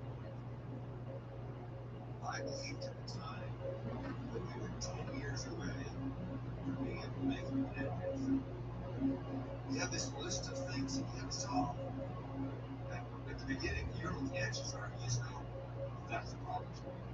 And I didn't even know what the problem for, but the ones immediately in front really did. So who's going to support this? Out of the blue, we get contacted that someone's looking for somebody to bring technology into the film industry. Richard Edlund came out. We are trying to keep this whole conversation a secret that's going on, but Richard, of course, got this big belt buckle who says Star Wars on it. And he's talking to an artist who is inherently extremely observant, who calls out the belt buckle. He's just a friendly person who's also very interested in everything. So he's now seeing for the first time computer painting, and is completely wrapped up into it. So he realized that something important is happening there. Well, the first problem we solved was how to describe an object in a computer. The simplest way to do that is just draw it on the graph paper. This is just a cross-sectional view of 1/2 of a simple cup shape, and a computer can then spin this around and make a surface of revolution. What it would look like from different views. Now, this sort of picture is made of an array of little spots on the screen, which are called pixels. You can see here individually each pixel magnified to be a little square. The idea here is that each square has a number stuck in it. Like a pixel called a number. And so the computer program then has to figure out what value, what number to stick in each of these little spots. With digital manipulation, the fact is that now the visual effects artist has at his disposal millions of addressable pixels. You can address each point in the frame, and because of that, nothing is impossible. Once we got digital, you could do anything. Absolutely anything. When I first met George, they were working on a car things building. State of the art was pretty primitive at the time. He said he wanted digital audio, he wanted video editing, and he wanted some digital imaging for compositing. George just believed that the world was changing and technology would change everything. It was as simple as that. He just offered to him. And he was willing to put money behind it. Now, anybody that had done a deep analysis analysis at a time, would have said, that doesn't make any sense. It's too far away. But for George, it was like, we gotta start somewhere. I still don't know how to work Facebook. I barely know how to work my cell phone, but I know what I want to have happen. And I can talk to somebody, and they can say, that's impossible. And I can say, well, think about it. After working with George for a while, I began to understand the way he thought and the way he told the story in pictures. And we'd pin the storyboards on the wall, and then he would go through with his red pen, and he would say, we don't need that, we don't need that, we don't need these down. And we learned very quickly not to put the originals on the wall, because he'd take a red pen and draw right through. It was really like understanding the essence of the storytelling by looking at the way he would do these things. It was really like going to some film school that doesn't exist. You know, this fantasy film school. You can only attend by getting in the mind of this guy. The story is really available because I very rarely read scripts. Maybe dyslexic, you know, but I never liked the form language. You know, it was just very hard for me to see the movie. So I would just wait until I got to a place where the storyboards with George could only explain. You know, it's kind of like this, you know, then I would run Joe, and George is interested in coming up with some ideas for this character. It's like a snow lizard. So I spent the day just drawing really quickly. This could be done. This could be done. This could be done. So as George, he did it's for a cat. So instead of one designers that knew had familiar aspects to ram's horns and kind of like a camel face, but not really two sets of muscles, but something that was identifiable. Phil Tippett knew he had to do the drawn from, and he knew that unborn calf, the hairs on unborn calf are much smaller than on a cow, or even a newborn calf. And so we went on pursuit of a unborn white calf. You know, we went around the taxidermies, we went around the slaughterhouses, and eventually we had to settle on a white, hardy, tan hide. And then there's an old process back in the days of King Kong. What you do is you take white glue that's water soluble and you red the first side, and then you put it in a box with maggots. And the maggots eat away the flesh, but they don't eat follicles because there's no energy in a follicle. So now you have this matrix of white glue with these little follicles sticking out of it.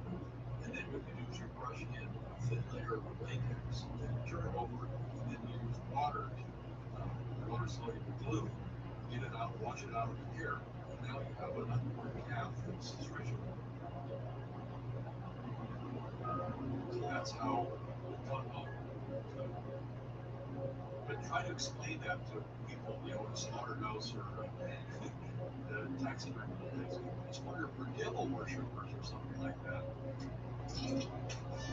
I try to let insurance folks on so we built this thing. We took it to George and showed it to him. Well, this is important. It's established. So you think the I think it's I agree. It's superimposed snow line from stuff. Yeah, I found that George responded really well to three-dimensional stuff. Just in general, you know, you can just see visually it's done. You know, a lot of times with 2D stuff, you get this well, what if this one had that one's tail, that one's tongue, but then so you get a bam, you know, it's just right there. Maybe also just to make it darker, because of the scale. I understood. To me, it's like kind of a form of management that I learned working with George. It's just that get creatively through best, make it theirs. Back away. No, I don't consider myself a really good leader. I pick people who are really good. Because I would probably say no much more than I'd say yes. If anything, it would be better to have this be slightly darker than this. I mean, that's again. But I didn't yell at them. I didn't scream, "What are you doing? You're an idiot." All that kind of stuff. Mostly, I would just say, "Look, try it. We'll see." Slightly darker than this. Perspective on Okay. No.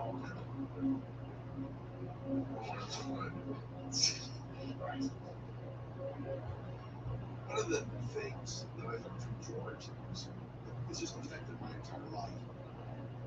Is that we had a shot in Empire Strikes Back that he came in one day and we had a helicopter flying over this big ice field and shot Norway. And the camera's flying over it, kind of just like stay out of the ice field. And he said, "Can you put a Taproot running along when it's running on the ice field out there?"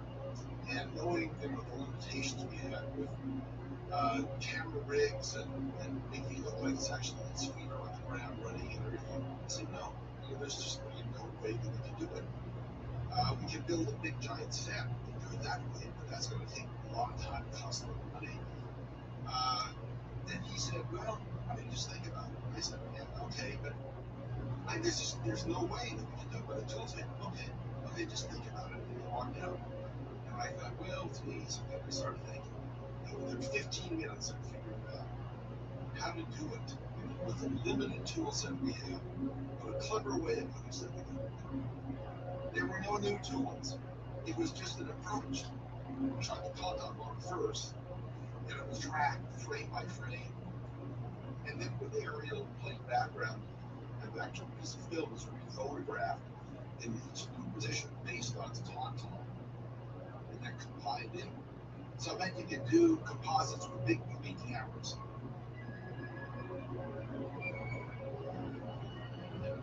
And the amazing thing about it is it was very clear that before I could verbalize how I had figured it out, my body had figured it out, and I just felt it.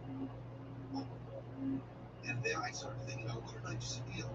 And yeah, that fits with that, and this fits with that, and that fits with that. Which means I guess your subconscious is like something. And if I'd stopped thinking 1 minute and 59 seconds before, I wouldn't have thought of that last little bit. Yeah, so Rob Bierman saw this movie. So there's actually a thing that some people have that some people don't have. Is that when you're starting, you don't have the answer. And when you're talking to somebody else who actually gets it, you don't know how the solution you start. You have a different kind of relationship. And it's like, okay, you become partners in solving the problem. And that's a good sense.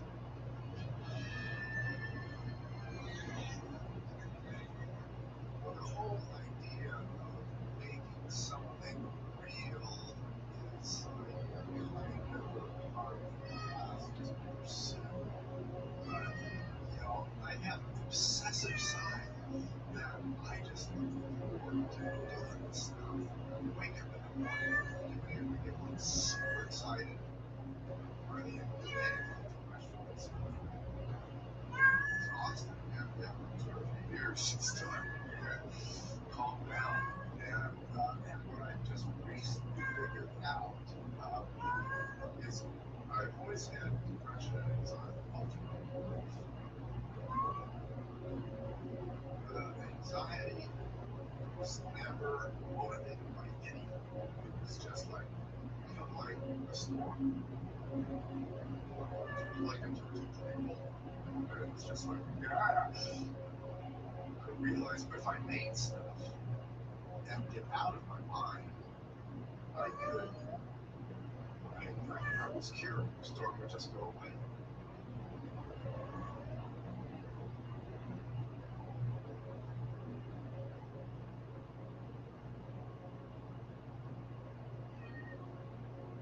that was my self-narrative that was operating until just really recently. But all of a sudden, that I might be bipolar. And I end up key therapy thing where it's I'm very process everything really, is one thing and next, not emotional about it. Irish driven and fight over it and all of it because reflection driven about it. And that, so you have to, have all these skills. And it really is like a form of alcohol, really to feel it. When you get on the stage, it's all blacked off and it's all quiet. There's no light. I'm going to bring it to life one frame at a time. This is being shot in stop motion photography, or one frame of film. It was shot for every, for Jessica. So, in like one frame of film, this guy is running along his back leg, there's it's floating, that's the his head has to go down. All of his bags have to, the rider has to go up and sail relationship with one of these guys going up and down. He's the floor. Yes, don't you find it boring, tedious to do that stuff?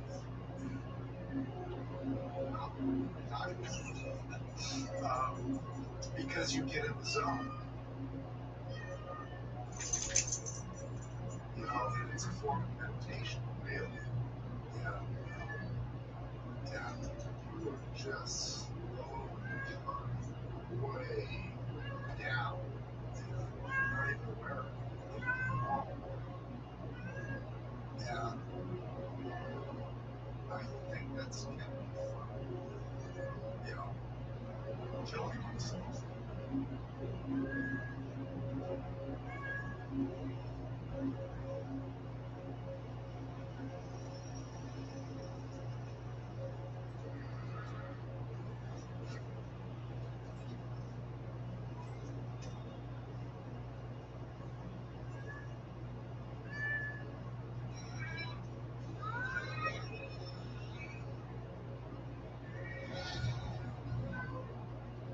Few of the map paintings we're using on Empire Strikes Back. This is an example of one that is the interior of Darth Vader's Star Destroyer bridge, where we've added the windows and the ceiling. On Empire Strikes Back, production had wrapped and Taproot visual effects, and I was the department head. This map painting shows the Millennium Falcon in Cloud City. In the clear area of glass, Han Solo comes out and meets his host in Cloud City. You've got a lot of guts. What?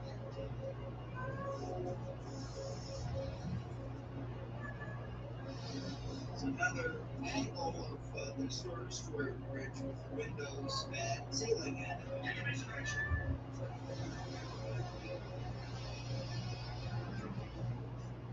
This one's painted by myself and Corey.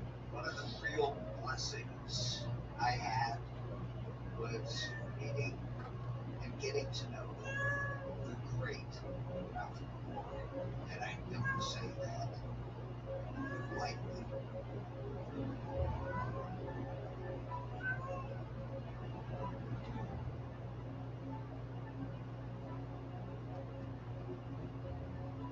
But it wasn't much room, so he painted the little back part we had.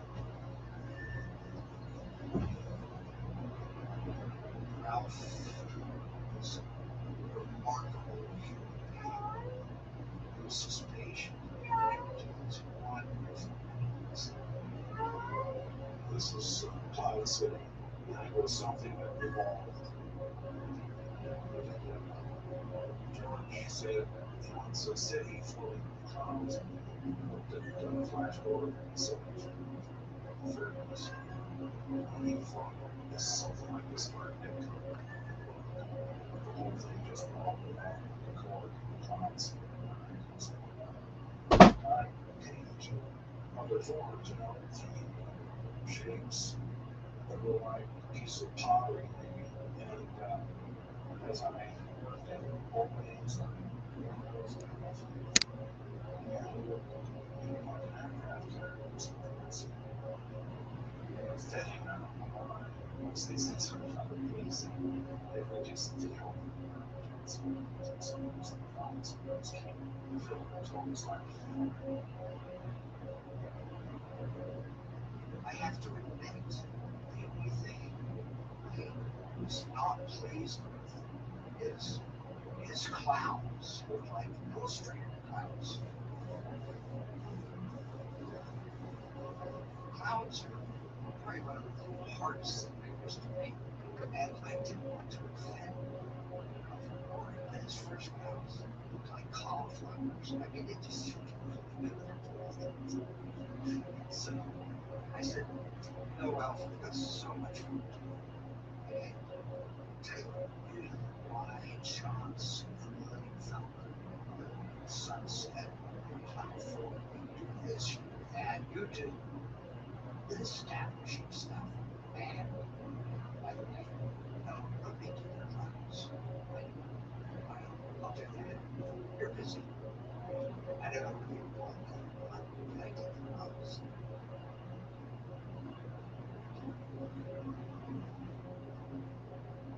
It was destructive.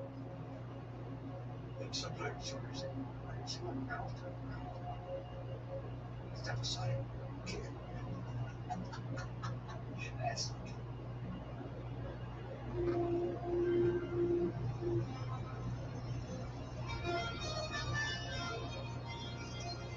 Universe with Walter Cronkite. Tonight, the science behind a fictional universe. While we were still working on Empire, we had heard Walter Cronkite was coming to Island to talk to George and shoot some stuff on the stage and see what was going on. He took us on a tour of his facilities. We wanted to show the top floor, an Empire Strikes Back picture. We know no one has a clue how we create these things. Well, this is the stop motion animation department, and they're making clowns on across the snow.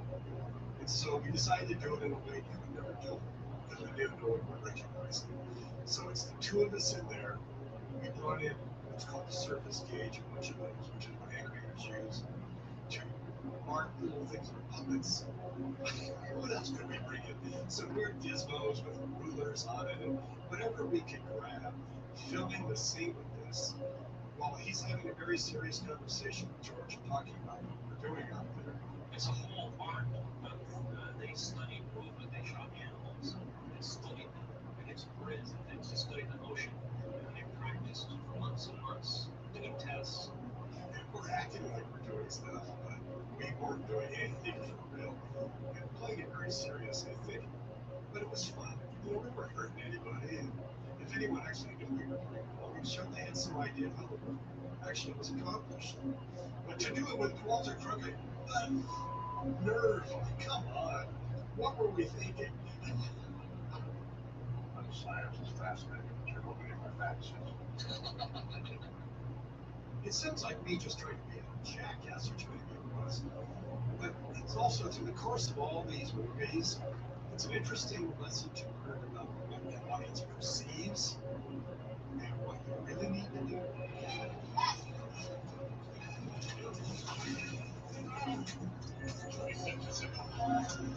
What are you doing? You're not actually going into an asteroid field. Empire Strikes Back, my version of seeing what we could get away with were potatoes in the asteroid field. And I think it was my comment on the fact that some models of them look like potatoes.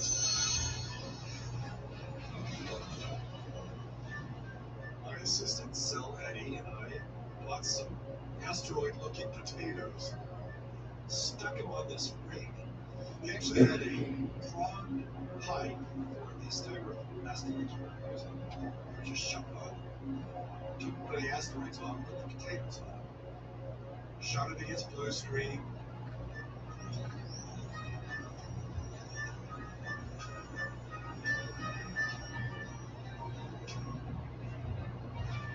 They're flying through, shots looking out the window and stuff. And some of them are potatoes.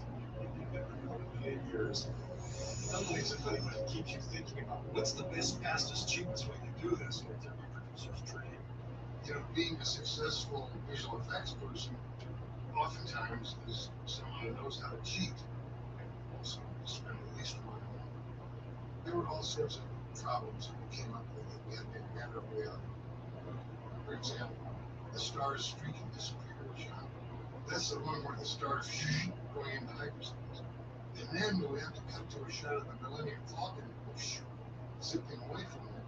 And the problem is I can only get the model to be this big and frame on a 42-foot track. So like, yeah, I got an idea how to do that. So I took the Millennium Falcon, I shot a 4x5 photo I caught, cut it out, placed it on a piece of glass, and shot it. Sent it to Jordan. He says, great, I'll cut it in. He didn't have to do a take two. 1 second shot, and it got the biggest applause in the movie.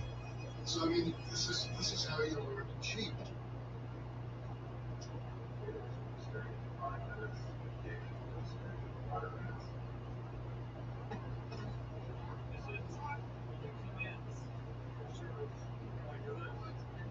Looking down on it, sort of 3/4 down, it comes into the frame, and then we come down like that. And I would try to get it as small as possible. The perfect effect, it is conveying the point of the movie, the emotion of the moment. It is invisible in some ways. We have the responsibility to keep the train of drama even and flowing, enhance it whenever it's necessary, and to reel back when it's necessary. You know, visual effects shot, everyone's going, wow, what a cool effect. You have failed.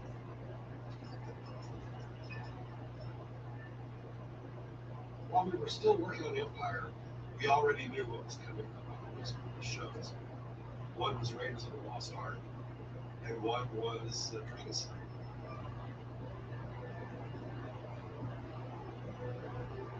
Violet started becoming more of a work for hire company than a George Lucas production company because Jedi was right around the corner. It would take me, again, at least a year to write the script. So we had to do something to keep all those people there, keep them employed. So that's when we started to get outside work. We had this mandate from George to not refuse the films of any of his friends. If Spielberg came up and wanted to make a film by such and such a schedule, we had to make it work.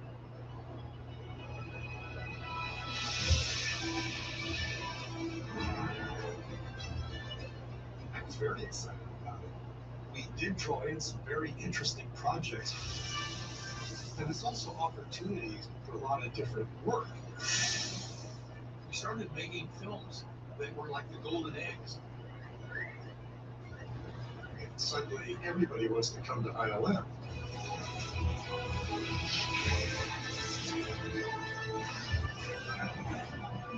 It was a very painful growth period. Each project had a whole new set of challenges.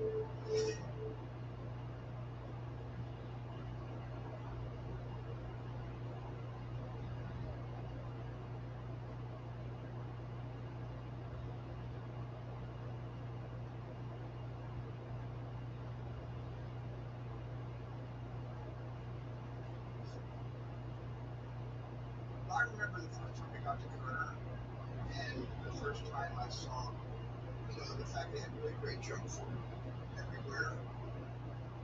I saw how really smart and creative, talented everybody was. It was all analog in those days. You did everything with your hand. I kind of looked at Kerner as a kind of college campus in a way. It's like London freshman. And we were 4 years away from graduating from anything because we were all so young. It was a great place to hang out with a lot of like-minded people. We all loved movies and we loved talking about movies. There was a sense of nerdiness to all of us. Because I left the NFL. And that kind of mindset, that kind of a fun house, a playhouse, for me, I never wanted to leave that place. Because they understood how to make magic and how to have fun at the same time.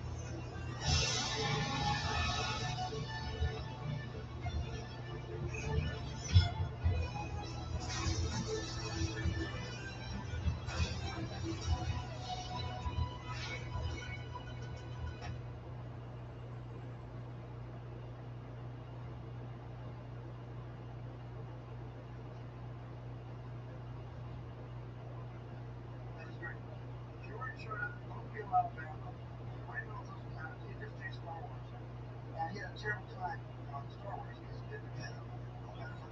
Life. George was always saying, this is so terrible, look at these stills. Look at my movies, so I'm really upset. I'm looking at these, I want to just write it away. So people like, God, George, you're depressed. Dinner at my house and I said, that's terrible. That's why I wanted to go out. It's near the rock. The rock was the town. It's trade. Star Wars. We'll see what cover our bets. Who is to know?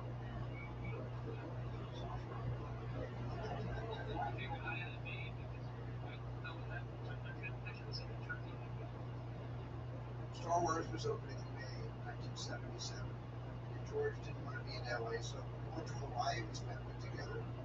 He said to me, so what's the next movie you're going to make? And I said, well, I've been trying for like years to get Cubby Broccoli to hire me to do a James Bond film. You expect me to talk? No, I stepped on, I expect you to die. The second I said James Bond, he said, I got something better than James Bond. And he pitched me this story called Raiders of the Lost Ark.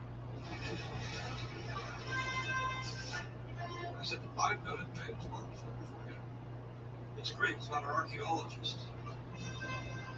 He finds ancient artifacts that are religious or supernatural. And kind of always over his head. He was going to be a rogue adventurer that stops at nothing, fighting the Nazis to get his prize. I'm going into that trick. This looks like a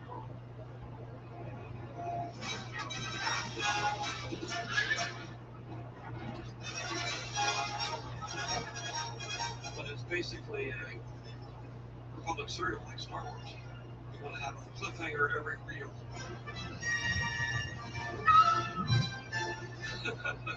And then he said, okay, well, if you do it, you got to commit to doing it 3 times. Because I'm going to make a whole series of these films. Trust me. He said, I'll do it. It was just like that. I said, okay, well, let's make a deal. I kind of said to myself, well, look, if I'm going to go into business, there's nobody I'd rather go into business with, nobody I trust more. I remember that Stevenson. Here, read this. Tell me what you think, and don't talk to anybody about what this book's about. I'd not been in the business a long time, so it's not like I was used to reading a lot. It's a great place, and I remember sitting there leafing through this. I hadn't seen anything like this in a movie before, and I kind of closed it up and I sat back, and all I kept thinking to myself was, how are we going to do this? It was so exciting. Raiders was kind of like the bridge between fantasy and real. So Raiders was, it was taking place in Nazi era. The opening of the Ark and all that was still kind of fantasy in a sense. So we had to make that work on screen. You start to hear a rumble, almost like Old Faithful about a rumble. And the rumble increases, the hum increases, and then the next phase of the effect occurs, which is where a rather gaseous, a bluish green gaseous veil spills abroad towards what the object. Will be between Steve and special effects being working out a final decision about how it's fired. We're dealing with a kind of special effect with a new look, a little more ethereal than what we've been doing in the past.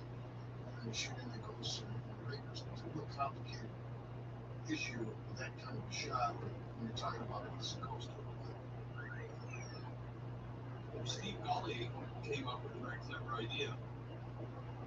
Because we were using a cloud tank to manufacture the cloud.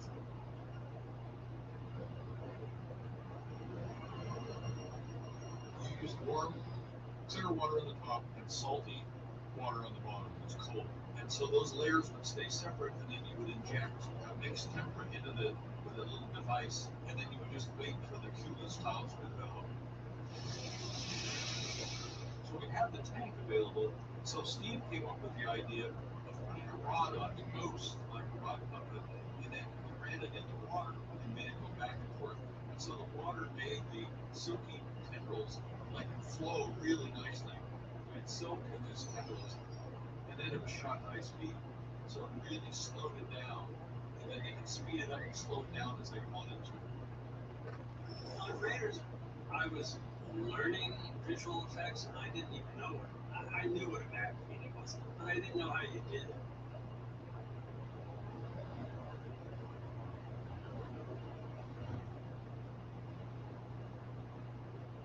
So it was really exciting for me to go out to San Francisco and go to this sort of nondescript industrial park, and there was all this fun stuff going on. And great creative people.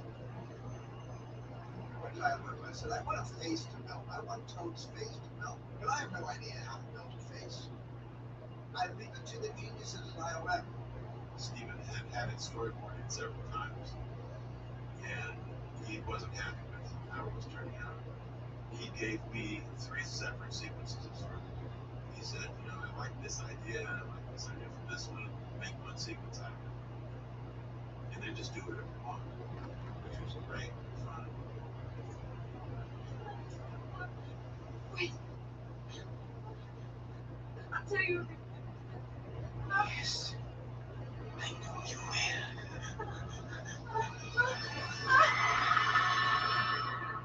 Toad, here's his hands. This is what's left.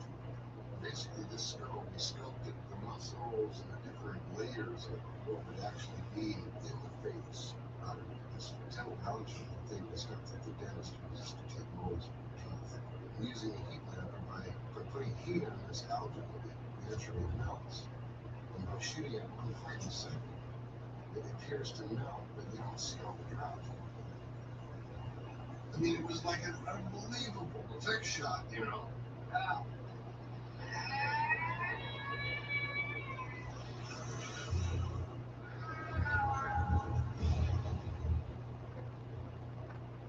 The ILM portion of Raiders made a lasting impression on me and I knew instantly I really wanted to work with Island for the rest of my career. Category of visual effects. The winners are Richard Edmonds, Dick West, Richard Nicholson, and Joe Johnson for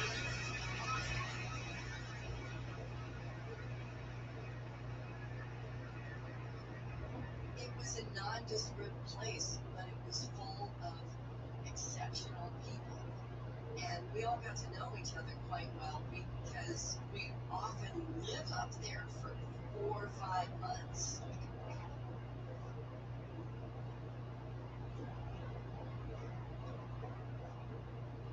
You know, these people become your family. We come up there a lot. We at the 4th of July picnic. We spent a lot of time together. It really was a family environment. It was a great atmosphere. I loved going to work. I loved being there. Crew, people side by side. They had parties that were for the crews and everything like this.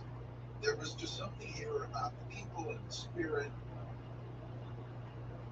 the mixture of art and technology. And we were always pushing and trying to come up with some other way to make just amazing shots. So that it would look fresher, more realistic.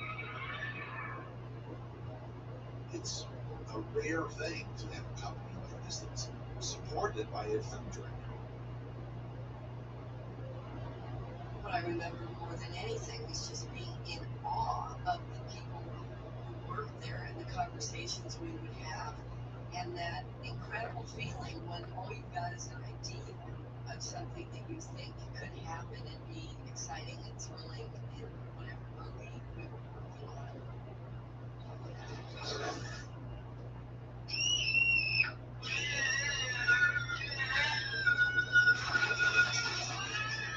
AT was pretty much, that was my first time working really close with Steve. The show was what I was on. It was a very pictorial show. Stephen wanted these beautiful moments visually. So I made sure that when we were doing bicycles, it would have effects in them, or whatever, the landing site, or the ship coming down, or anything else like that it looked like it was shot at the perfect time of day. But everything amped up a little bit. The colors were a little bright, the backlights were a little too strong. That it's just got this glow to it. We didn't have a lot of money to spend, and obviously we're spending most of our money figuring out how we're going to create the character of the team. But the takeoff and the landing of the bikes, we were trying to figure out how to do, and we were out of money. And so I called Dennis and I said, we got to figure this out because we can't add this to the effects budget. He said, well, we should just do really poor man's process kind of thing. We'll just tie ropes to the bikes and we'll just pull them through the shot. We pulled the bikes through the frame.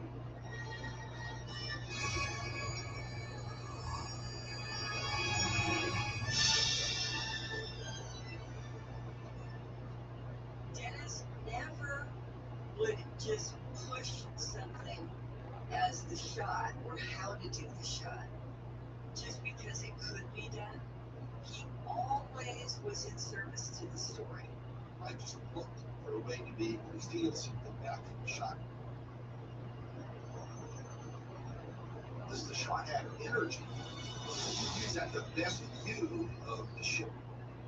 I mean, does it look majestic?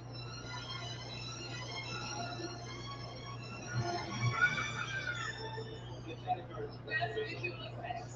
The winners are Carlo Gonzalez, Dennis Nothing but students were excellent direction. Thanks, Steve.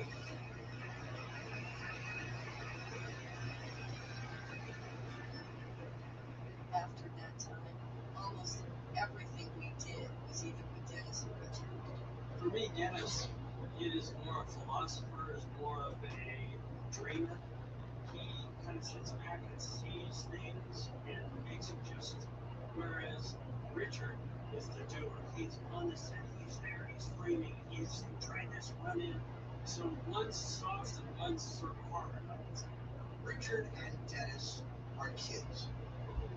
And it's just like hanging around a gang of kids you love, you want to grow old with, you want to grow up with. And Dennis, his nature is very team-like. And Richard's nature is very, very God's-like.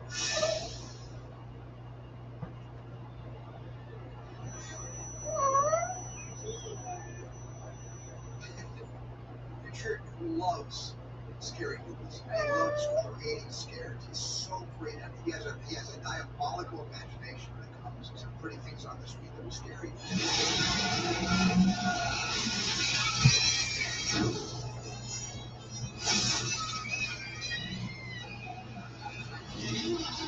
That was a great project, and I was on the set every day. Richard and I got along very well. You know, each visual effects supervisor is like a mini director, and they have their team around them. We didn't have time to do any design work up front, so when I was into the movie, not knowing what we were going to shoot next for visual effects. There were a lot of visual effects that were combined with the physical effects.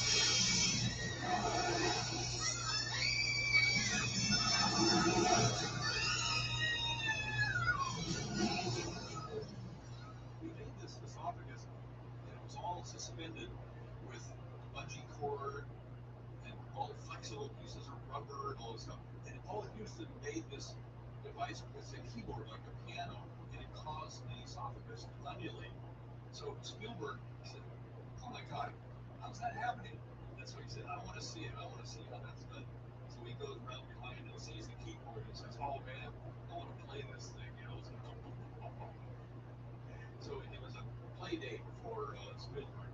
The numbers of play days until now I had to have fun with them.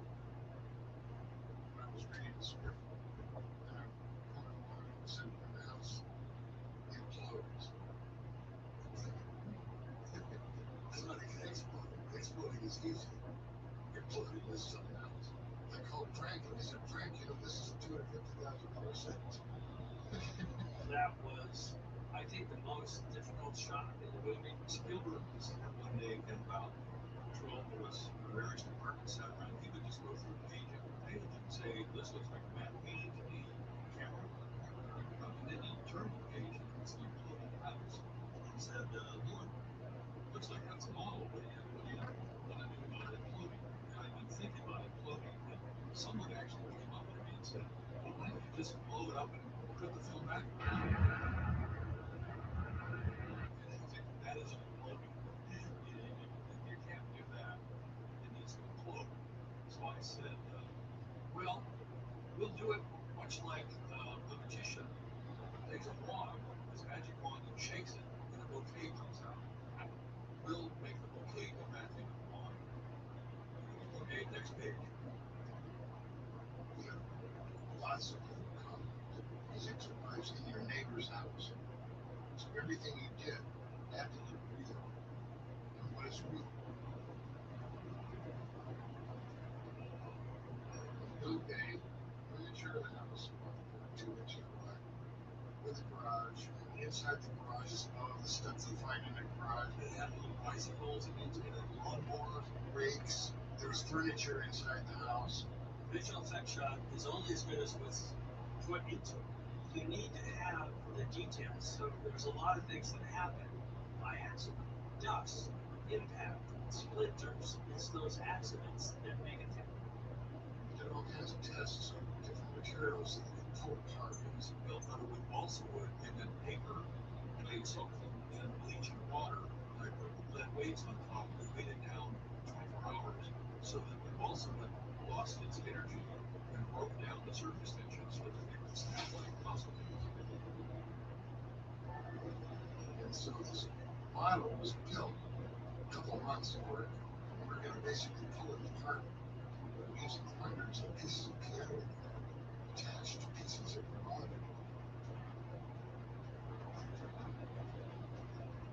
We took the house and looked at its back. And it's all in this big structure. And the camera up on the top looking down is the front house.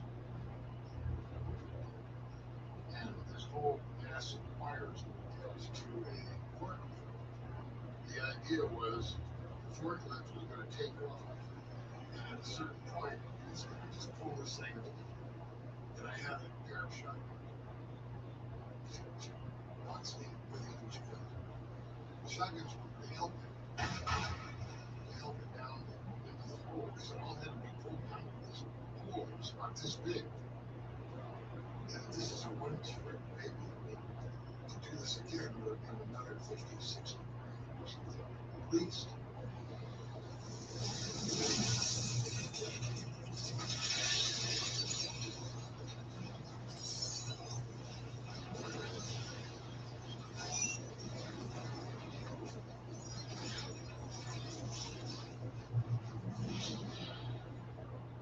Originally, Island was just put together for George Lucas's movies.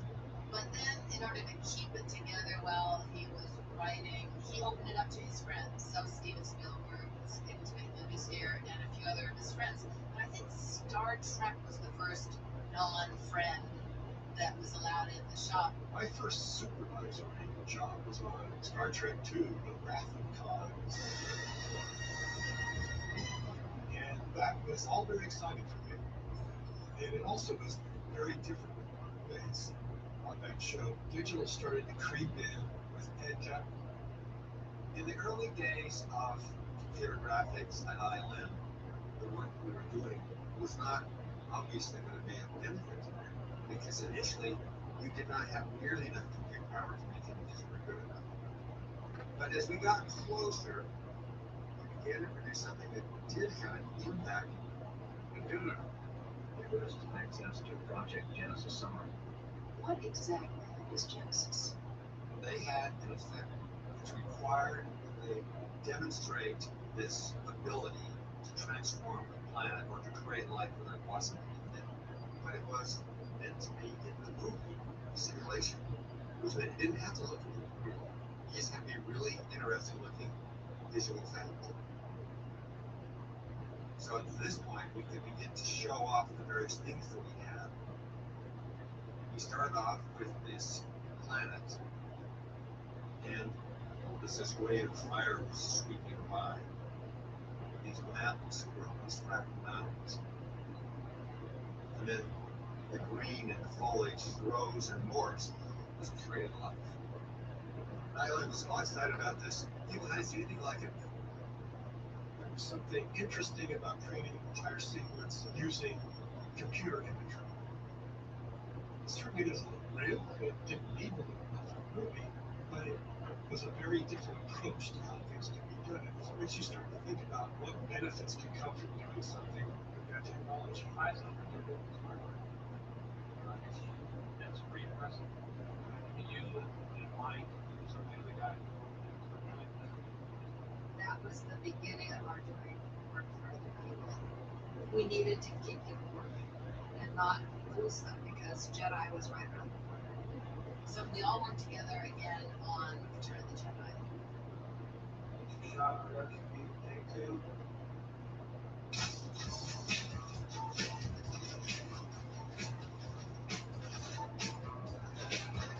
On Star Wars, there were 70 people from ILM that got credited, and on Jedi, it was 170. I had deadlines for everybody, and never forgot them, because this guy was so on top of his work and so focused that he never needed to be pushed or prodded, and he was a huge part of Jedi. Running the creature shop, as well as doing a lot of stop motion environments. There's this character that plays the piano. George had chosen Superfunk as the temp track to rehearse to. And no rhythm involved and can't dance. But when we got into this thing and started performing, and my wife comes in and goes like, "Who's that asleep?" And I said, "Doug Phil's asleep." She goes, "No, he can't do that." It's amazing how it works, when you go into costume. You put on, a king's outfit, king, and put yourself, inside a little movie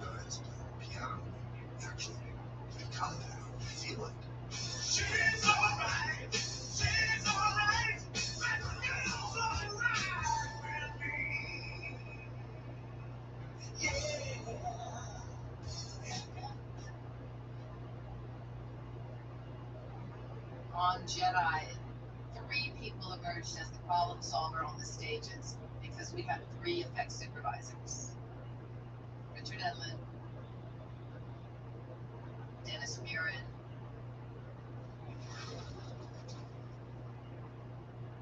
and Ken Ralston. And each of them had their own style. Ken was a machine. You know, Ken got the space battle because he could just churn out element after element after element. He's the guy that shot the shoe. My tennis shoe is actually Return of the Jedi, along with some yogurt containers and some lots of gum that represent fleets of ships in the background in the distance, and you really can't tell what's going on. I don't think Richard Edlund ever would have considered doing that, or Dennis for that matter. But Dennis was very much intuitive. He's an intuitive artist. And Richard's, you know, going to pound out the numbers and figure it out. Yeah, he has his military background. And Ken is just, let's try it. Yeah, put a shoe up there. The collaboration and the teamwork was king here. It wasn't just the 3 effects supervisors. They would each listen to their crew and get ideas and try things. Every department had their own character. There were not a lot of egos.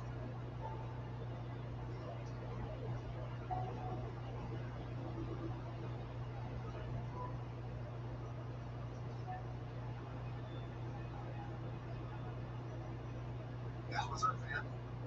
We just really enjoyed each other's company. The first time I laid eyes on Dennis Murin, he was screaming because he had been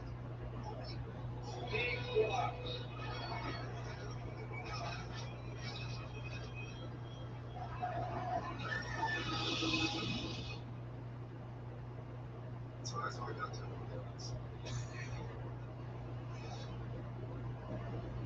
Bill was probably 5 years ago. We used to get together and look at the big movies were being made. Most of the time, I would say, I don't think they did that right. You know, those effects do not look very good. We'd sit around drinking beer in my little apartment in Venice, California, talking about what we wanted to do. In fact, when I wanted Jules to post me, it was on Dennis's album, and then he and Jules and I would go out in the Bay Area on the art museum, and this little walks by, and then Jules and I would turn and look at each other. And it was a woman that Jules had gone to art school with, her name was Zara, and she and Jules had gone to college together. She ended up marrying Dennis. That's where they met. So our relationship between Phil and Jules and Zara and I is very tight. Very tight. Yeah, we're pretty family, and we work together really well. For rank, I imagine it's a constant there. And I just ranked that. George is at the first design. Just refined it. Well, the designs themselves are mostly artwork, which might be good. I had designed it as a stop motion character, but George said he wanted to do it as the way he characterized it was the best Godzilla suit. And so we had a creature shot for all the creatures in Turtles Palace. And costume or something. And it just didn't. So it was Dennis's idea to do this piece of puppet. We went with just a really smaller broadband. Little tiny skeletons that you could move around.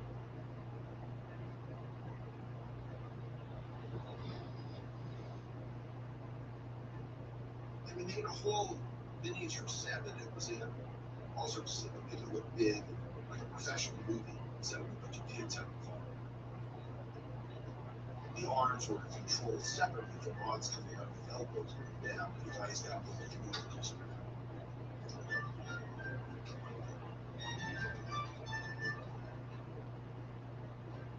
Movies, thing, performances.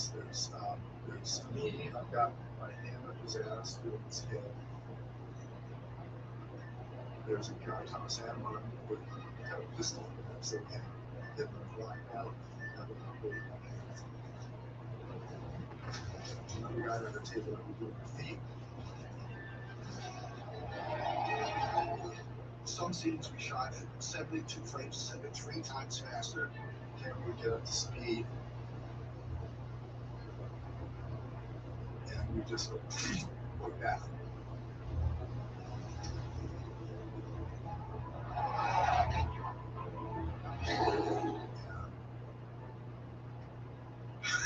Who knows?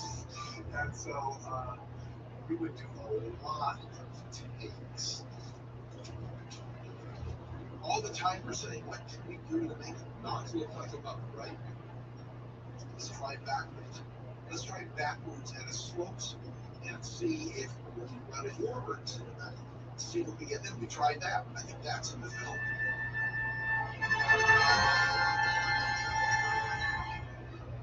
All right, now, here is the jumping executed takes. What we're going to do on this cut, that's the jaw, that's the squeal plan. Cut.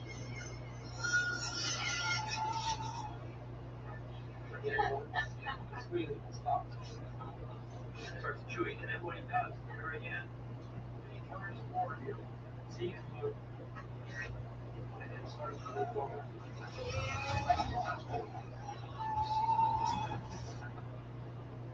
Return of the Jedi, we were all working right there, in close proximity, so I could go into the cutting room.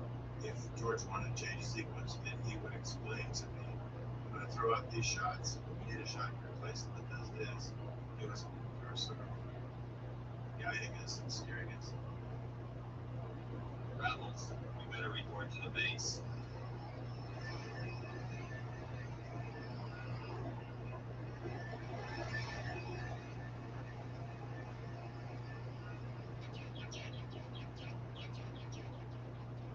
George was asking me to come up with ideas for the sequence of the bike chase, so he would have something to cut to. And you're looking at it like, he said 3 minutes long. Here's what happens roughly. Do whatever you want, okay? So we decided to shoot an animated for that, but just do it really cheap with little dolls. Okay, we ready? Hey Joe, do you pull cable on this? 95. There was an awful lot of trial and error that I learned. But for me, there's always a lot of right ways to do it, and there's a lot of wrong ways. But it's simple. Like that, right? Go to your hand in the camera. And it's like, what's the best right way to do it? It's not logic. As much as I've tried to figure it out, it still really isn't logic. Effects work is really grueling and it's hard on everybody doing it and has to be so precise. But there definitely is something in the process that I really enjoy.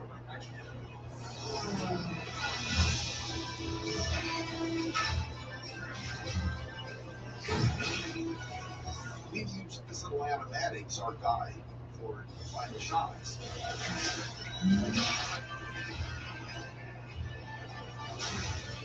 And I could go and look at each angle and come up with different ways that we can shoot the whole sequence. And so it all became manageable.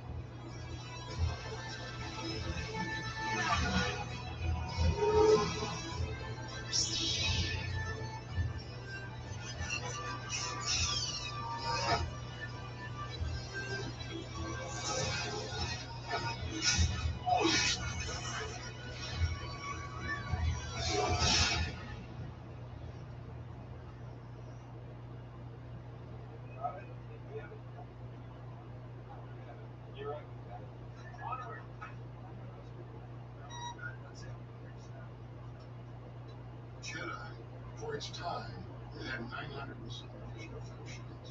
It was the most complicated color visual effects movie even conceived of.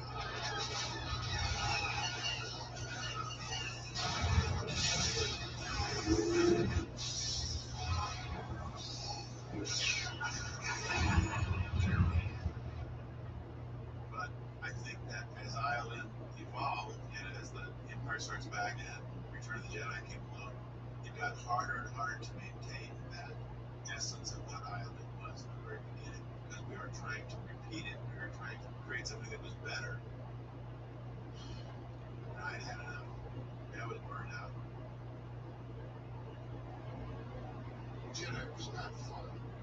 Jedi was nose to the grindstone, and we did it in record time. Late in the game, there was a cut of the movie. George wasn't thrilled with some of the sequences in it. He recut and lost a lot of shots. Probably have the best staff. We were pretty free, beating ourselves up anyway just to get the movie done in time. As our shots go into the toilet, depressing feeling goes through you. You get pissed off. And after all that work and these late nights, People require recognition for what they're doing. After Jedi, Richard Edlund chose to leave and start his own company, Boston. I felt that ILM was becoming a little too corporate, and the skeleton of the company was not as much fun as it used to be. After Jedi, we did a really big layoff that was really difficult. Some people never came back. Some people left earlier. So that was a difficult time. But we still had the infrastructure. We still had George. We still had Dennis and Ken and other up-and-coming effects supervisors. We all knew we'd be okay. Good, right here. Everybody, right here. There was nobody else I wanted to get my films to. No one else I trusted as much as ILM. We had a lot of work, and we were making a lot of movies. Indiana Jones, Goonies, the Back to the Future films.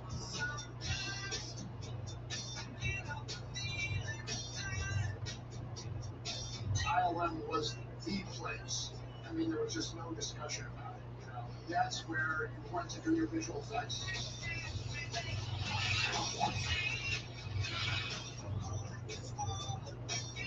It was supercharged with energy, and it was like a mutual kind of, yeah, let's do something that no one's ever seen before attitude.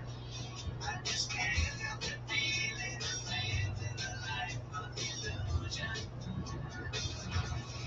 In the early mid-'80s when I was there working with the vibe at ILM was this sort of intersection of what kind of a loosey-goosey intellectualism and real outlier thinking and enough angsty, nerdy need to sort of be a part of something that created a certain kind of energy, you know, of innovation.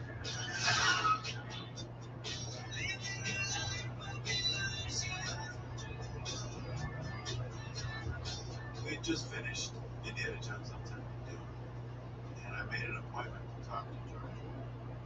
I said, George, I'm done. I can't draw another storyboard. I don't want to see another visual effect. You know, I'm going to take some of this money that I haven't been able to spend working back to back, and I'm going to travel the world. I'm going to see some stuff, go to places. And he was silent for a bit. You know, he was thinking. I could see he was thinking. He was focused on something. He said, "Wouldn't you rather go to film school?" And I said, "What?" I said, "George, I feel like I've been in film school for the last 10 years." And he said, "If you want to go to USC, I'll pay your tuition. I'll keep you on half salary, and I'll see to it that you can take any classes you want. You're not going to turn down that kind of offer." The film I made at USC got me the job on Honey I Shrunk the Kids. Now I have a feeling that at some point George called Disney and said, "This kid can do it."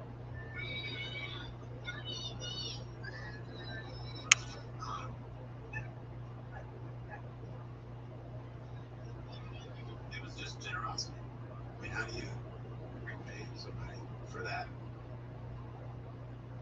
And I have been able to take that and parlay it into a pretty great career, in my opinion. I feel very fortunate when I look back at the things I've done. And the fact that I know visual effects, that's something that I can hand to a really talented guy, and I don't have to worry about it anymore. When I first heard these were my heroes. Maybe someday I'll do work kind of like these guys.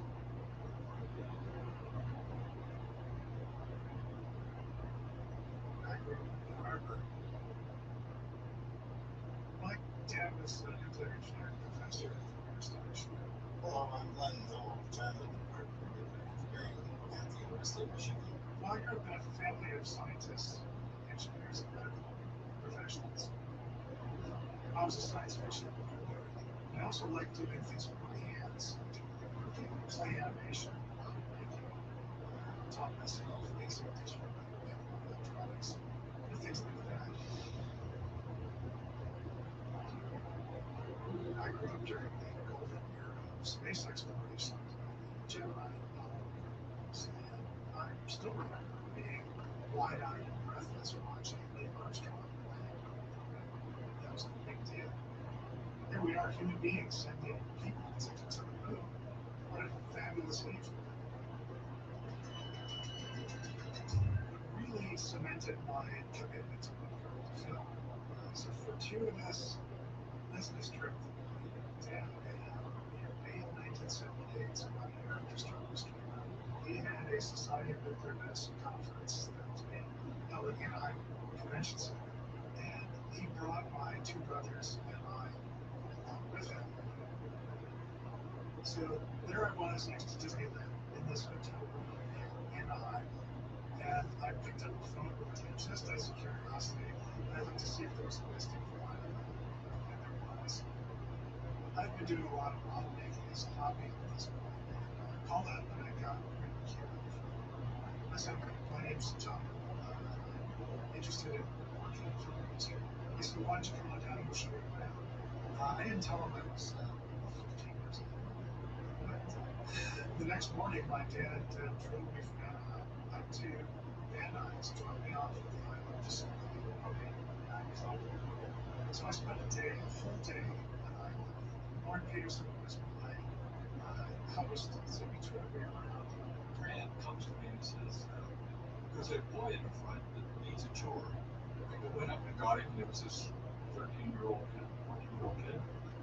And so, I ran him through the model shop, I ran him through the machine shop, I ran him through the camera shop, all the different parts and departments. This really blew my mind. It is a very different experience to read about these things in magazines than it is to see them in person. And when you see them in person, it's a lot easier to imagine, I could do this. I could be one of these people. In fact, I think I found my people. So I had this mind-blowing experience in '78, and I still had 2 years of high school left at that point. But it immediately got me thinking, all right, I'm going to go to film school. And I got into USC. Almost immediately I did visual effects and special effects and student films. I was aware that George McConnell and I was interested in my final project at USC, I built a little 4-channel motion control system. I used it on a 2-computer band, with an old machine controller that to a serial board, purchased a motors on a mechanical band, CNC slides. And I put all this stuff together and I bolted it onto my animation scales and I shot this landscape film. Resolve on molecular control. About a year after I graduated, I got a call from one of my instructors at USC. It was an I-11 call. They're looking for motion control camera assistants. Wanted to know if anybody graduated recently. Good candidate. And they said, so I recommended you. I was sent to LA frequently to look for the next generation of talent. And one of my trips down was to USC, where I was to interview all these students to find any potential interns for us at Industrial Light and Magic. And so I show up, and one kid after another, I want to be a director. Ugh, you're out of here. So John Knobloch's in and starts talking about the motion control camera and rig that he has built in his apartment. And he invites me to his apartment to see it. And he's just this adorable child, but very serious. And I said, well, I'm not going to your apartment, but I do think that we should hire you. So I moved up to California, and I remember the first time I set foot in the building, I was just vibrating with excitement. This was 9/11. This was where magic was happening. My whole life I've had hobbies and things that I work on the side just to keep me creatively sane. I've been reading about computer graphics with great interest, and I like doing computer graphics, so someday I could see in person. I went over and got a tour of the computer graphics department, which had just started up, and I was given a demo of Pixar original. This is a picture system right here. And this is a Pixar. They had scanned a piece of film into the Pixar image computer. They sharpened it. And I was a little shocked by that. It wasn't that they had sharpened it digitally, that's not surprising. It's more what they implied. Now you could take a piece of film and turn it into pixels on a computer. And take those images and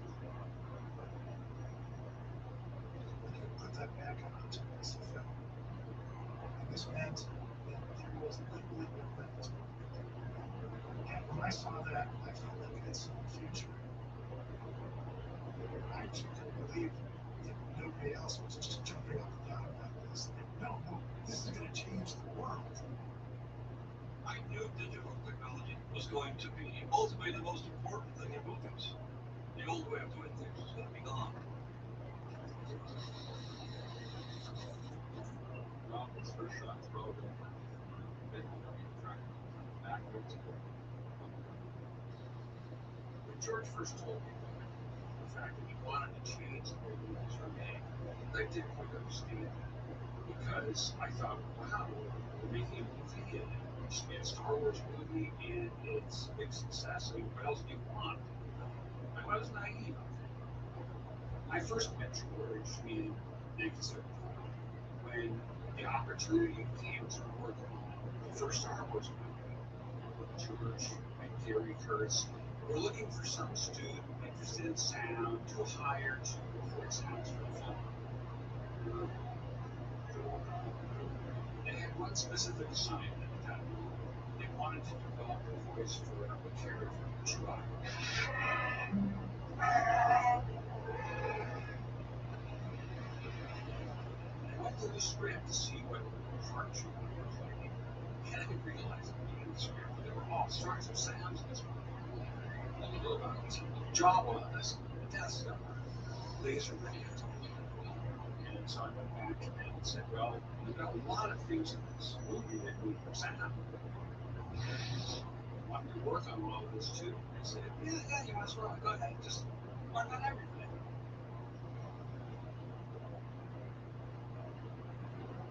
Years, George gave me chances to do different things. I could work with sounds.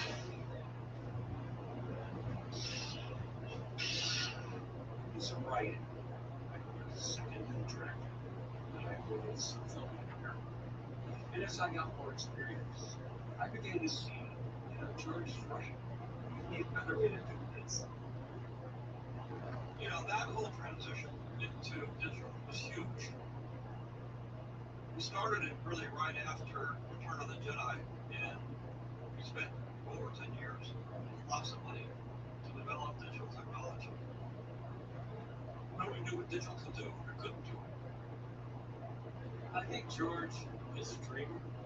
and I think he dreams big, and he doesn't take no for an answer. I remember that he created the first computer editing system, the editor. George invested right away in this new editing device. And as it developed in-house, I was a kind of test pilot.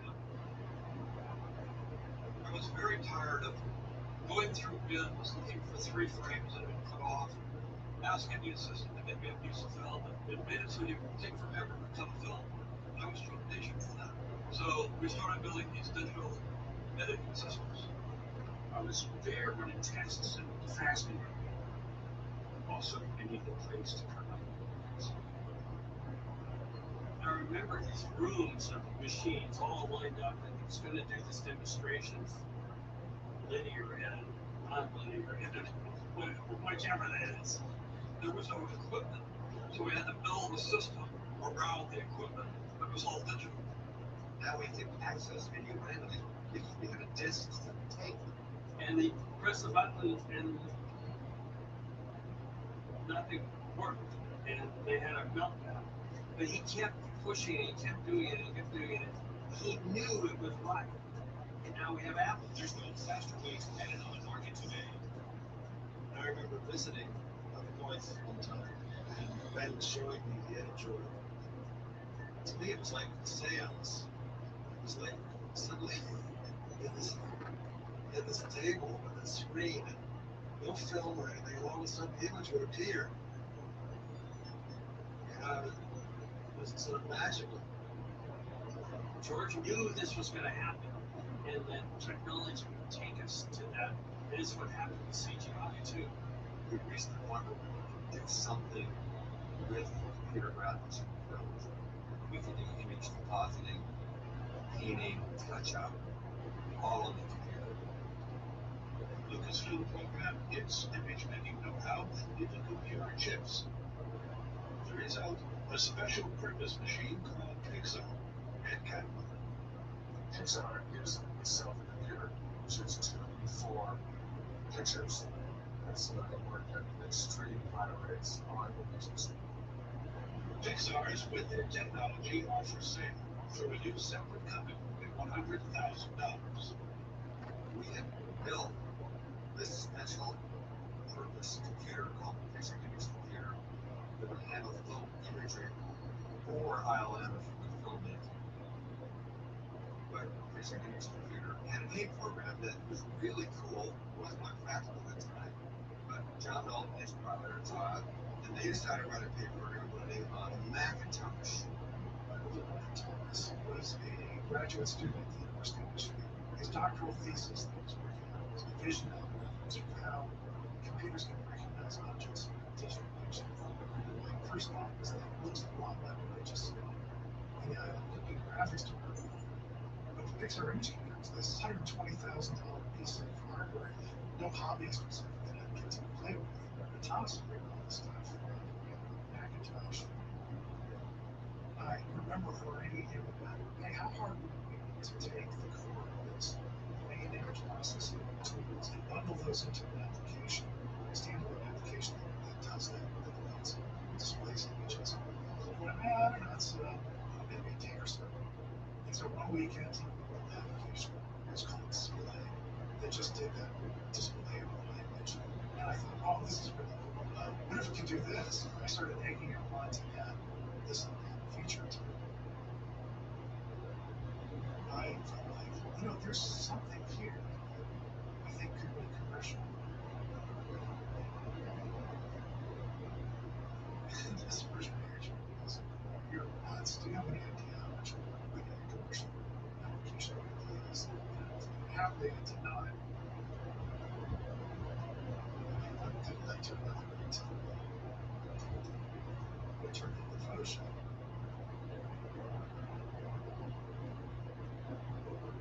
I didn't know John from anybody else when we started doing course, but he was always really curious, and we struck up a little relationship. And over the years, he got more and more interested. He was kind of pushing the computer stuff. He gave me an early version of Photoshop before it had a name. So he was a bridge at a really important moment between sort of old school, which he knew, And the idea of new tools had not been invented. Change is always very difficult. And in the beginning, there was a little bit of hostility between ILM and the computer division. Nobody would go over to the other campus. And finally, I got Dennis, and he started learning about computers. And then he went over and started talking to the computer people, working with them. And so he was my inroad into ILM from the computer division. I felt we really had hit limitations with traditional effects. They were all kind of looking the same in the mid-1980s. We couldn't fiddle around with the toolbox much more, so I was always looking for something else.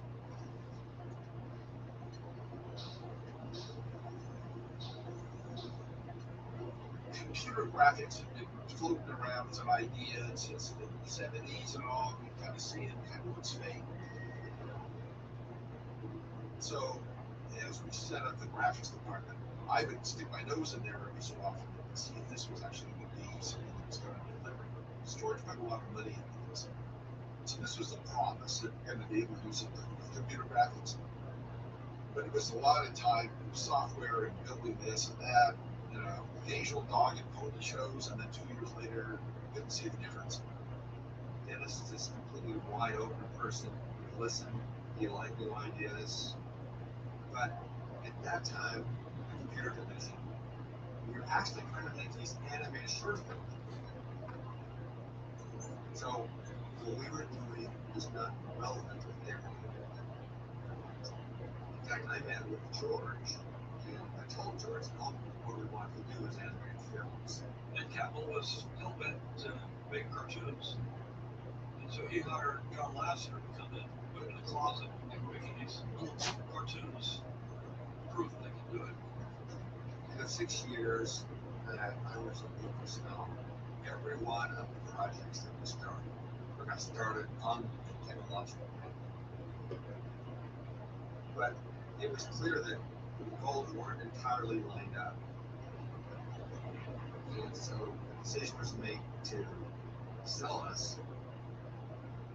Once I felt I had all the tools I needed, then I sold Pixar. And they wanted to be a cartoon company. So I said, well, let's see if we can find somebody who's crazy enough.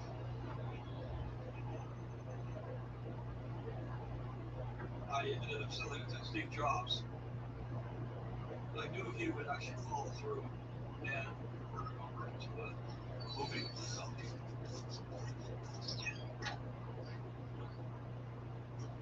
They wanted to keep that name, so it happened.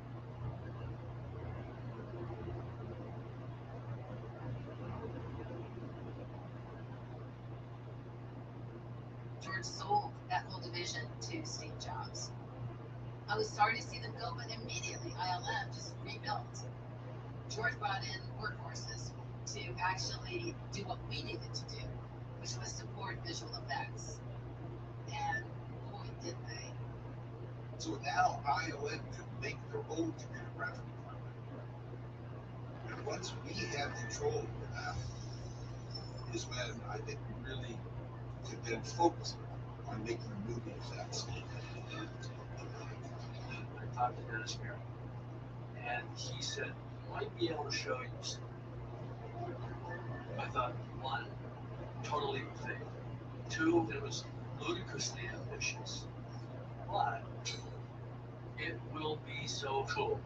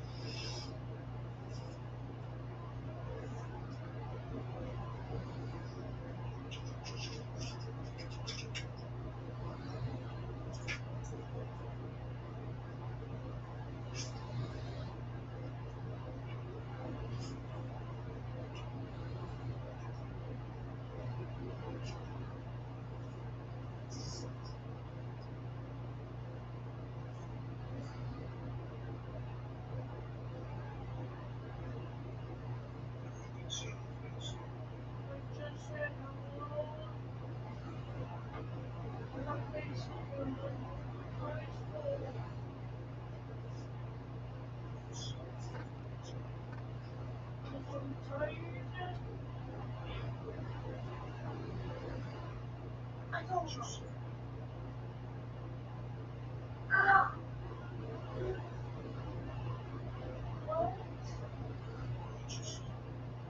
did sleep. I've been sleeping. I can't still be tired.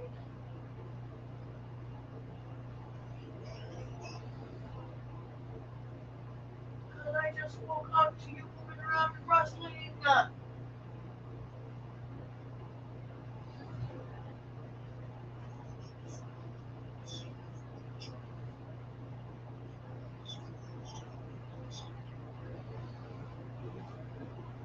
I was half asleep, waking up in the last like second or so ago. Like, the fact that I've been awake for fucking 30 minutes on the phone. Like, and then we just fucking woke up. Whatever. Good morning to you too, Austin. I said good morning to you too, Austin.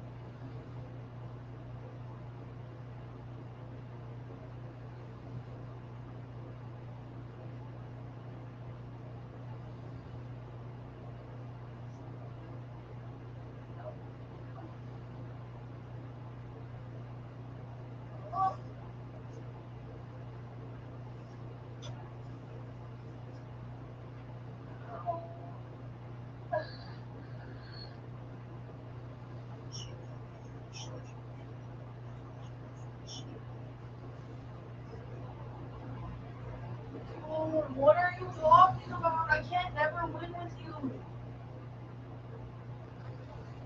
The call stayed on. I literally whatever just because I'm sitting here sleeping, like you're bitching at me. Can you stop? Can you be self-aware and realize we're finding reasons to fight? Whoa. The call did not fail. Dude, none talking. Sorry it did. I can't fucking help it. I'm not arguing with you, bro. I'm tired as fuck.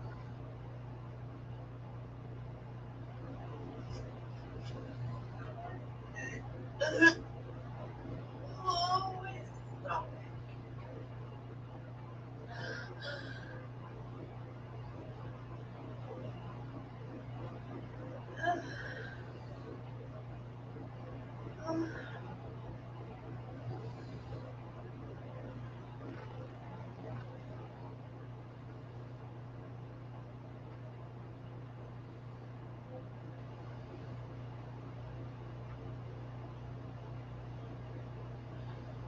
Oh, my stomach hurts so bad.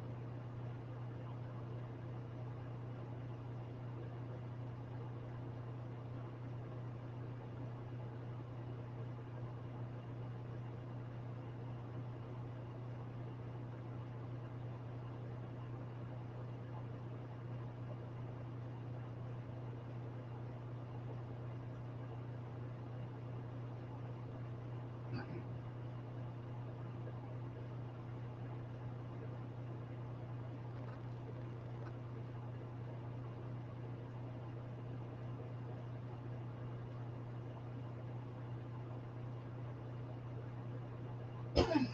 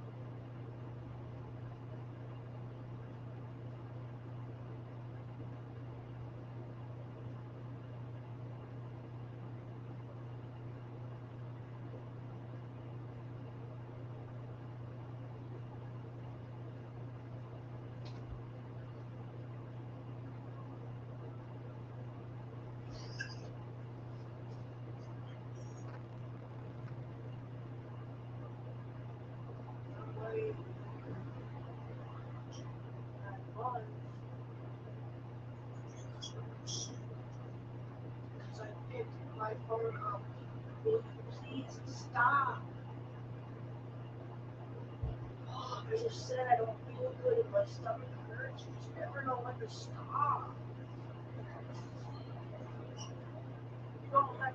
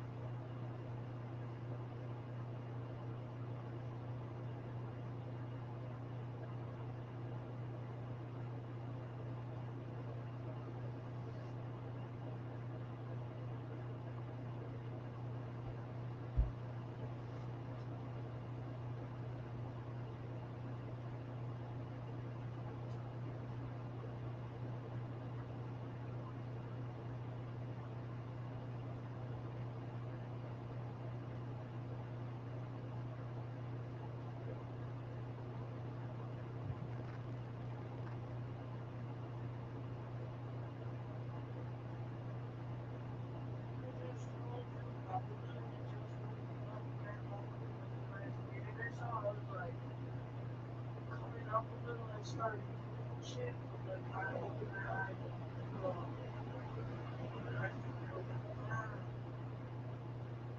getting your attention.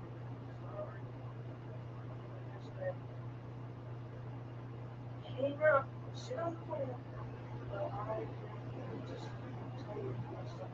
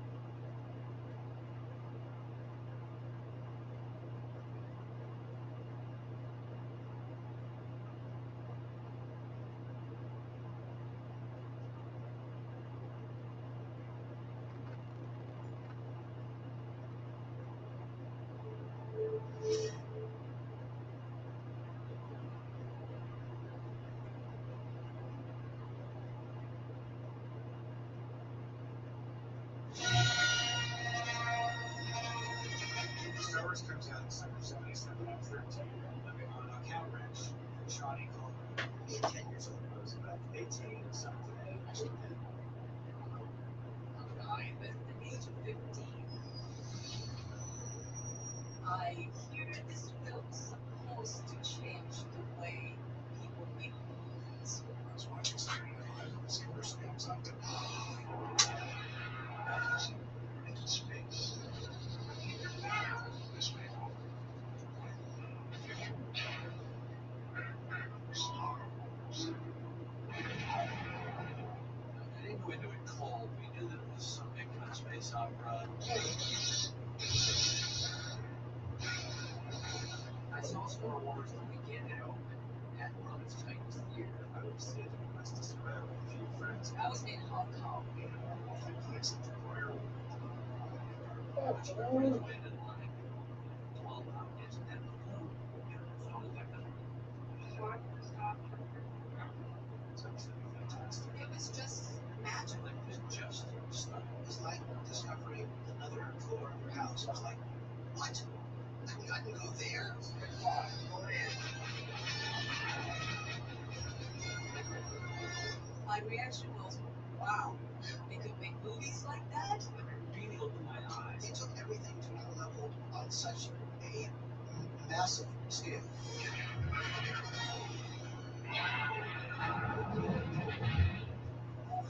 Walked out, and all I could say was, sure, I want to see it again. And she said yes. And we walked over into the next 2-hour line and watched it again. What? But there's nothing. I couldn't even. There are no words even still to describe what that felt like. I went home and I said, I'm quitting my job. You have to pay the bills for a while. I'm going to make a film.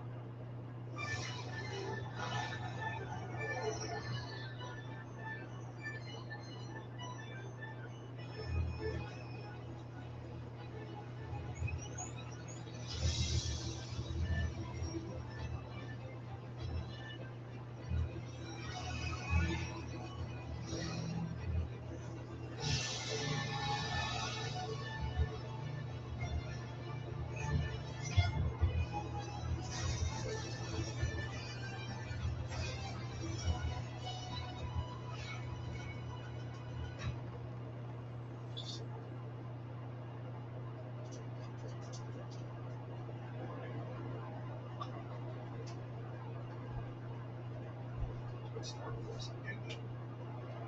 I went back to doing commercials.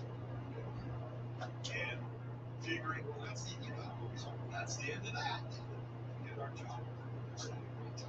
And then we're on our separate ways. They split up because they were down in LA for 6 to 9 months. And I wasn't doing anything. 9/11 didn't exist. I worked on Close Encounters for a few months. President Trump was just setting up somebody to actually end up issuing the mothership. John, we got a call from the producer on Flash Gordon. Flash Gordon. About Flash Gordon. Flash Gordon. And John actually immediately called us into their office and said, what can we do? He said, there's a project that's coming along. I promise you. Wait another 3 weeks. There's a big project that's coming. I didn't want Star Wars to finish. I didn't drag my feet. But the experience was so enjoyable and so lightly. Everything about it was good. And I didn't want it to end.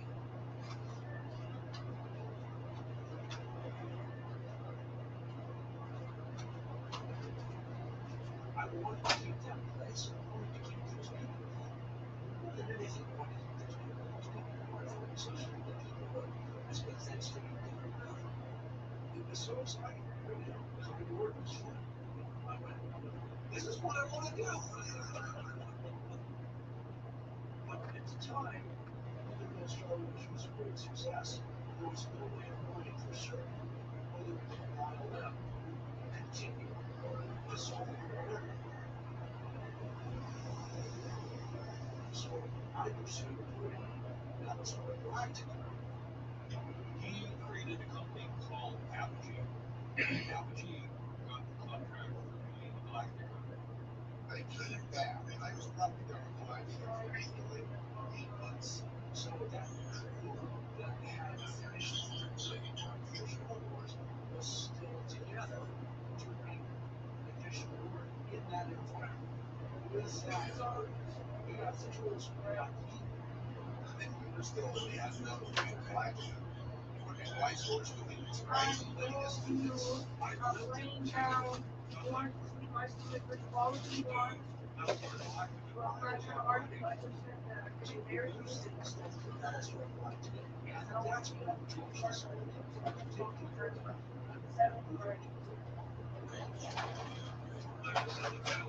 was not up. So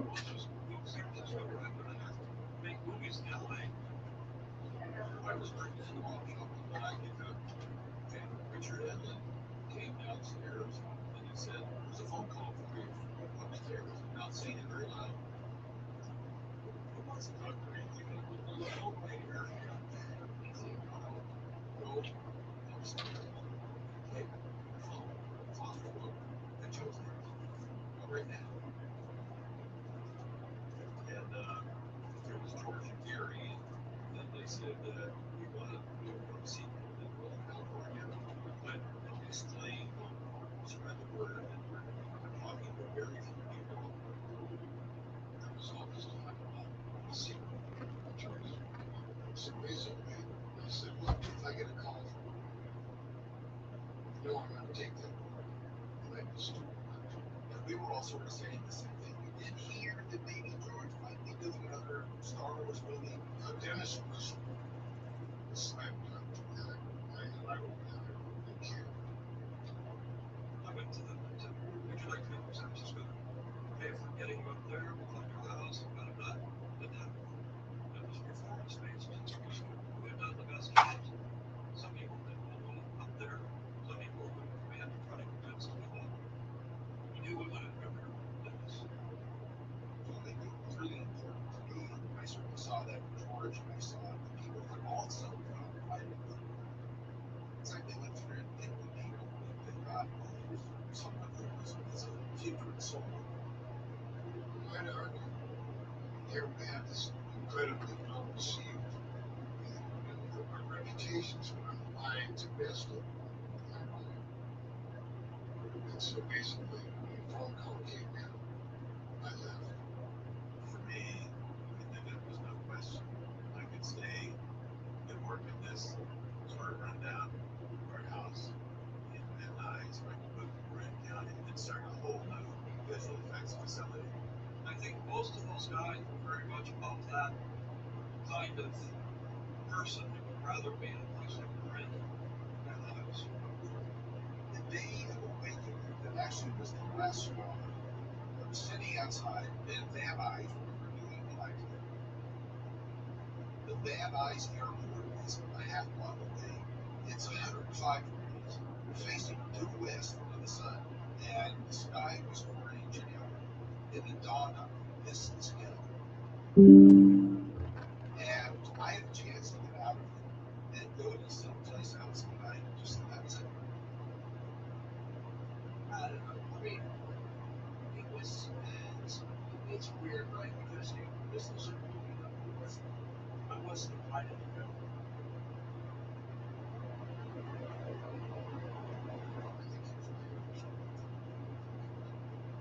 I think you realize that was original.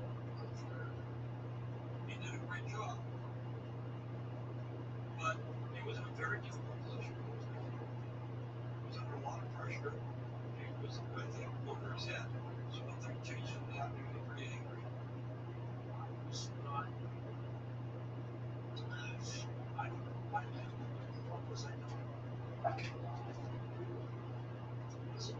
Listen, I can't even say that he wanted to come to the band. I just probably was just too young and involved. God actually called me into the office. He was really angry. He actually took his desk and lifted it up about 4 inches and slammed it down. And all this stuff on the table, and it was like, oh. Let's face it, and of course, you have left at the station. How does that make sense? The only thing I do know is that must have hurt really, really I'm disappointed that I wasn't invited close. But we got to drink a lot of milk. And there was some chip pain, there was some dents, some scratches here and there. But it was so much fun. It really was a lot of fun, and I think that it was so tragic when we all split up. It was like breaking the family.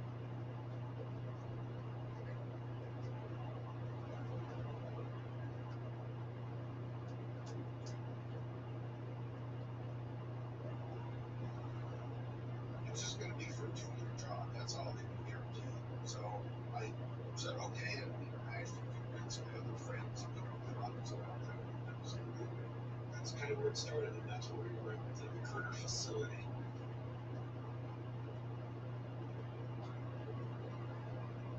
When we first moved into the building, it was a single story citizen bathrooms at the front, and then it was just an open warehouse. We didn't even have the whole building. There was an auto mechanic right next to us, and somebody else next to that. There was a local bacon mill outside where we actually blew up stuff for a while. No frills, believe me. Remember one of the producers said, well, we'll never fill this up. And within 6 weeks, we had already started filling the second floor. There was a lot of just mundane stuff we had to take care of as it started to take over. I can still remember the pieces to the Deister kept showing up. And we were all sitting around going, how did this go together?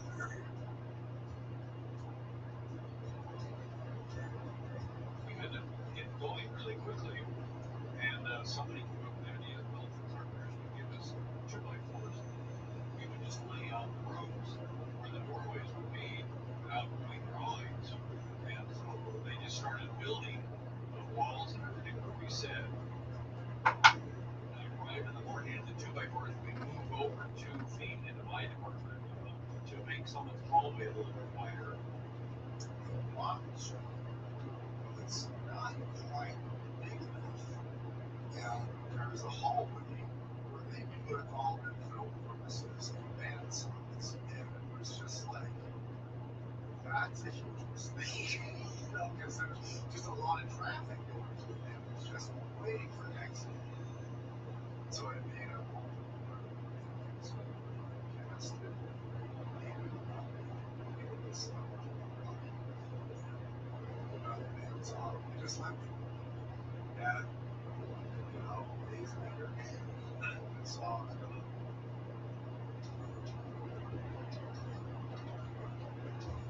got a tour of the facility, and when I was working and saw all the artwork that had been done, it was being done by Joe Johnson, Korean also.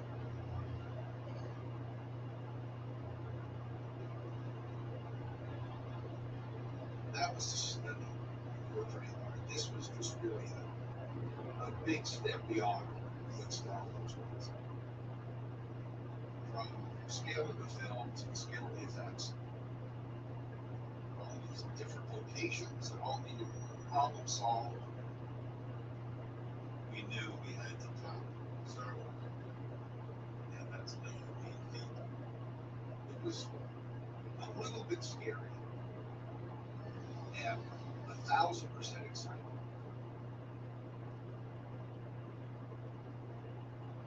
It was pretty overwhelming when I arrived at the Empire's first act.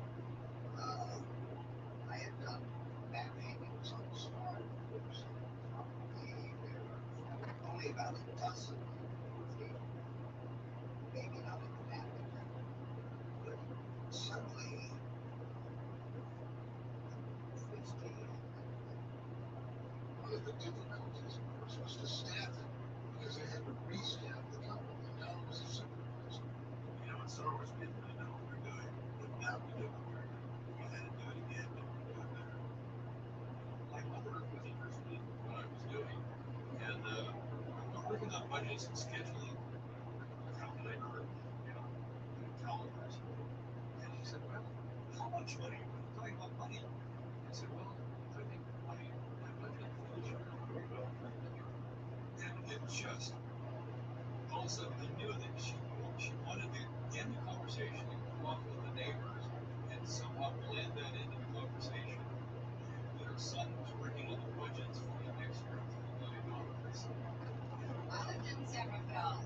And I actually hadn't seen Star Wars. I was looking for a job. I had 2 young kids, and I saw this ad in the paper for a receptionist assistant. So I met with Jane May, who had just recently been hired as George's executive assistant. I was just really going in for a job I never anticipated getting anywhere. I just didn't even thought didn't enter my mind. Joe came in '78. He was the first file member I had, and the first real artist I think I'd ever met. And there wasn't a whole lot to do at first. George hadn't finished the script yet. He had some sequences.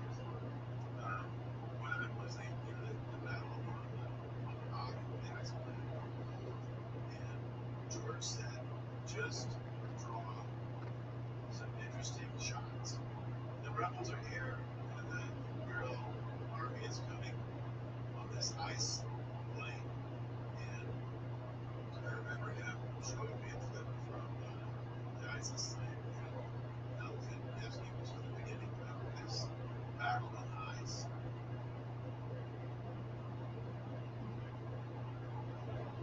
And he had this shot where it's just an ice plane, and you can't see anything. And then way off in the distance, you see these tiny little figures marching through. And I remember him distinctly saying, I don't want it to look like this. I want it to feel like this. You know, they might be 5 miles away, but you know they're coming. They can't be stopped.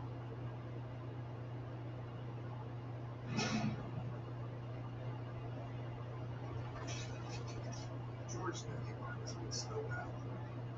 And in the economic process, there were designs that Joe had done in real regular front vehicles. Here he comes with Russia, Norwegian tanks. And we had a design for the head trend.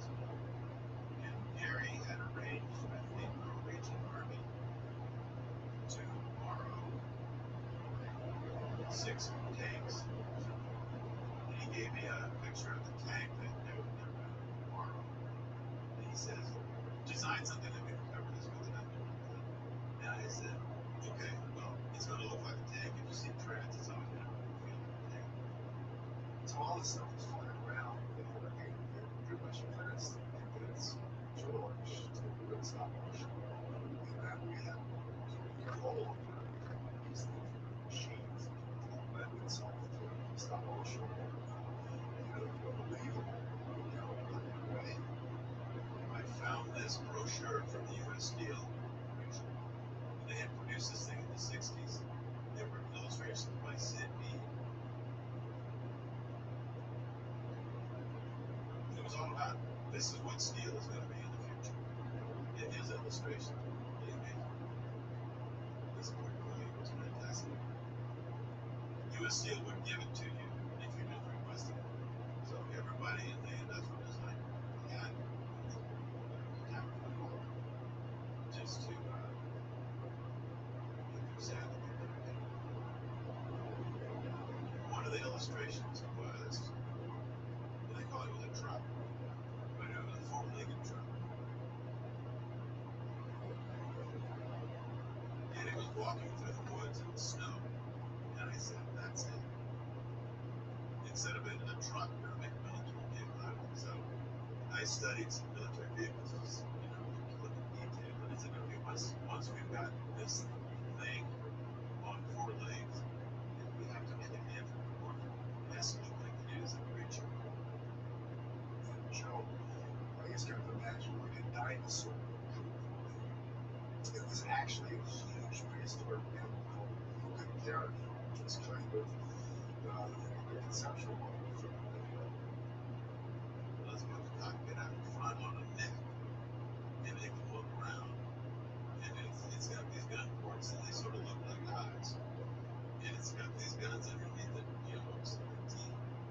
He was working with John Burke was doing prototypes for long ago understood functions of stop motion because they wanted to have like all these kind of self-animating gears and that's the leg. You see things on this knees rotating distance up and down, but you can animate this. John engineered all that stuff. The leg, things would happen. So we abandoned the whole thing. That was a better part. On the Empire, I did not feel that I was at place of being skill-wise. Unfortunately, Dennis found the very first real single-front cable. And so I was able to, run it on it. And I just practiced things like that. We just did the skills every day, 8 to 10 hours. And it was like learning to ride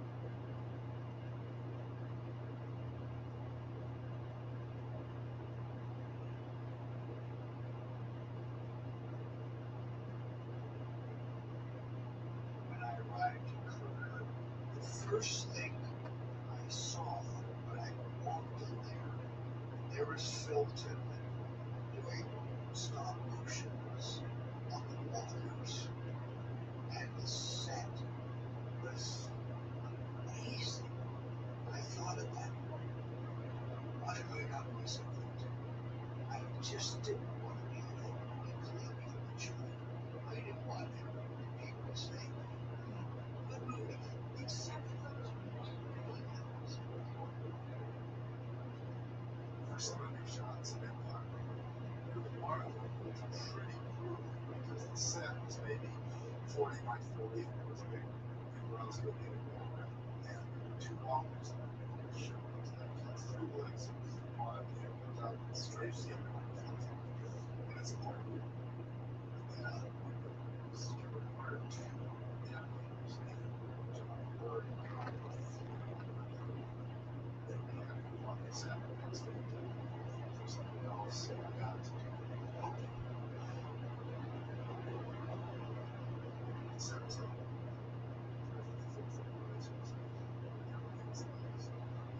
First draft board opening up, animating everything, and because of the scale and the slowness and speed, a lot of the movements just had to be felt. You couldn't gauge them, you couldn't even see them, just like, think. Like, movement, you got to take money every 10 minutes, do all of that stuff.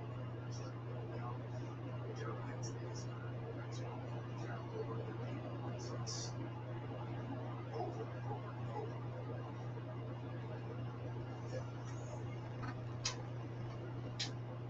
Fortunately, the shop was there.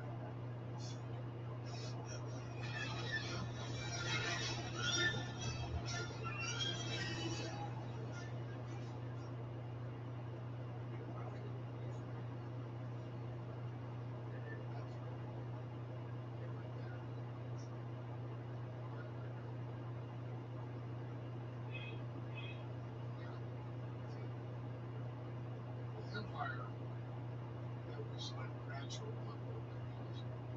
In other words, we had done undergraduate work on Star Wars.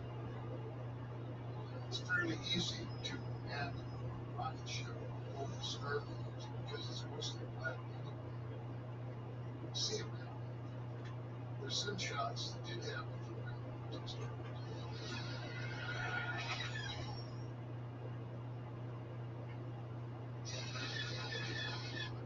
In Empire, there could not be platforms. You have now land speeders which are light gray, flying against a white snow background, fluffy white clouds, pale blue sky. I mean, it was like you couldn't have a man lying in the shot, or the 10-year-old say, "Hey, that looks funny." You know, and the 10-year-old is one of the most severe critics because if it doesn't work, if it doesn't look right, he's not buying the shot, or you're losing it. So I had to build a special object to deal with this problem.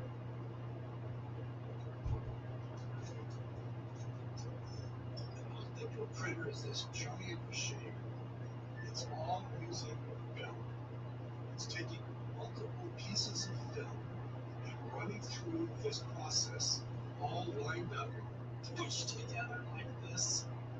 It's not two pieces, it's multiple pieces of film, multiple pieces of mats that have been created to combine images, background plate, a foreground plate, all kinds of things that happen, all be sandwiched into this machine and run through one single frame at a time. And it's being rephotographed. The camera is essentially photographing what goes through these projectors. Normally, you would only have two projectors. This one has four projectors, so we can run more images at one time. It just gives us more flexibility, more capabilities to process many images at once. It was really a big project using telecentric optics, which created parallel rays coming out of the lens. So you don't have geometric distortion, which is the heart of your movie.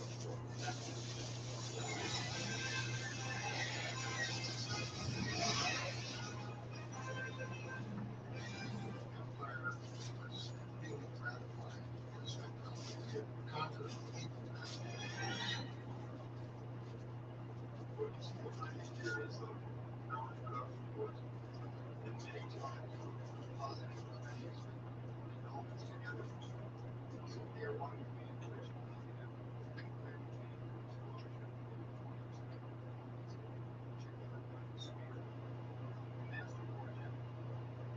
education of how many shots on this film, watch stop motion. And we're experimenting more and more with video, trying to advance the art, and make it easier to express yourself. I was working on Star Wars. We did some digital shots.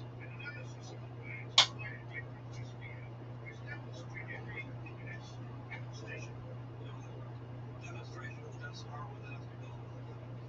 This is the way of the future. But it was a little bit early. The film industry was in the 19th century, 18th century. You look at it, you say, well, this is stupid. We have to George was very much a proponent of that. Once digital became a vital thing, he was always pushing down the thing I really wanted to do was digitize the editor. I think the thing. Just got frustrated. I said, this doesn't have to be this way. This is crazy. And I said to Mike, we have to go from top to bottom all digital. See if we can find somebody who did that compare image. My father grew up on a dirt farm in Idaho. He was one of 14 children, only 9 of them lived to adulthood. My father was very smart and driven, and he got his degree in education to be a teacher. He brought us out to Salt Lake City at a phenomenal period of time. Growing up in the 50s, the iconic figures of that time, Walt Disney and Albert Einstein. So Walt Disney's on television, and at the same time, Albert Einstein and the ideas of relativity, all those series of physics were very fascinating. So I held both of them, but I actually wanted to be an animator. The background to this is we've got the Cold War going on, and the government had this brilliant idea, and that was they were going to fund students at universities around the United States the development of computer science.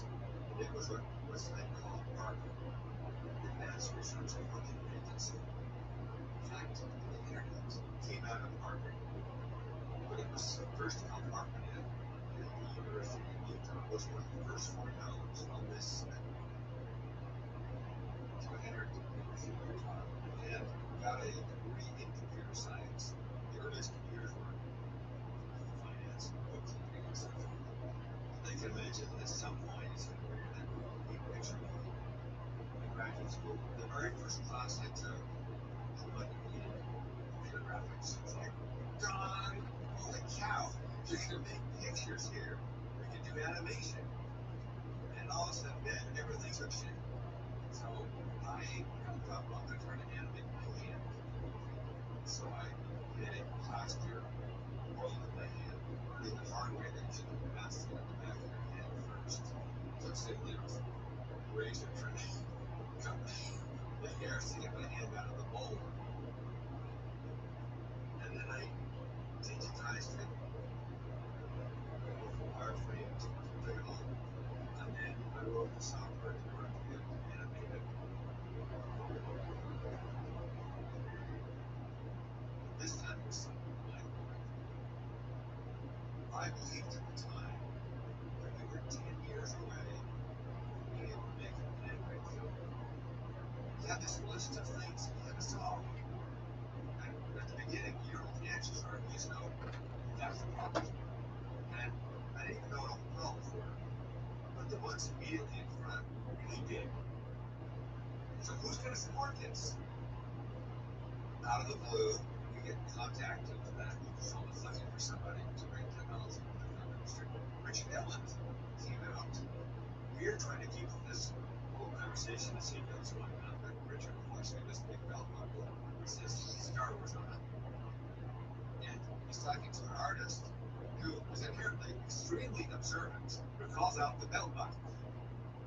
He's just a friendly person who's also very interested in everything.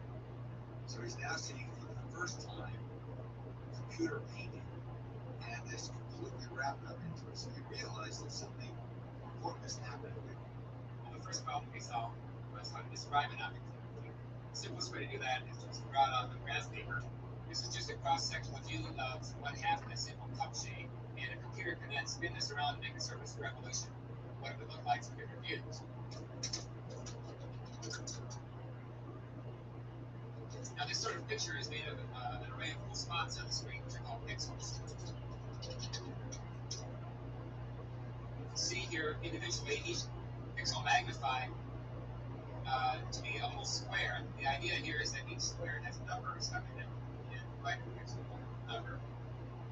And so the computer program then has to figure out what value, what number to stick in each of these little spots. With digital manipulation, the fact is that now the visual effects artist has at his disposal millions of addressable pixels. You can address each point in the frame, and because of that, nothing is impossible. Once we got digital, we could do anything. Absolutely anything. When I first met George, we were working with the car effects guy. So the state of the art was pretty primitive at the time. He said if you wanted digital audio, you wanted video editing, and you wanted some digital imaging for compositing. George just believed that the world was changing and was going to change everything. It's as simple as that. He's just open to it. And he was willing to put the money behind it. Now, anybody that had done a deep analysis at the time would have said, that doesn't make any sense. It's too far away. But for George, it was like, I gotta start somewhere. I still don't know how to work it.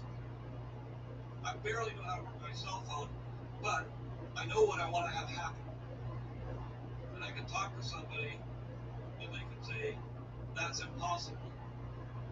And I can say, well, think about it. After working with George for a while, I began to understand the way he thought and the way he told the story in pictures.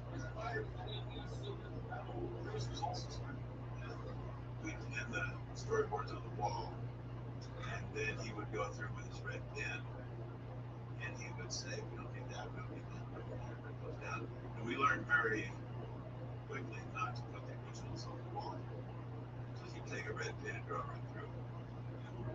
It was really like understanding the essence of the storytelling by looking at the way he would do these things. It was really like going to some film school that doesn't exist. These fantasy film school. Only attend by getting in the mind of this guy. The story was really because I very rarely read stories. Being dyslexic, but I never liked the form that much. You know, it was just very hard for me to see the movie. So I would just wait. I would wait until it got to the place where the story was. George could explain. You know, it's kind of like this. You know, that I would run Joe, maybe George is interested in coming up with some ideas for this character. It's like a snow lizard. So I spent the day just drawing really with it. This would be that, this would be that, this would be that. And so was George, and he picked up everything and asked for a cat dog. So I sculpted a frame cat. You know, my design was that movie. It had familiar aspects to Rand's horns and kind of like a cat's face, but not really into something else, something that was identifiable. Phil Tippett knew he had to do the tauntaun, and he knew that unborn calf, the hairs on unborn calf are much smaller than on a cow, or even a newborn calf. And so we went on pursuit of a unborn white calf. You know, we went around to taxidermists, we went around to slaughterhouses, and eventually we had to settle on a white Harvey tan hide. And then there's an old process that back in the days in Kong, in which what you do is you take white glue that's water soluble and you wet the first side, and then you put it into a box with maggots. And the maggots eat away the flesh, but they don't eat follicles because there's no energy in a follicle. So now you have this matrix of white glue with this little follicle sticking out of it. And then when you use your brush in a thin layer of latex, and you turn it over, and then you use water to water-soluble glue, get it out, wash it out of the hair, and now you have an unborn calf that's stretching. So that's how fun it is. But try to explain that to people, you know, in a slaughterhouse or anything, the taxidermy place, or devil worshippers or something like that. I tried that his friends also so we built this thing to show it to them. Well, this is important. So established. So I think the running it forward, Tying it in the right place is superimposed snow blowing in front of you. yeah, I found that George responded really well to three-dimensional stuff. Just in general, you know, he would just viscerally, it's done. And a lot of times with 2D stuff, you get this kind of, well, what if this one had that one's tail and that one's toe, and so you get a bam, you know, it's just right there. Maybe it also just to make it darker because of its scale.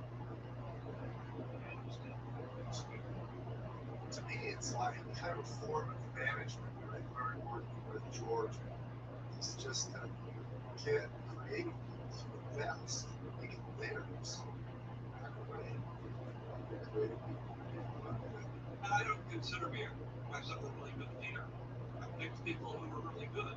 Of course, I would probably say no much more than I'd say yes. If anything, it would be better to have this be slightly darker than this. I mean, that's a guess. But I didn't yell at them. I didn't scream, "What are you doing? You're an idiot," all that kind of stuff. Mostly, I would just say, "Look, try it. We'll see." Slightly darker than this.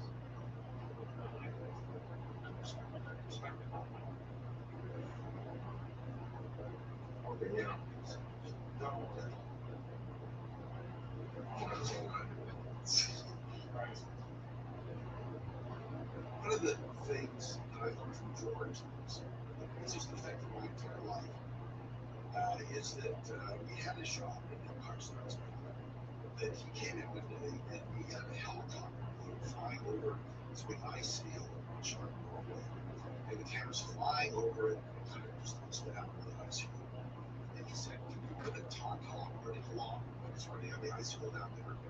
And knowing the limitations we had with camera rigs and making it look like it's actually its feet are on the ground running and everything, I said, no, there's just really no way that we can do it. We can build a big giant set and do it that way, but that's going to take a long time, cost a lot of money. And he said, well, why don't you just think about it? I said, yeah, okay, but there's no way that we can do it with the tools. Okay, just think about it. And he walked out. And I thought, well, it's easy. And we started thinking. Within 15 minutes, I figured it out. How to do it. And with the limited tool set we had, in a clever way of putting something together. There were no new tools. It was just an approach. We shot the tauntaun one first, and a track frame by frame. And then with the aerial plate background, the actual piece of film was re-photographed in each new edition based on the tauntaun, and then combined in. So it meant you could do composites with big cameras.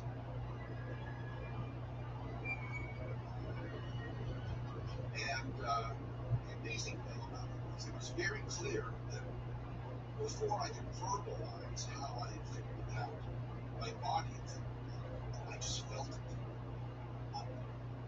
And then I started thinking, oh, what did I just feel? And yeah, oh yeah, that fits with that, and this fits with that, and that fits with that. Which means I guess your subconscious is like working on this thing or something. And if I'd stopped thinking 1 minute and 59 seconds before, I wouldn't have thought that for that last little bit. Innocent problem, you don't know how to solve it to begin with. So there's actually a thing that some people have instead of no man is when you're starting, you don't have the answer. And like when you're talking to somebody else who actually gets it, if you don't know the solution when you start, you have a different kind of relationship. And it's like, okay, you become partners in solving the problem. That's your business.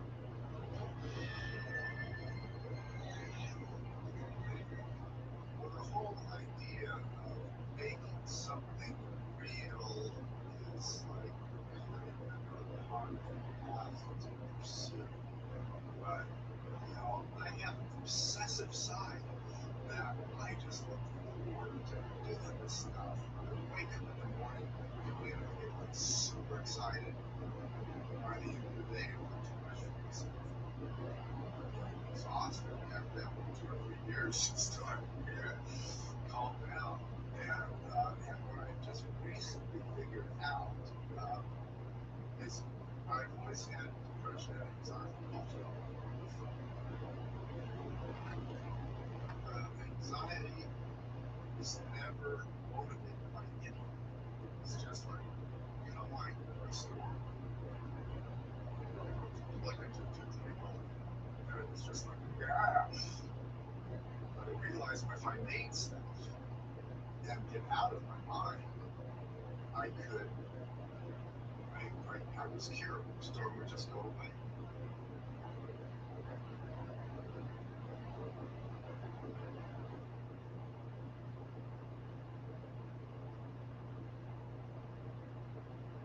That was my self-narrative that I sort of thought was operating until just really recently. When all of a sudden it occurred to me that I might be bipolar. And I am. The key therapy, I think it's helpful.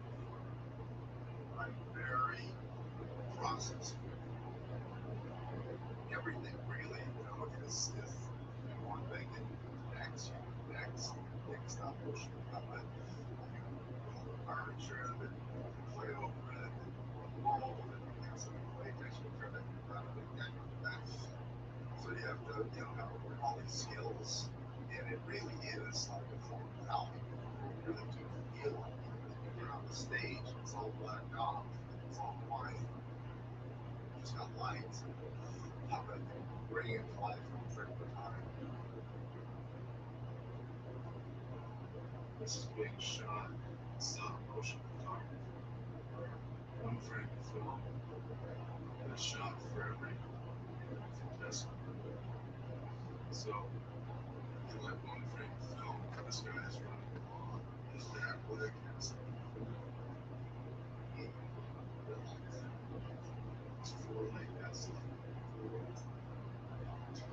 His head has to go down. All of his bags have to.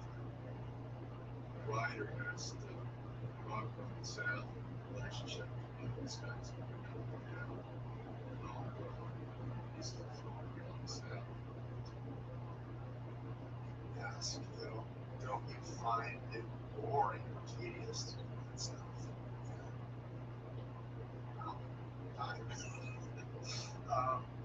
Because you get in the zone. You know, and it's a form of meditation, really.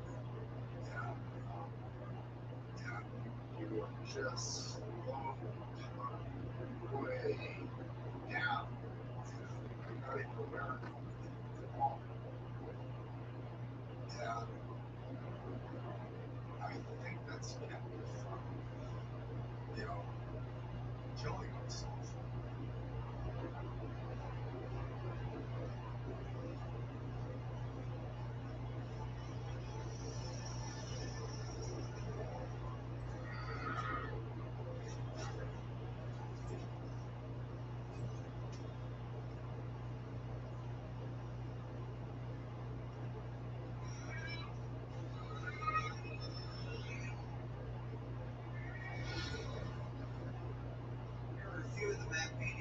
closing on Empire Strikes Back. This is an example of one that is the interior of Darth Vader's Star Destroyer bridge, where we've added the windows and the ceiling. On Empire Strikes Back, production had wrapped and they were to visual effects. And I was the department head. This map painting shows the Millennium Falcon in Cloud City. In the clear area of glass, Han Solo comes out and meets his host in Cloud City. Got a lot of guts after what you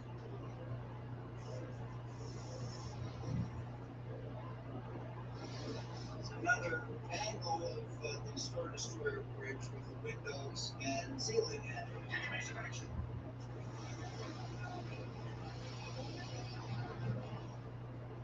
This one's painted by Ralph Corey. One of the real blessings I had was meeting and getting to know the great Ralph Corey. And I don't say that lightly.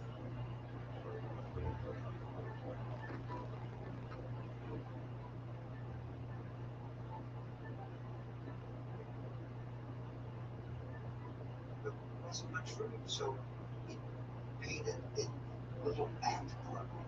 And Ralph was a remarkable human being. He was just patient. He would do these wonderful things. This is Cloud City, and it was something that evolved. George said he wants a city floating in the clouds. We looked at flash forward cities in the 30s, and he thought, this is something like this Art Deco. The whole thing just all along the cold Johnson.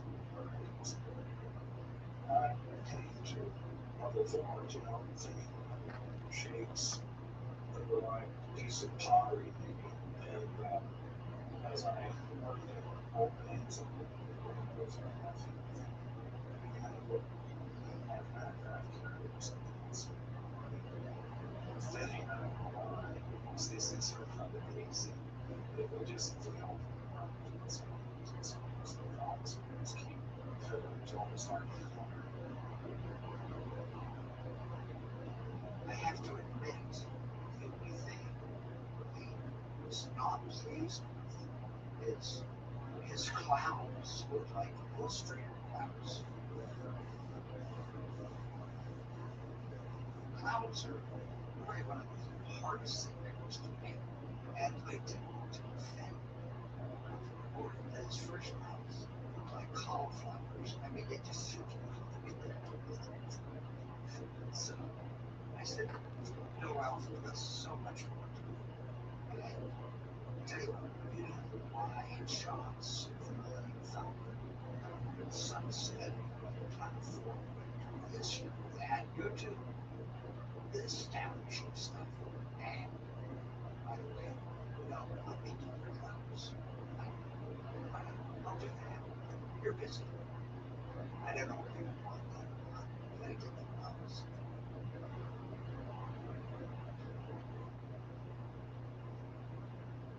It was a struggle.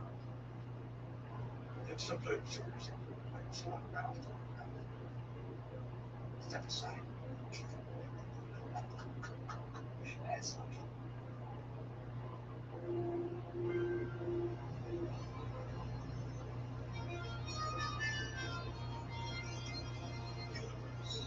with Ultron Night. Night of Science Beyond Fiction Universe. While we were still working on Empire, we had heard Walter Cronkite was coming to Island to talk to George, shoot some stuff on the stage and see what was going on. He took us on a tour of his facilities. He wanted to show what Tom told him, the Empire Strikes Back mission. We know no one has a clue how we create these things. Well, this is the stop motion animation department, and they're making tons of across the style. And so we decided to do it in a way you would never do it, because we didn't know one would recognize it. So it's the two of us in there. We brought in It's called the surface gauge manipulators, which is what animators use to mark little things on puppets. I mean, what else could we bring in? Some weird gizmos with rulers on it, and whatever we can grab, filming the scene with this while he's having a very serious conversation with George and talking about what we're doing out there. It's a whole art of, they studied movement, they shot animals, they studied, I guess, grids and things, they studied the motion, and they practiced for months and months doing tests. We're acting like we're doing stuff, but we weren't doing anything for real. And playing it very serious, I think. But it was fun. You know, we weren't hurting anybody. And if anyone actually knew we were doing wrong, it showed they had some idea of how the work actually was accomplished. But to do it with Walter Cronkite, the nerve, come on. What were we thinking? But the science is fascinating, but you're looking at my fantasies. It sounds like me just trying to be a jackass, which maybe it was. But it's also, through the course of all these movies, it's an interesting lesson to learn about what the audience perceives and what you really need to do.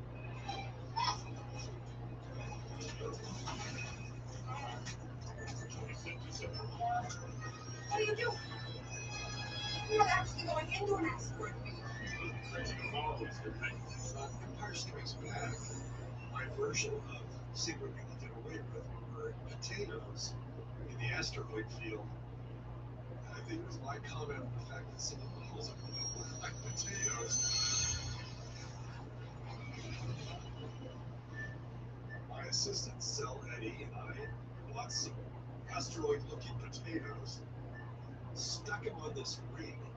They actually had a pronged pipe or the styrofoam asteroids were using. Just shut up. Took one of the asteroids off and put the potatoes on. Shot it against blue screen.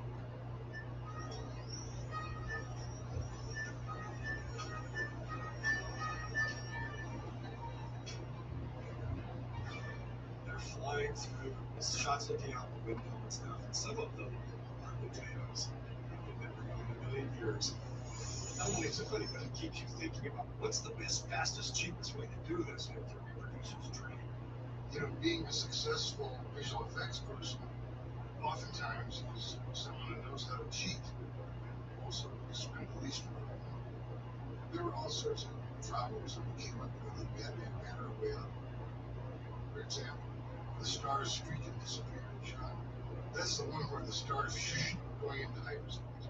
And then when we have to cut to a shot of the Millennium Falcon zipping away from it. And the problem is I can only get the model to be this big in frame on 42-foot track. I said, yeah, I got an idea how to do it. So I took the Millennium Falcon and I shot a 4x5 photo with a cock, cut it out, placed it on a piece of glass, and shot it. Sent it to Jordan and said, great, I'll cut it in. We didn't have to do a take two. 1 second shot, and it got the biggest applause in the movie. So I mean, this is how you learn to cheat.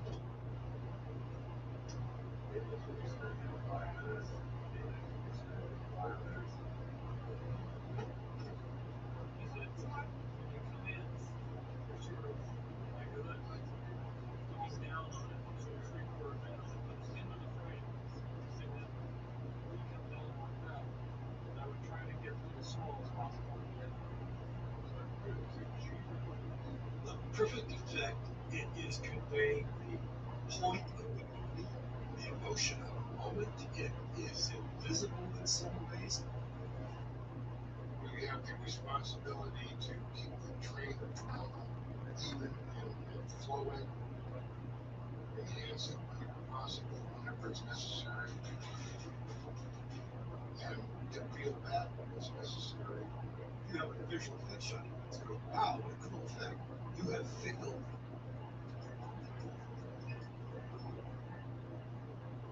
While we were still working on Empire, we already knew what was coming up in the next couple of shows. One was Raiders of the Lost Ark, and one was Dragon Slayer.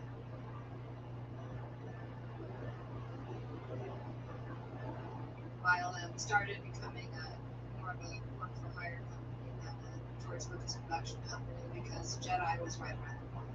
It would take me, again, at least a year to write the script. So we had to do something to keep all those people there, keep them employed. So that's when we started taking outside work. We had this mandate from George to not refuse the films of any of his friends. If Spielberg came up and wanted to make a film by such and such a schedule, we had to make it work.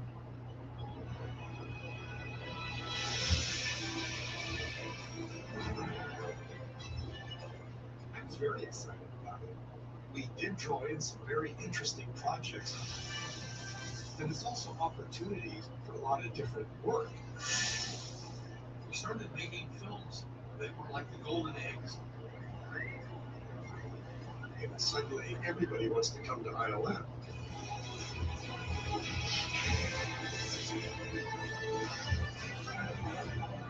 It was a very painful growth period. Each project had a whole new set of challenges.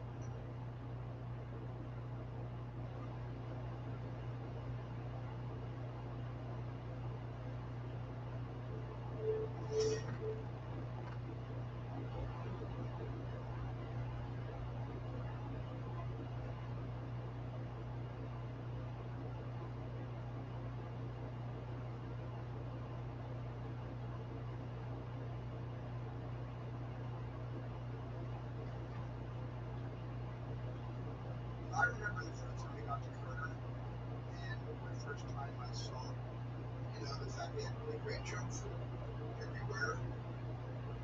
I saw how really smart and creative and talented everybody was at ILM. It was all analog innovation and everything with their hands. I kind of look at Kerner as a kind of college campus in a way. It was like we were a bunch of freshmen, and we were 4 years away from graduating from anything because we were all so young. It was a great place to hang out with a lot of like-minded people. We all loved movies, and we loved talking about movies. There was a sense of nerdiness to all of us because it was ILM, not the NFL. And that kind of mindset, that kind of fun house, a playhouse, for me, I never would have believed that place. Because they understood how to make magic and how to have fun at the same time.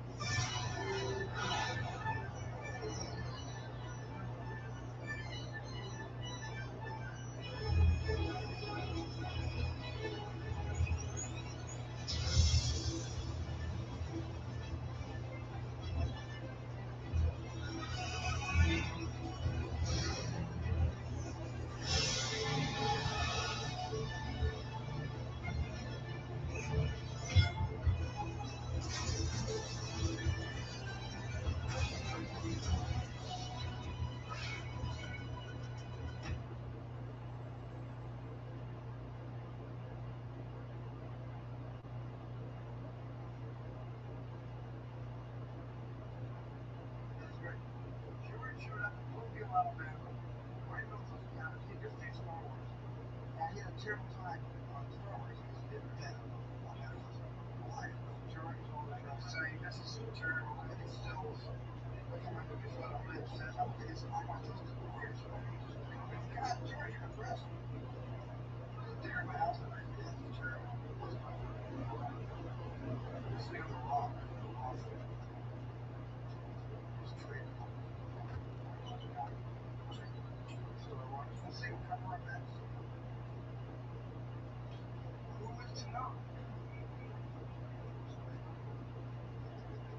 figured I had it made because you know that my pictures in the turkey. Star Wars was opening in May of 1977. George didn't want to be in LA, so we went to Hawaii. We spent a week together. He said to me, "So what's the next movie you're going to make?" And I said, "I've been trying for like years to get Cubby Broccoli to hire me to do a James Bond film." You expect me to talk? Well, the wisdom bond, I expect you to die. The second I said James Bond, he said, "I got something better than James Bond." And he pitched me this story called Raiders of the Lost Ark. I said, I've got a James Bond film for you. It's great. It's about an archaeologist. He finds ancient artifacts that are religious or supernatural, and kind of always over his head.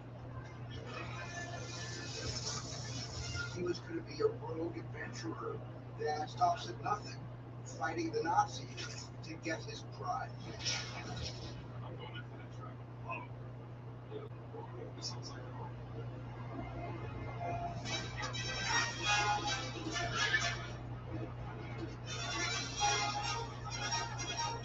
but it's basically a Republic serial like Star Wars. We want to have a cliffhanger every reel.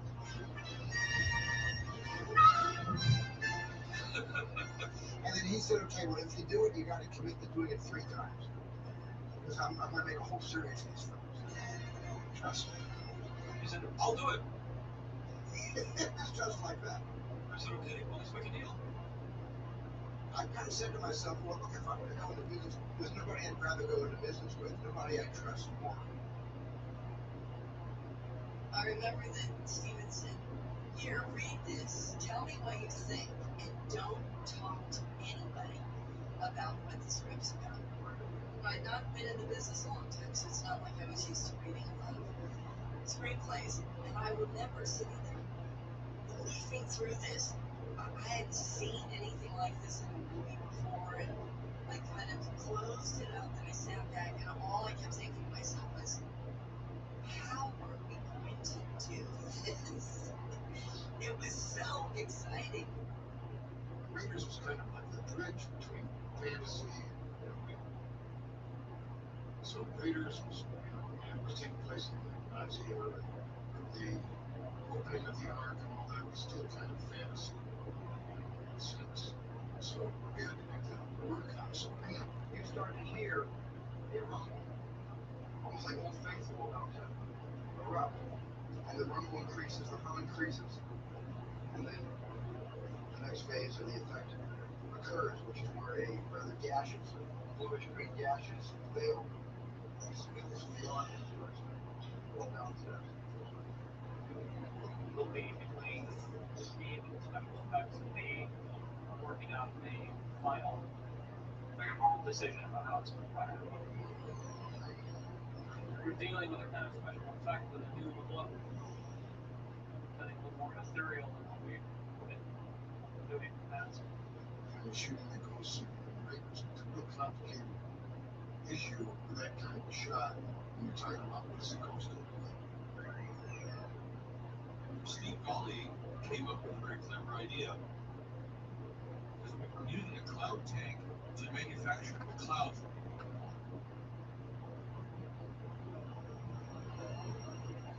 You use warm, clear water on the top and salty water on the bottom. It's cold.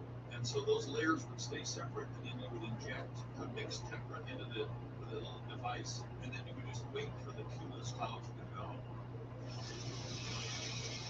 So we had the tank available. So Steve came up with the idea of putting a rod on the ghost, like a rod pump it, and then we ran it in the water and made it go back and forth. And so the water made the silky tendrils like flow really nicely, like silk in these tendrils. And then it was shot high speed. So it really slowed it down. And then they could speed it up and slow it down as they wanted to. On Raiders, I was learning visual effects, and I didn't even know. I knew what a map was, but I didn't know how you did it.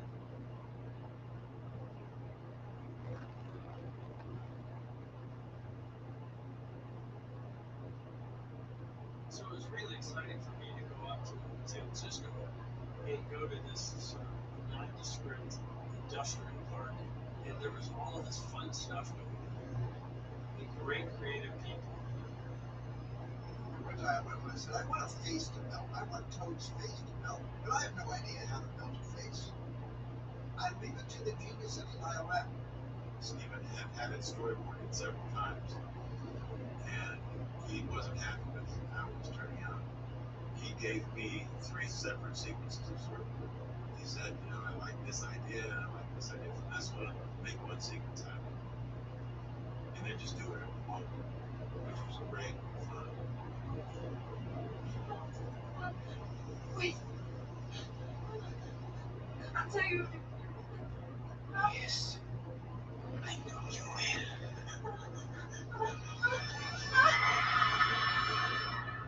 Toad uses hands, and this is what's left. Basically, this skull was sculpted the muscles and the different layers of what would actually be in the face. Out of this lieutenant Belgium, the thing was stuff that the dentist uses to take molars in your teeth. Using the heat lamp, and by putting heat on this algae, it naturally melts. And by shooting at 1 frame a second, it appears to melt, but you don't see all the drops. I mean, it was like an unbelievable effect shot, Wow.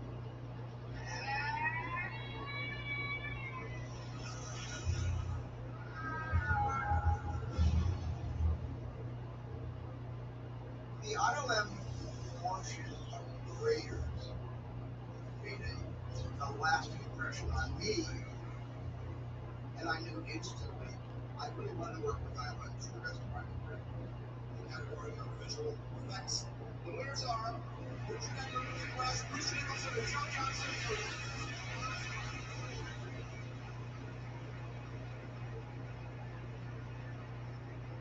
It was a nondescript place, but it was full of exceptional people. And we all got to know each other quite well because we often live up there for 4 or 5 months.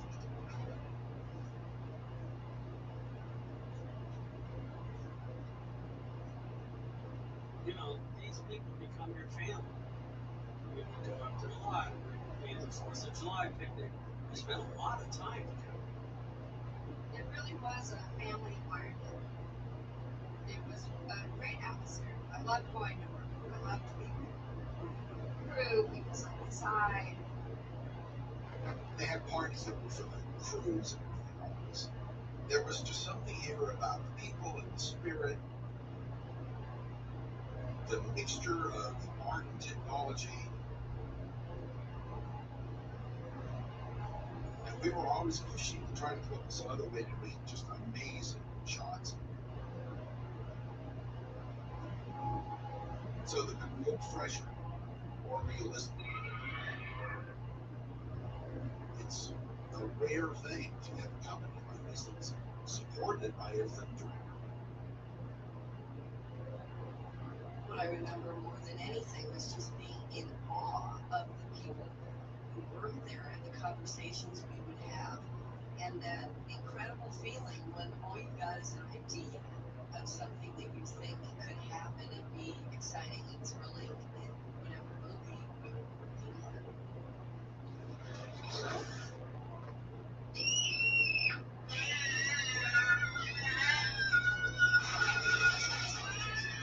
The team was pretty much, that was my first time working really close to Steve. The show was live, so it was a very pictorial show. Stephen would have these beautiful moments visually.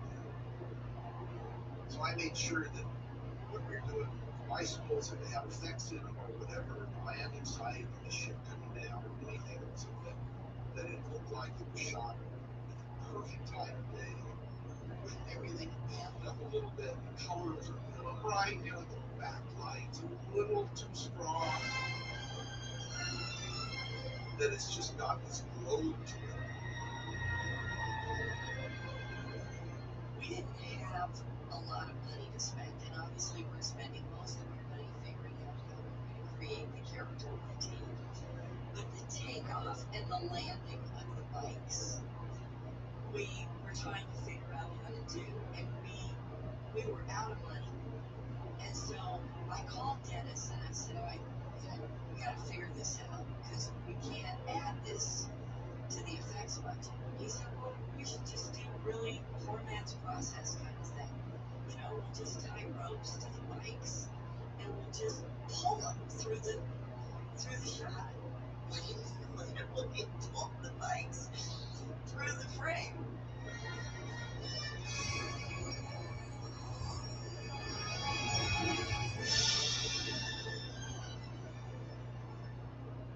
Dennis never would just push something as the shot or how to do the shot just because it could be done. He always was in service to the story. I just looked for a way to be able to feel something back from the shot. Does the shot have energy? Is that the best view of the ship? Does it look majestic?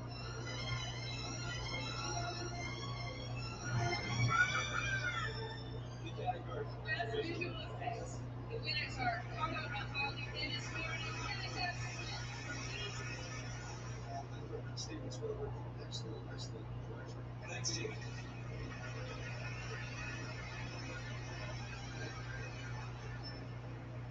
After that time, almost everything we did was either with Dennis or Richard.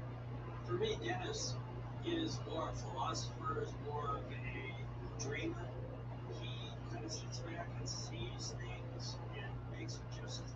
Whereas Richard is the doer. He's on the set, he's there, he's framing, he's trying to run it.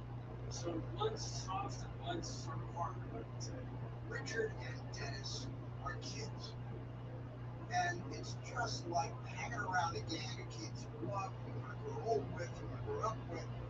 And Dennis, his nature is very ET-like. And Richard's nature is very, very like.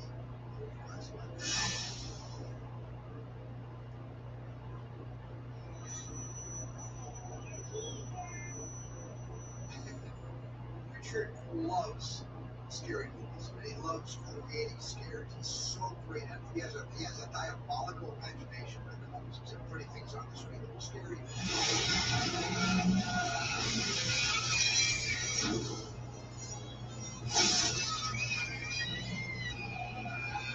It was a great project, and I was on the set every day. Richard and I got along very well. You know, each visual effects supervisor is like a mini director. They have their team around them.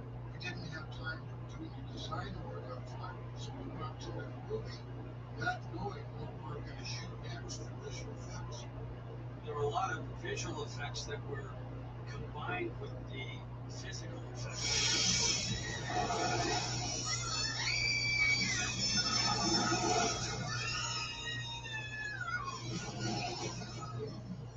We made this esophagus, and it was all suspended with bungee cord and all flexible pieces of rubber and all this stuff. And all Houston made this device with a keyboard like a piano, and it caused the esophagus to undulate.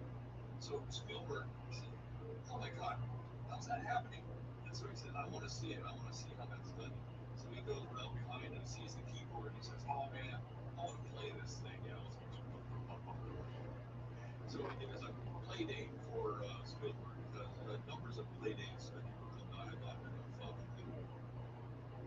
When I was reading the script, and I'm going along and said, "House implodes." Exploding is easy. Imploding is something else. I called Frank and I said, "Frank, you know this is a $250,000 sentence." That was, I think, the most difficult shot in the movie. Spielberg was here one day and about 12 of us in various departments sat around. He would just go through page after page and say, "Let's go through Matt Payne for the camera." And then he turned the page and it was the imploding house. He said, "Looks like that's a model. What do you do about imploding?" And I've been thinking about imploding. And someone actually came up to me and said, "Well, why don't you just blow it up and put the film back?" And I think that is an imploding. You can't do that. It needs to implode. So I said, well, we'll do do it much like a magician takes a wand, his magic wand, and shakes it, and a bouquet comes out. We'll make the bouquet go back into the wand. Okay, next page. Yeah, lots of cool, because it took place in your neighbor's house. So everything you did had to look real. And what is real? You built a miniature of the house about 42 inches wide with a garage, and inside the garage is a lot of the stuff you find in a garage. They had little bicycles and utility lawnmowers, rakes. There was furniture inside the house. Visual effect shot is only as good as what's put into it. You need to have the details. So there's a lot of things that happen by accident. Dust, impact, splinters. It's those accidents that make it happen. We did all kinds of tests for different materials that they could pull apart. Well, balsa wood and then paper, and they soak them in bleach and water. And I put lead weights on top to weight it down 24 hours so that the balsa wood lost its energy and broke down the surface tension so that it could snap like popsicles. And so this model was built a couple months of work. We're going to basically pull it apart using clingers and pieces of kit attached to pieces of the model. We took the house and flipped it on its back. And it's all in this big structure. And the camera up on the top looking down at the house. And this whole massive wires were attached to a forklift. The idea was the forklift was going to take off, and at a certain point, it's going to just pull this thing. And I have a pair of shotguns. Lots of really huge. The shotguns were going to help it. They held it down into the hole. So all had to be pulled down into this hole that was about this big. This is a 1-2 maybe. To do this again would have been another 50, 60 or something, at least.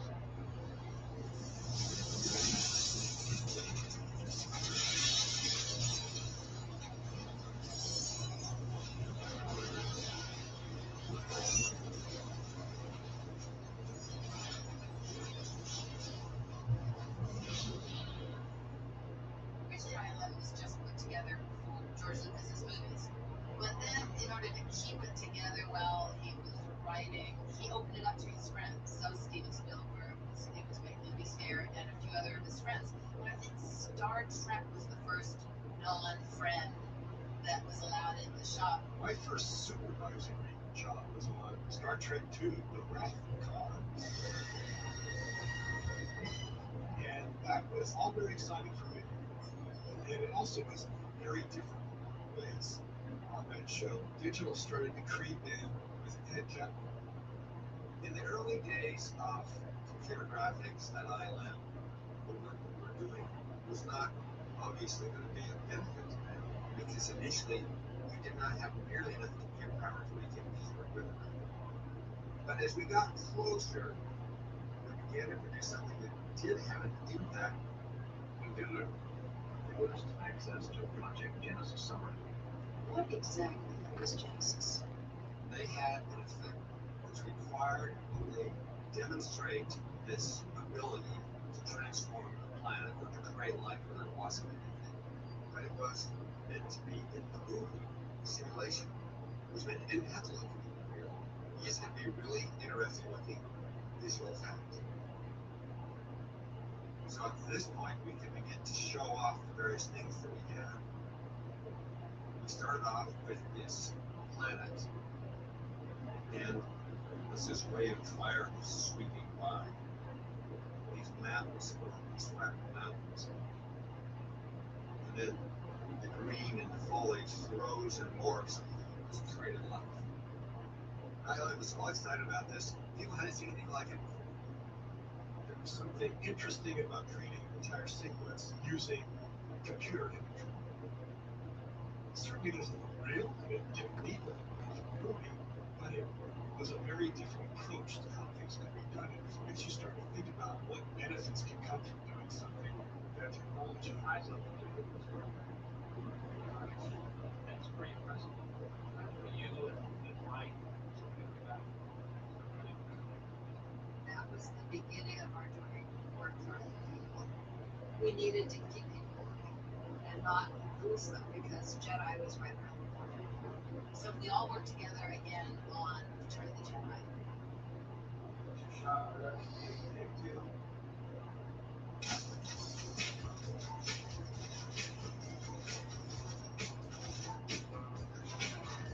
On Star Wars, there were 70 people from ILM that got credited, and on Jedi, it was 170. I had deadlines for everybody, never for Bill, because this guy was so on top of his work and so focused that he never needed to be pushed or prodded. And he was a huge part of Jedi. Running the creature shop, as well as doing a lot of stop motion environments. There's this character that plays the piano. Jordan's a super freak. He has the temp track to rehearse to. They have no rhythm at all. I can't dance. But when I got into this thing and started performing, and my wife comes in and goes out on stage, and now Phil's on stage. She goes, no, he can't do that.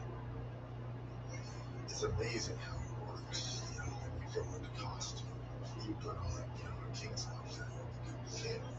And put yourself, inside of all the blue guys playing the piano, actually become feel it. She's alright, she's alright, everything's alright with me. Yeah.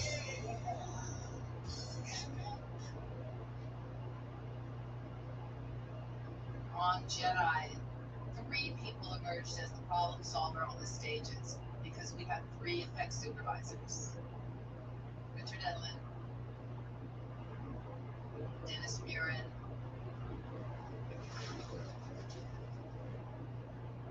and Ken Ralston. And each of them had their own style. Ken was a machine. Ken got the space battle because he could just churn out element after element after element. He's the guy that shot the shoe. My tennis shoe is actually in Return of the Jedi, along with some yogurt containers and some wads of gum that represent fleets of ships in the background in the distance, and you really can't tell what's going on. I don't think Richard Edlin ever would have considered doing that, or Dennis for that matter. But Dennis was very much intuitive. He's an intuitive artist. And Richard's, going to pound out the numbers and figure it out. I think it's his military background. And Ken is just, let's try it. Yeah, put a shoe up there. The collaboration and the teamwork was king here. It wasn't just the 3 effects supervisors. They would each listen to their crew and get ideas and try things. Every department had their own character. There were not a lot of egos.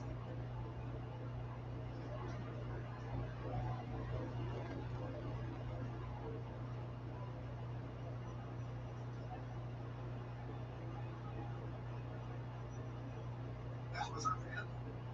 Just really enjoyed each other's company. The first time I laid eyes on him was in Ghana. He was screaming. He had been big block.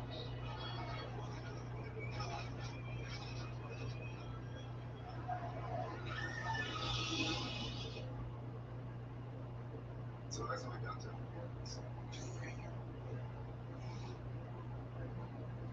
Bill was probably 5 years younger.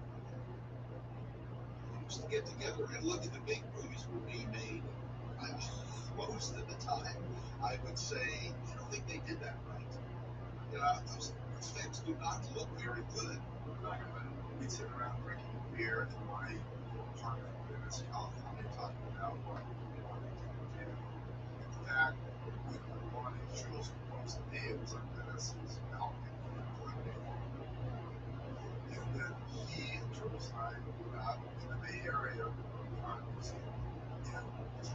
this line, and Jules would turn, and they would turn. And there was a moment that Jules and Marcy were both negative. Her name was Zara, and she and Jules had gone to college together. They got married, and that's where they met. So our relationship between Jules and Zara and I was very tight. Yeah, we're pretty family, and we work together really well.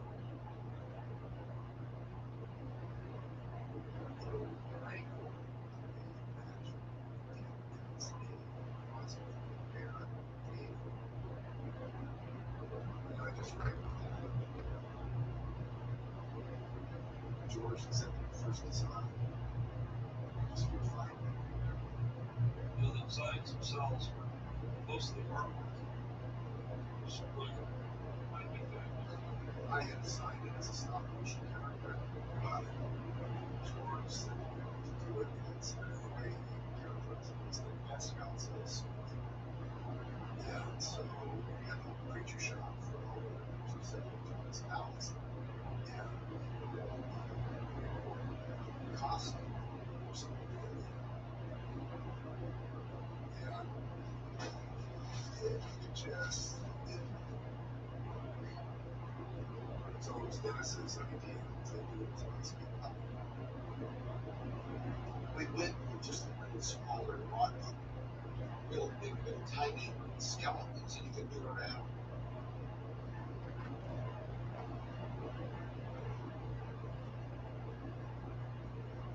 And we made a whole miniature set that it was in. Also just to make it look big, like a professional movie, instead of a bunch of kids having fun.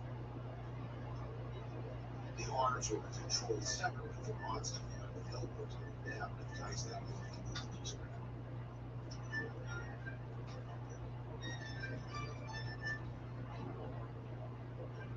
One beautiful thing. Florence is there's me, I've got my hand up his ass doing this kid. There's a guy Thomas Hammer with a pistol next to him, getting him flying out and operating hands. Another guy at the table with feet. Some scenes we shot at 72 frames a second, 3 times faster, and we get up to speed. And we just went back.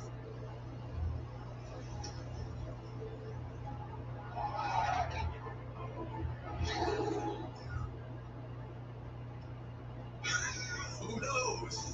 And so we would do a lot of takes. All the time we're saying, what can we do to make it not look like a bucket, right? Let's try backwards. Let's try backwards at a slow speed and see if we can run it forward instead of that. See what we get. Then we tried that. I think that's in the film.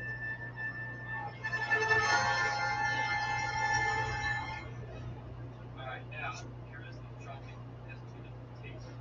What we're going to do on this cut, just the jaws will be better. It's squeal it like that. Cut.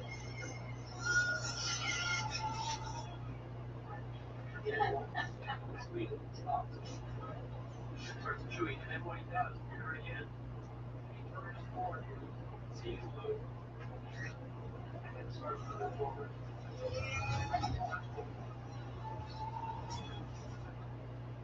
On Return of the Jedi, we were all working right there, in close proximity, so I could go into the cutting room. If George wanted to change a sequence, and he would explain to me, I'm going to throw out these shots, we need a shot to replace it that does this. It was sort of guiding us and steering us. Rebels, you better report to the base.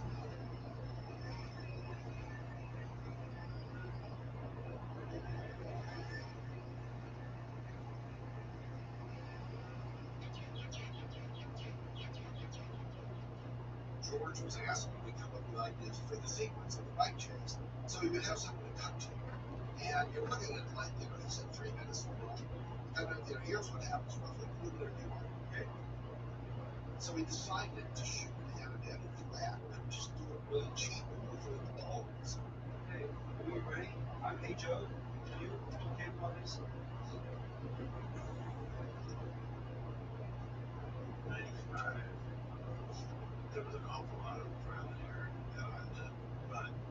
there's always a lot of right ways to do it, and there's a lot of wrong ways to do it. And it's simple. Like that guy goes from hand to camera, and it's like, what's the best right way to do it? It's instinctive. It's not logic. As much as I tried to figure it out, it still really isn't logical. Effects work is really grueling and it's hard on everybody doing it and has to be so precise. But there definitely is something in the process that I really enjoy.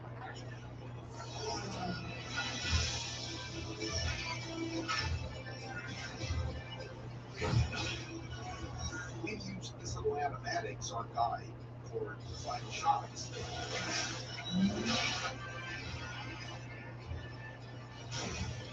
And I could go and look at each angle and come up with different ways that we could shoot the whole sequence. And it all became manageable.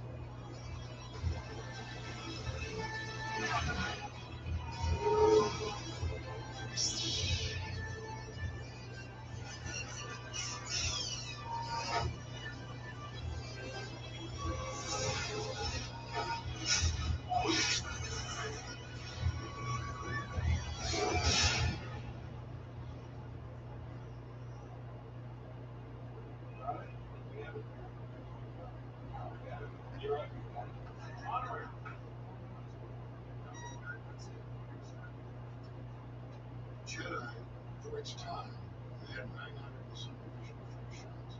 It was the most complicated color visual effects movie even conceived of.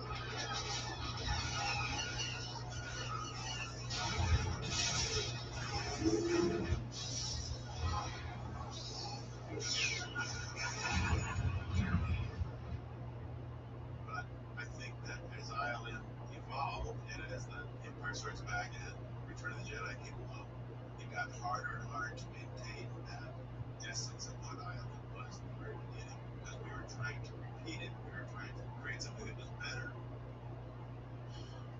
And I had enough. I was burned out.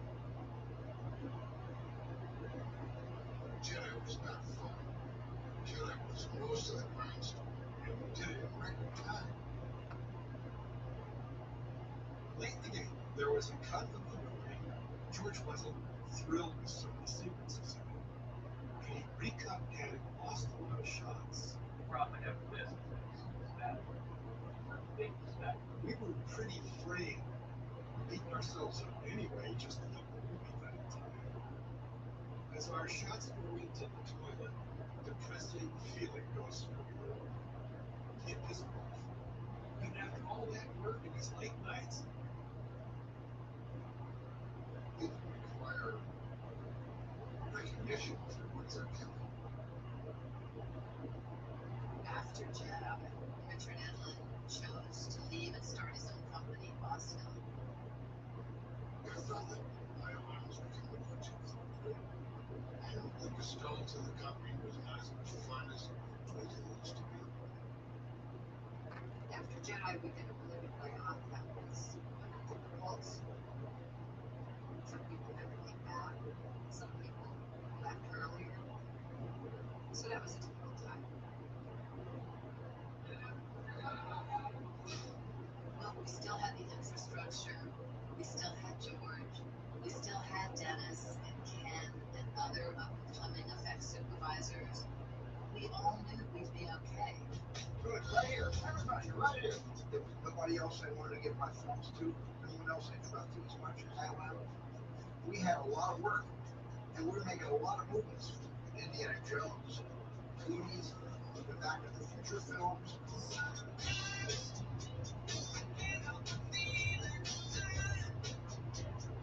ILM was the place. I mean, there was just no discussion about it. You know, that's where you want to do your visual effects.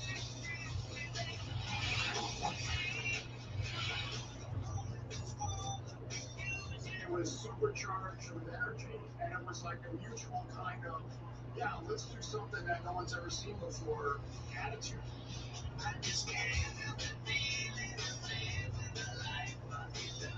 In the early mid 80s when I was there working on it, the vibe at ILM was this sort of intersection of what kind of a loosey-goosey intellectualism and real outlier thinking, and enough angsty, nerdy need to sort of be a part of something that created a certain kind of energy, you know, of innovation.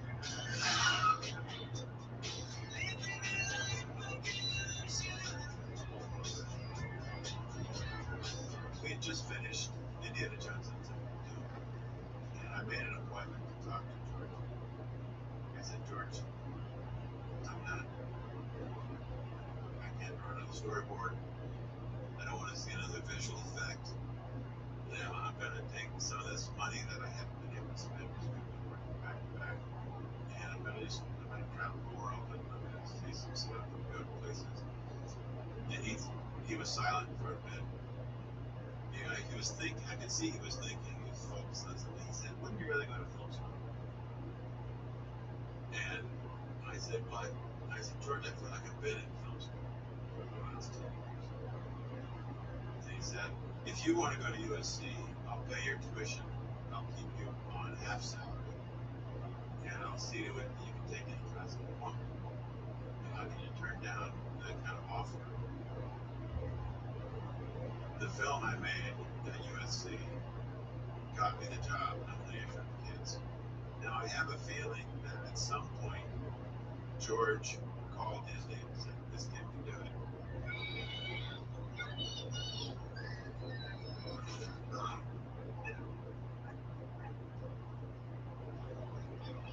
It was just generosity. I mean, how do you repay somebody for that? And I have been able to take that and parlay it into a pretty great career, in my opinion. I feel very fortunate when I look back at the things I've done. And the fact that I know visual effects, that's something that I can hand to a really talented guy, and I don't have to worry about it anymore. When I first heard these were my heroes. Maybe someday I'll do work kind of like these guys.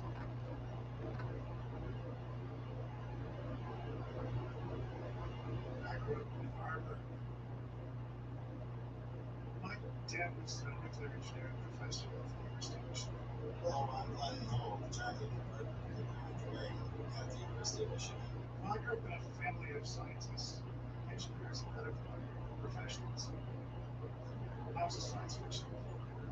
I also like doing things with my hands, doing work in animation, taught myself basic digital electronics, things like that.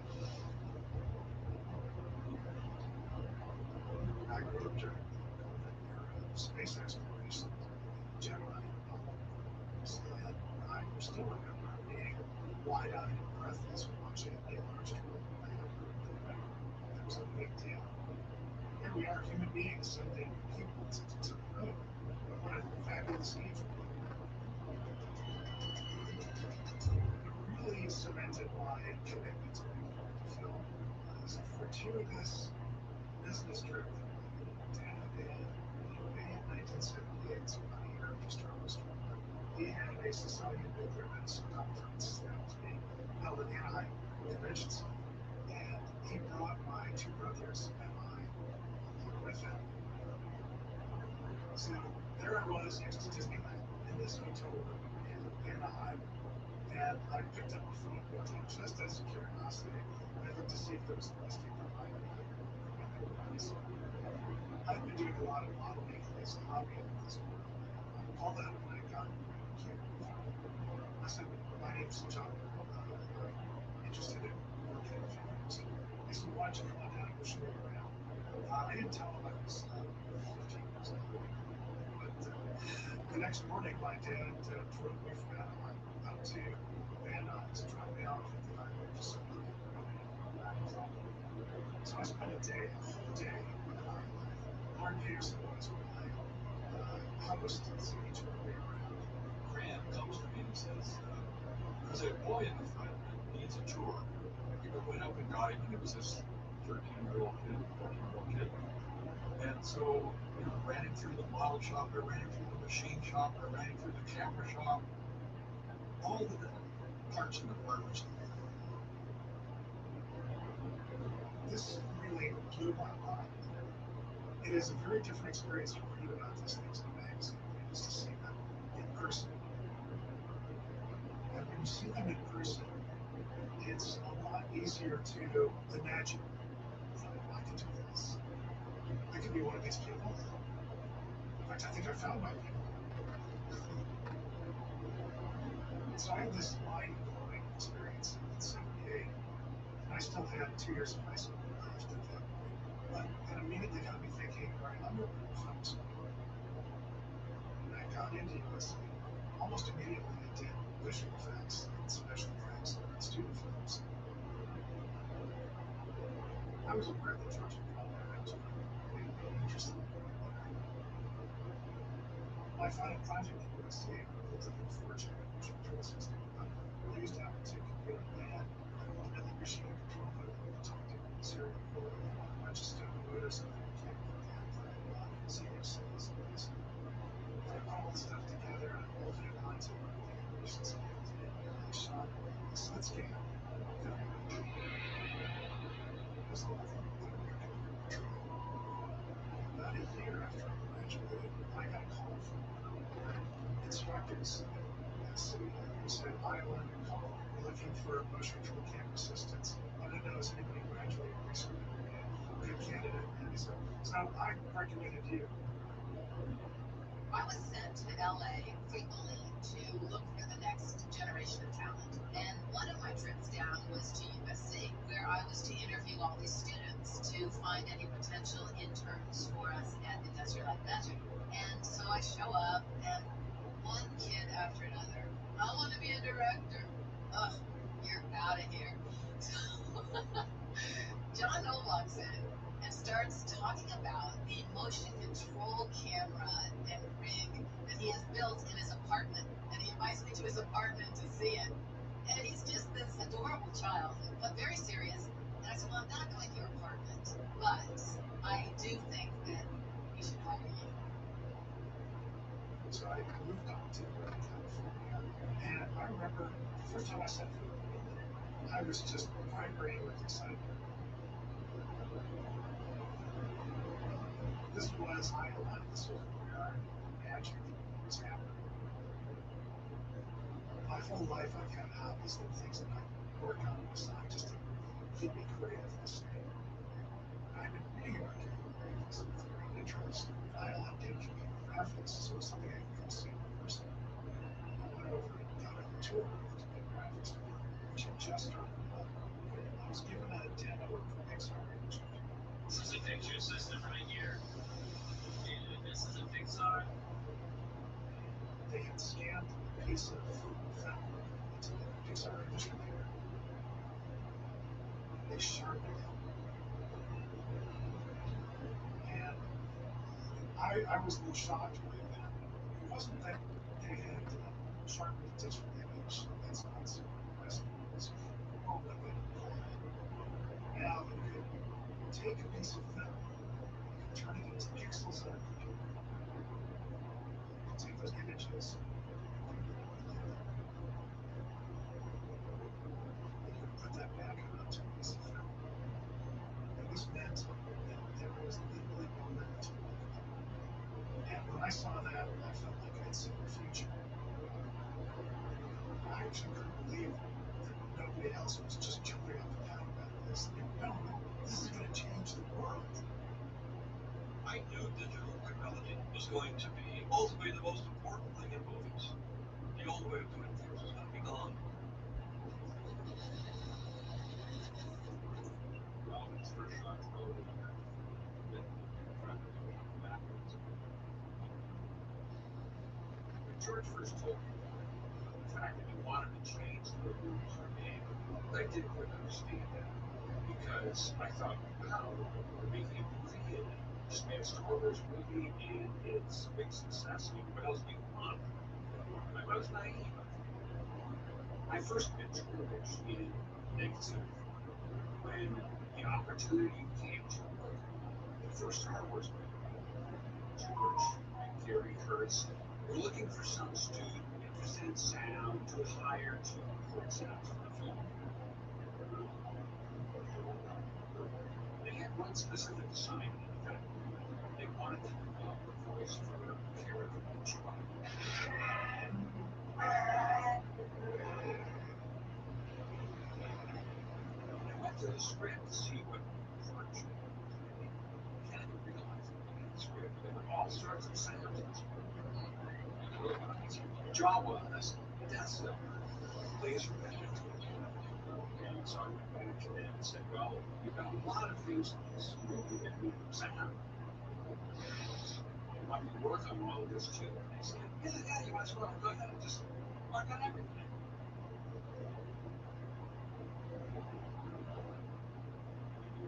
George gave me chances to do different things.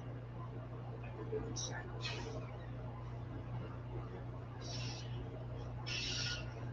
Some writing. I wanted to second the director. I was filming here. And as I got more experience, I began to see, George is right. I need a better way to do this. That whole transition into digital was huge. We started it really right after Return of the Jedi, and we spent over 10 years, lots of money, to develop digital technology. Nobody knew what digital could do or couldn't do. I think George is a dreamer, and I think he dreams big, and he doesn't take no for an answer. I remember that he created the first computer editing system, the Edidroid. George invested right away, and this editing device. And as it developed in-house, I was a test pilot. I was very tired of going through bins looking for 3 frames that had been cut off, asking the assistant to get me a piece of film, and it made it so it would take forever to cut a film. And I was too impatient for that. So we started building these digital editing systems. I was there when it tests and fascinating. Also, many things to cut my movies. I remember these rooms of machines all lined up. I was going to do this demonstration for linear edit, non-linear edit, whichever that is. There was no equipment, so we had to build a system around the equipment that was all digital. Now we can access video readily because we have a disc to take. And they press the button and nothing worked. And they had a meltdown. But he kept pushing it, he kept doing it, he kept doing it. He knew it was right. And now we have Apple. There's no faster way to edit on the market today. I remember visiting up north one time, and Ray was showing me the Edidroid. To me, it was like a seance. It was like suddenly at this table with a screen and no film or anything, and all of a sudden the image would appear. And it was sort of magical. George knew this was going to happen, and that technology would take us to that. This is what happened with CGI too. We reached the point where we could do something with computer graphics. We could do image compositing, cleaning, touch-up, all on the computer. Lucasfilm programmed its image making know-how into computer chips. The result, a special purpose machine called Pixar and Cabinet. Pixar is itself a computer which is for pictures of cinema work that stream highlights on images. Pixar's Within technology are for sale through a new separate company at $100,000. We have built this special purpose computer called the Pixar Image Computer that would handle film imagery for ILM, for the filmmaking. But Pixar Image Computer had an A program that was really cool. It wasn't much practical at the time, but John Dalton and his brother taught it, and they decided to write a paper running on a Macintosh. Thomas was a graduate student at the University of Michigan. His doctoral thesis was a vision algorithms for how computers can recognize objects in a digital picture. The first thought was that it looks a lot like what fix our image computers. This $120,000 piece of hardware. No hobbyist was ever going to get to play with. But Thomas would bring this stuff in Hackintosh. I remember writing him, hey, how hard would it be to take the core mix, main image processing, and bundle those into an application, standard application that does that, that displays images. And I don't know, it's maybe a day or so. And so one weekend he built an application. It was called Display. It just did that display on my image. And I thought, oh, this is really cool. What if we could do this? And I started egging him on to add this feature to it. I felt like, there's something here that I think could be commercial. This first reaction was, you're nuts. Do you have any idea how much work a commercial application really is? And happily, it did not. It led to another return to the function.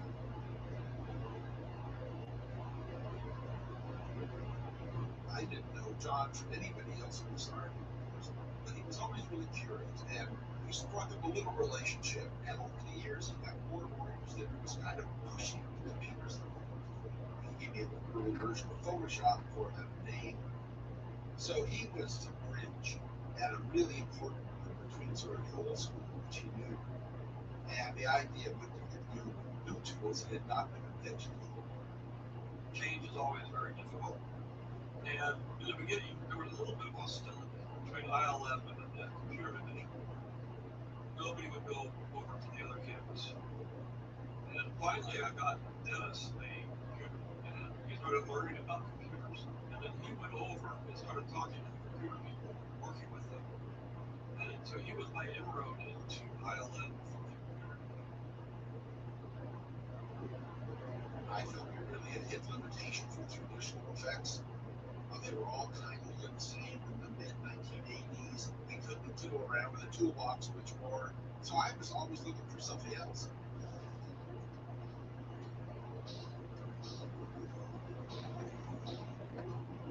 Computer graphics have been floating around as an idea since the 70s and all. You kind of see it kind of in Spain. So, as we set up the graphics department, I would stick my nose in there every so often and see if this was actually going to be something that was going to deliver. Storage got a lot of money into this. So this was a promise that we're going to be able to do something with computer graphics.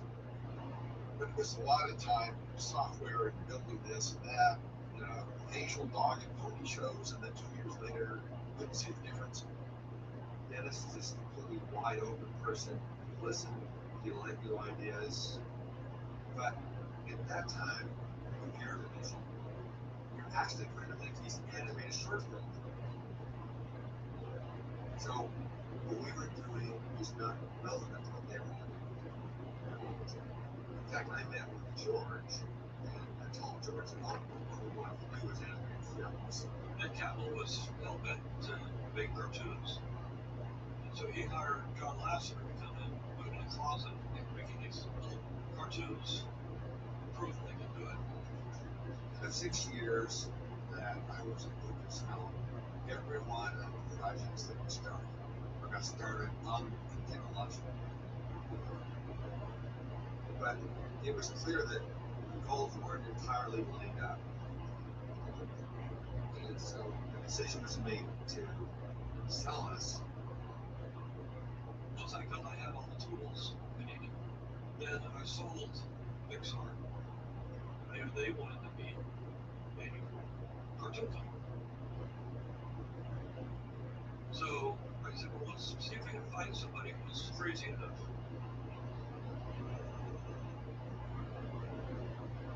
I ended up selecting Steve Jobs. I knew he would actually follow through and work over into a movie consulting.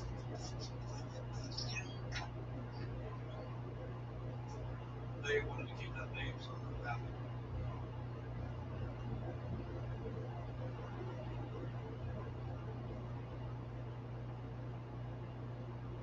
George sold that whole division to Steve Jobs. I was sorry to see them go, but immediately ILM just rebuilt. George brought in workforces to actually do what we needed to do, which was support visual effects. And boy, did they. So now ILM can make their own computer graphic department. And once we have control of that, is when I can really then focus on making movie effects. I talked to Dennis Muir, and he said he might be able to show you something. I thought, one, totally good thing. Two, it was ludicrously ambitious. But it will be so cool.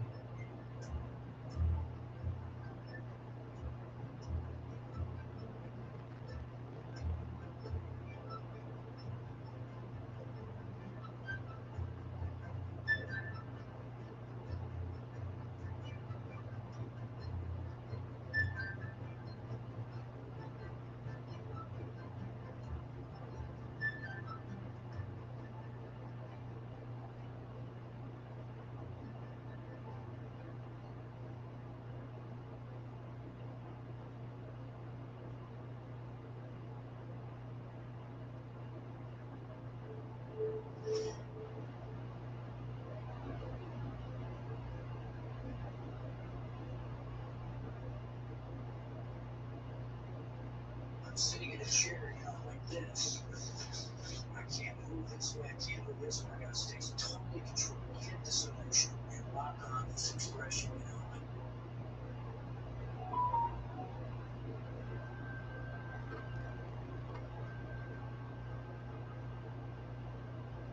The digital revolution, it's the best thing that happened to film in 100 years. I would never go back. I embrace the new tools. What you can do with a digital image is fantastic. I couldn't wait to get rid of film. I'm going to start to make that transition towards digital influence. It was really a whole discovery and invention. It's transformed. What we're doing for the first time. That was a wild west. What if we do this? Okay, let's try that. How do we know what digital can do? We had to do every little step of the way to try to build these systems. But there was a lot of groaning and moaning. People were extremely resistant to making that change. They call it the dark side. I just told them we can do it. You can do it. Come on. It was one of the toughest times. It was also one of the most exciting times, and I was very determined to make it work. It's always been easy for me to make a change if I think it's going to lead to something better. It's happening 1,000 times faster than we ever anticipated, and we are running as fast as we can to try and keep up.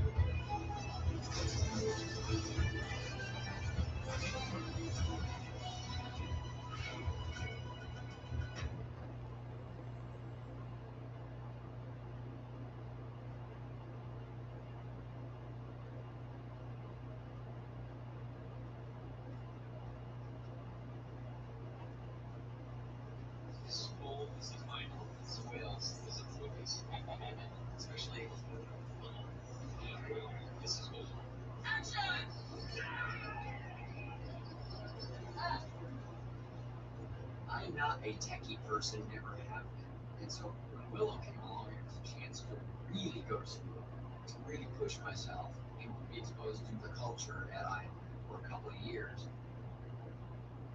I found it just like talking to a great screenwriter, a great composer. These were creative conversations. They gave me the menu of possibilities. Like matte paintings, shooting little brownies on oversized sets. They had the motion control camera going, and they had the models. It was fantastic. The one thing that really was a little bit outside the box was this transformation of Finn Rizal, who was this good sorceress. She'd been turned into a goat, and she had to transform to an ostrich, a turtle, a tiger, and finally back to a 75-year-old white-haired lady. I said, yeah, I've heard Baker's work. We're both clever. That's how I think we should do this, right? With all prosthetics and a series of cuts. I always thought those were kind of cheats. They're fine for action movies, but this is not an action sequence, really. I thought this was more of a wonder sequence. I thought maybe you could try computer graphics. He said, well, it was all one shot. I said, well, that'd be a hell of a lot better than I even know. He said, no, be in the computer. I said, George explained to me that he had launched Dennis in this direction to explore what computers could actually mean to making movies. And I didn't want to sound like too big of a dork, so I didn't press it too much. I was really dubious. Back then, to be able to do something with computer graphics was just foreign to our minds, including mine too. But I knew there was a lot of talent and a lot of people you could call upon if they have a problem and try to help solve it with a new idea for something. And John Noel said, someone has done this with a still photo. The shape or whatever the image is sort of moves into a new shape. And you can see that in another shape. I said, that's interesting. Let's try that. So I ran into the CG department. So I tried it on a still, and it was incredibly complex. The computer was calibrating all the in-between moves of compositions. It was entirely experimental. And as Mary kept apologizing for it, this may not work. And for this effect to work, you also got to shoot film to be able to put in there first. Those small pieces have to be made. Willow transformations. That was my first experience. I'm a kid from Kansas City, Missouri, and elementary school was when I realized that art was the great escape. I knew that there were beautiful things and exciting things in the world. They weren't coming to Kansas City that I could see. My grandmother was a painter. She loved art. To be in my grandmother's house in her studio and sit with her, that was my refuge as a child. You can truly just disappear. My mother used to drop me off at the gallery on weekends, and I would spend the day working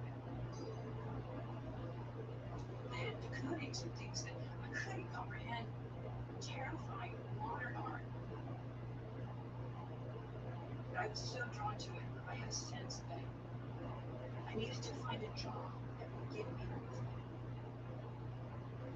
I ended up settling on London. I gravitated to the theater. I'd go there at night and watch the rehearsals. I'd go in the daytime and make props and costumes. And then I was able to work on Labyrinth with Jim Henson's company. And I had a little area of expertise, which was furry creatures, monsters, and pictures. George Lucas came and looked around the set, and I was requested to come over and work on the animals and changed before we went to the animals using them. When I arrived, we had to create a goat, and it had to match the goat on the set. But also had to be flexible, and it had to have a neck that would stretch and match into the ostrich. Its eyes were blue. Then the peacock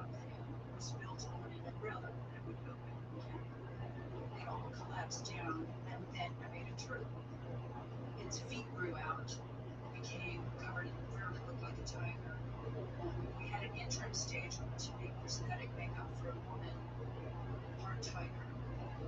And we knew that the computer graphic department was going to take these initial stages and blend them from one to the next. But I had no idea that this was going to be a seminal moment in computer graphics.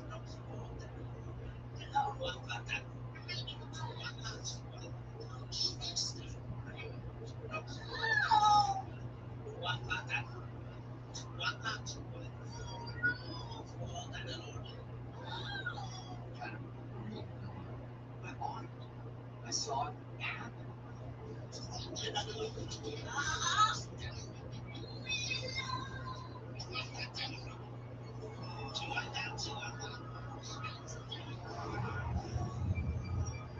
I said, I don't know how you're doing it. But you know what? In the world of need to know, I guess I don't. He coined the word morph for doing this, morphing from one shape into another. Everybody else says it's spelled in M-O-R, P-H, and they're all wrong. Even the dictionary actually it's our version of this.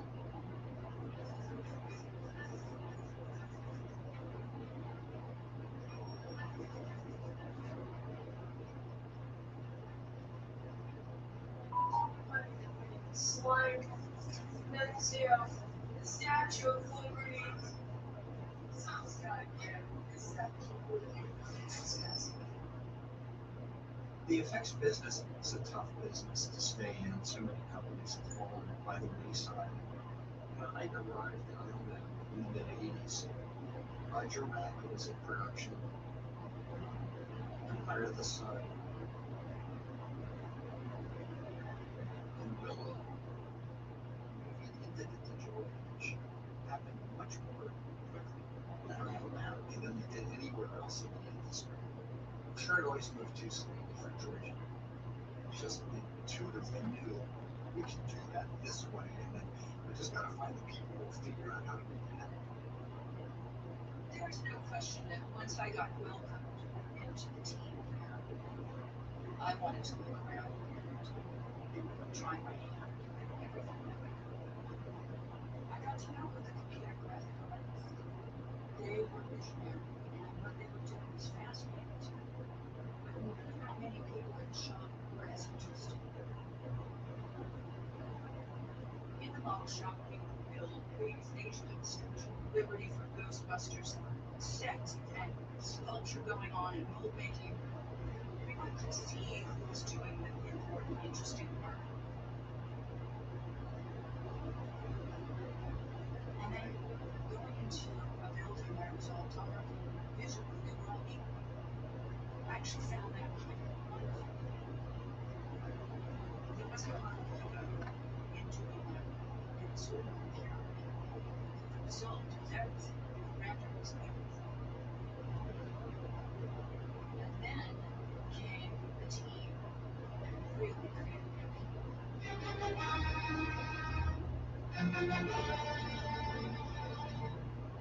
Last night, so much torment.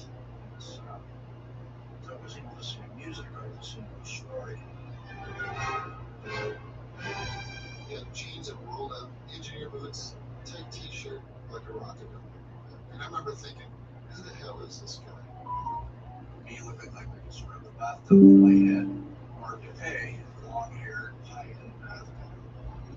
They threw us into an office together.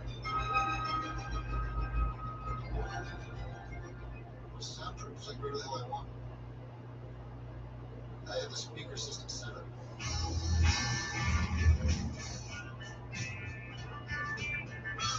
Spaz comes in and he hears it and he goes, Alice Cooper. That's my favorite album, the first album I ever bought. I go, are you kidding me? You know, it's the first album I ever bought, so that was it.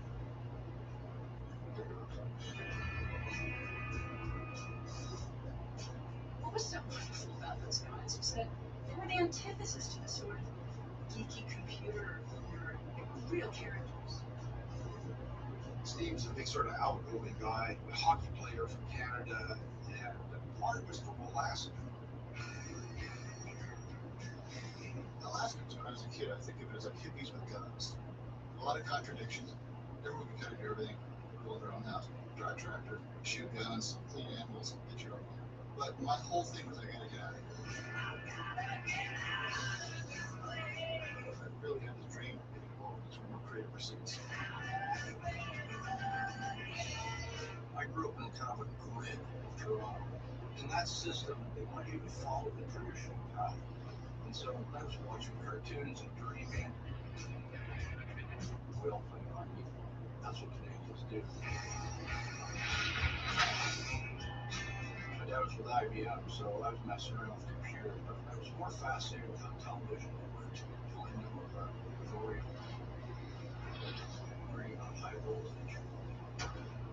There was a camp north of Toronto, they had a gun range. I jumped on it at age 10. I didn't want to kill anybody. I was just more interested in the mechanism. I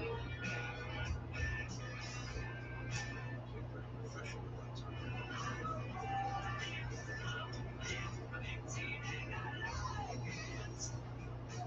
How long were you in the Army? I was never in the Army. I was in a special forces. Oh, was that just so you could back better? Not really. Something switched in my brain at about 18. The people I was hanging out with, they were just talking about killing people. Whether it was hockey or guns. I didn't want to do that. I liked life. I decided I have to get out of here. I'm not going to get out of here by hitchhiking down to the lower 48. I got to go to school. When I went to college, in those days, computer science was really pretty new. Computers were still kind of pretty. And so while I was studying computer science, I also took art classes and learned a lot about art. I was a kind of sponge. My interest was to make images with computers that didn't require a physical reality. I was really enamored with how things moved. Drawing the paper, flipping the paper, which is fascinating. So I went to an animation college, and my hands were so small from hockey fights. I was having a hard time drawing. But I collected right away. I think a lot of life is being in the right place at the right time. I knew a guy at Berkeley, the company Alias, they made three-dimensional modeling. So they brought me in to be able to deal with classical 3D animators. Alias would send me all over the world. They'd send me to Ferrari or send me to Volvo, and they'd throw in engine parts and model that kit. So I became really fascinated. And I want to get a PhD, and I go to Berkeley, and it's just happening. All right, Lee, the topic for today, first of all, is rendering of polygons. Ed Campbell was teaching the class at Jim Lamb. These guys are living this. They're visiting professors because they're now starting to do some computer. And they had this vision, particularly Ed, of making them computers. I learned a lot from him. I was really there because I wanted to use technology as creative endeavors. So when I finished a PhD at Berkeley, I had this whole vision of like we're gonna make movies and art, work like little gods, but it was really hard to do because it cost so much money. Then I heard that at ILM they were trying to do realistic architecture.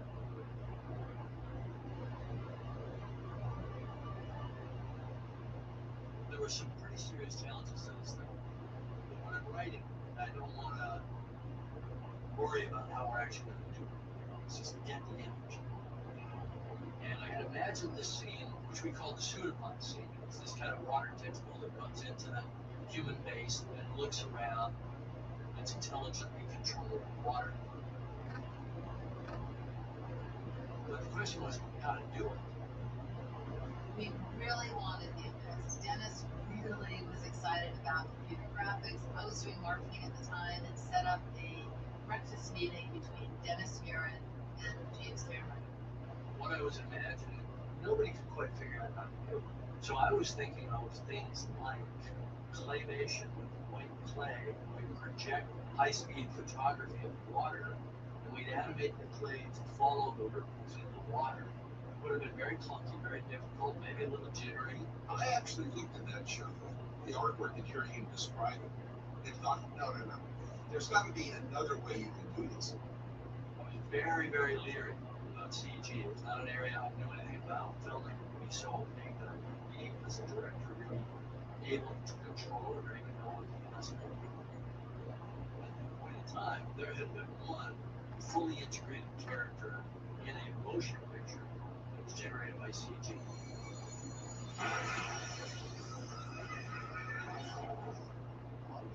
Sherlock Holmes. I had to draw something you've never seen. It was actually my wife who came up with a flat stained glass figure. You take out all the lead that's holding the glass together.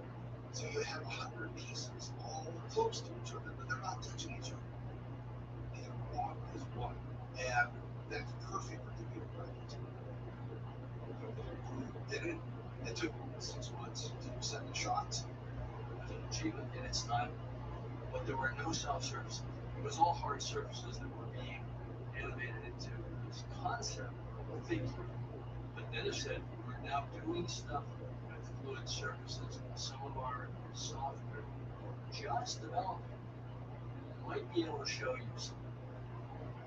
The night before it came by, we spent the night doing a test of a really quick rendered model. Not at all photoreal, but it did show the shape moving by itself. Now we can actually play that animation back. Here you can see here the pseudopod sort of lifting its head up and pulling itself pretty bit. The ILM test was not a slam dunk by any stretch. But Dennis said, you take this many months, we're going to need X amount of time to develop a tool set.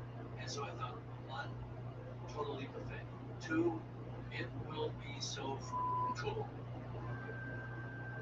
We had a lot of the technology things on that in mind. We didn't really have to bring up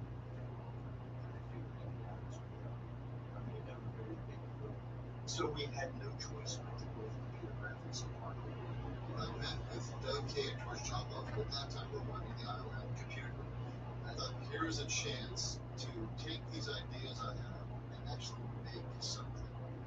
Mark today, without a red code, you could just see what you Then on the other end of the spectrum was Steve Williams, kind of a mechanical age guy who somehow found himself in the digital world. We brought him in to be an animator. Dennis was the supervisor of the team. Dennis came to set, but we were shooting at kind of this location. He had some gigs that he was running at ILM. So he had to send John Bull out to babysit us and make sure we didn't screw up too bad. I've been doing a lot of work with Dennis Mira, and my enthusiasm and interest led to him asking me to move to the Abyss. I was the guy who was on set in the computer graphics department every day, keeping an eye on things. It was all brand new. When we were shooting the background fights, the pseudonym was going to come into. Wherever the camera is inside the set, I'm going to need to know later because we need to put a computer camera in virtual sets that will perspective of the audience. Where the camera is on these Xerox and flow plates in these sets. What focal length we're using, how high the camera is. They said every time the camera moves, that could be a problem. I said, I don't know how the camera's going to move. Some of them say. So John had to inhabit this zone between the crazy director that wanted to move the camera around and do what needed to be done at 9/11 and we're in. There was a lot of conceptual work done in visual arts, but then the real problem is how to animate it. How do you simulate water? How do you make water ripple? How do we develop a face on the end? We had to create all this stuff. One of the other challenges was water is a combination of reflection and refraction. For refraction, we're going to use the background plane to distort it to be able to see through it. But for reflection, that's everything around us. And over the course of a couple of days of shooting, I'm going to photograph every part of the set. But then you had to seam them all together into an environment. Boom, Photoshop. Fortunately, John was involved with Photoshop. He had a version that we would work with. This is a demo test. So we took all the images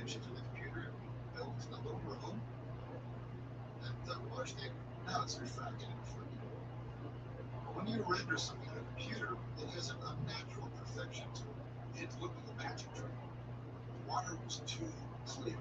That was the kind of thing Dennis is very, very sensitive to. How would we build environments that are so belong that inherent? He, of course, just instinctively knew all of those problems that had to be solved. He knew all of the traditional techniques inside and out. He became my mentor in the system.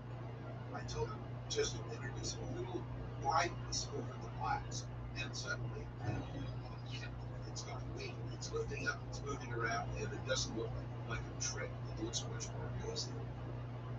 When the water tentacle comes onto the screen and the face forms, I remember that moment being one of the turning points in my life. I knew when I saw it now that I am that Virginia. And that's where I'm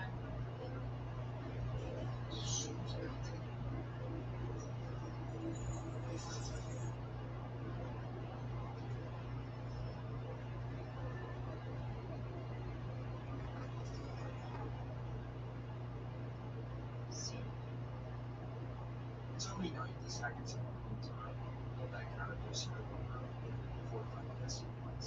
But it did start the new era of digital effects and motion pictures. After you did this, I saw that this has got a future. I've got to figure this out. I need this tool, and I want to understand it. So I decided to take a year off. I bought this book on computer graphics that's 1,800 pages long. Read it in a local coffee shop here. And came away realizing that there's no magic at all. Everything can be defined. That was just really exciting to me. The shots are all in progress. They're built incrementally, so you can improve things or change things all the way through the process to make them look as good as what's in your mind.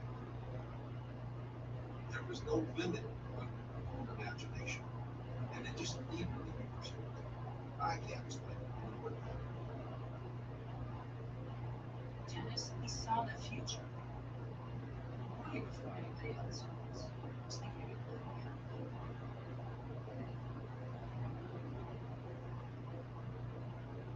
For a long time in the bottle shop, we looked above the tanks of CGA. We remember the impression that their work was just going to be sort of enhancing what we were doing, that it would be an additional day to the game, that we would still always be the center of the work. Water departments were sort of slightly westfall of the work that we did. We were the ones that got to throw paint around and build things.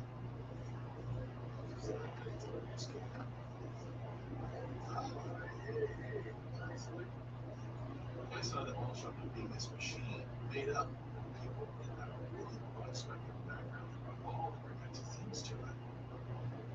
I was always amazed by how well choreographed we were.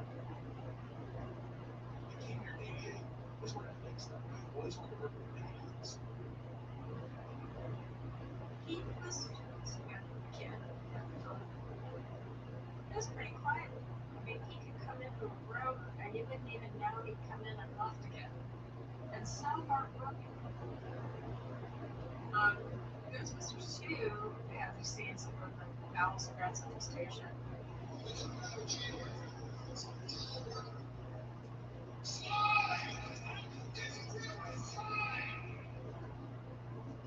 Falls of those places we have them built in the model shop. They had actually made little tiles and laid them in this air visible. So they had me work on that, and I drew them all super well and really fast. And you came over and you complimented them because it looked really, really good. So I remember that was the first time I think I ever talked to you.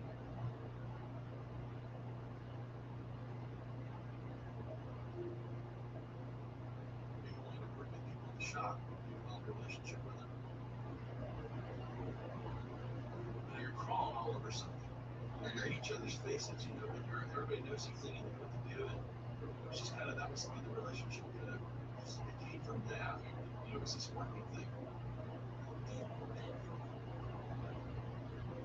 And then over time, I became more talkative and a lot louder. Sometimes you want them to stop talking. Sometimes. We make a break. The joy of working is being together, physically working with your hands and interacting with each other all day. We have playground.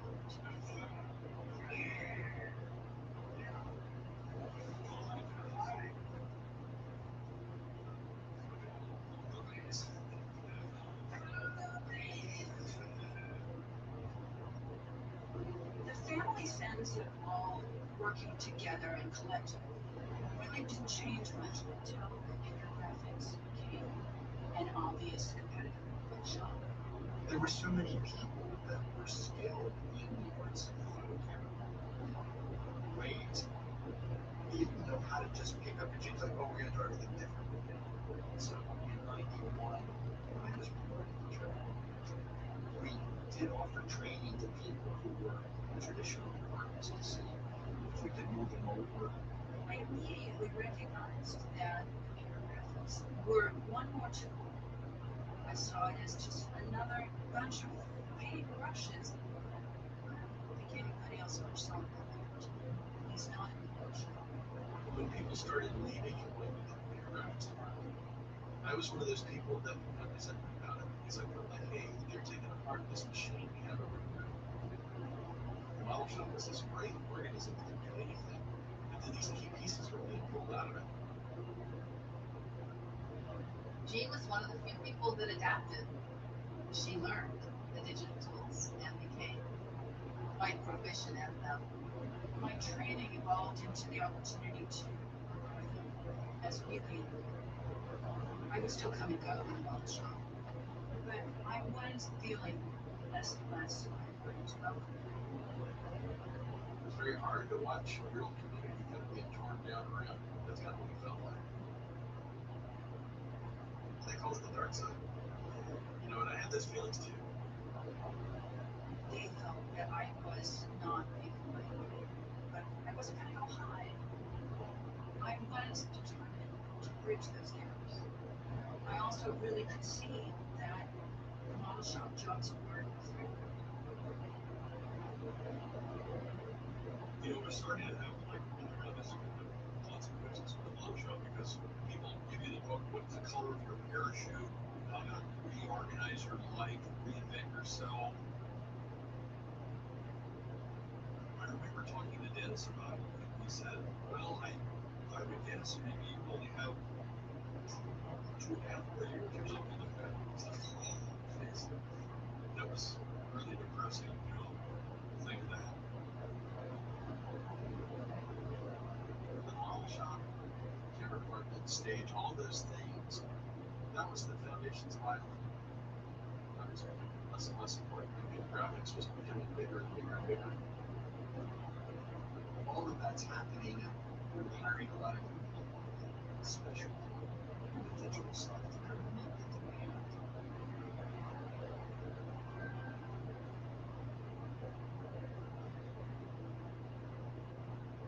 I was born in Hong Kong under the colonial rule by the British. I was lucky to have a mother who actually loves movies. When you have 5 kids, you want some sort of release to be chores. I went to a very traditional course. As part of the education, they would take us to see classic movies. And the first one was War and Peace. And we did Gone with the Wind. And then at the age of 15, I was introduced to this film, Star Wars. Here they come. I was blown away. Star Wars planted a seed in me. This world is bigger than what you are experiencing. So that name, Industrial Light and Magic, left a very, very strong impression. I really wanted to travel. So I went to London. I started thinking I might like to work in the film industry when I was doing my postgraduate studies, discovering how to paint digitally. This is early 80s.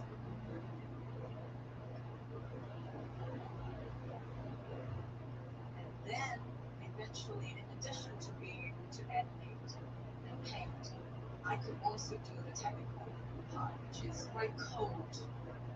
And I worked at a production company in London. They got this campaign, a census commercial, and what they wanted to do is to make a baby talk. Who am I? Where am I from? What am I going to do? There was quite a lot of dialogue. It was a very vicious campaign, and I was doing it by myself. No one has ever made anything talk, not even talking animals. I packed my bags and said to my husband, I'm going to live in my work for 3 days. Don't disturb me. I'm going to have to come up with something pretty spectacular to get me done. May I ask you a few questions? When was I born? Where would I go to school? What kind of house were you in?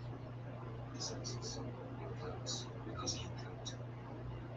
And it came out with one of the most well-received commercials during that time. And it could always take. The commercial was so sick, so it had to make up 750 words each in a different shape. Through the grapevine, Industrial Light and Magic heard about me in London and wanted to meet with me. That's something I've been dreaming of since I was 15, and I couldn't possibly let that opportunity slip through my fingers. I was very much in love with my husband, and he wanted to stay in London. He was very understanding and said, what to do. That was my crossroad. He said, just carry on, see each other. Eventually, of course, separated. We had to follow our dreams, right?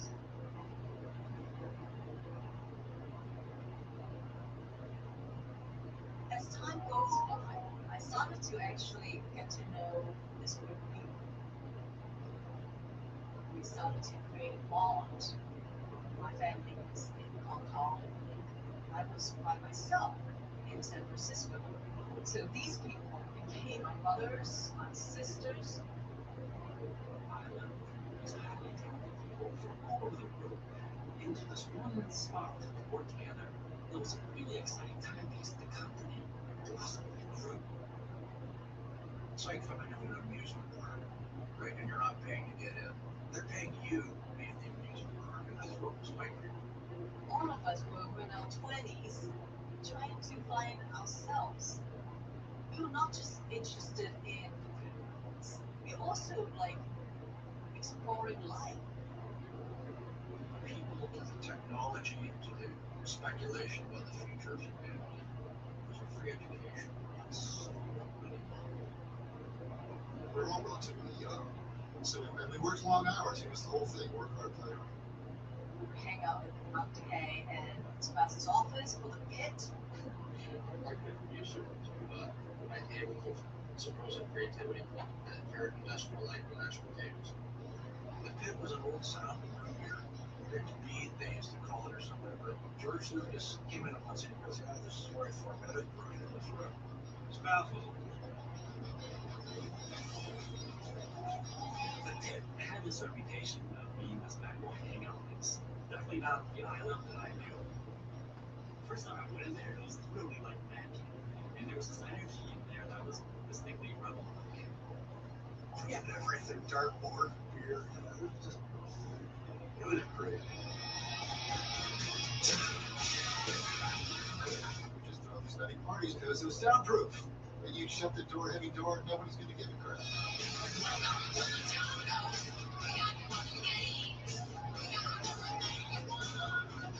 Place will get destroyed. Her office. Security came in and took pictures.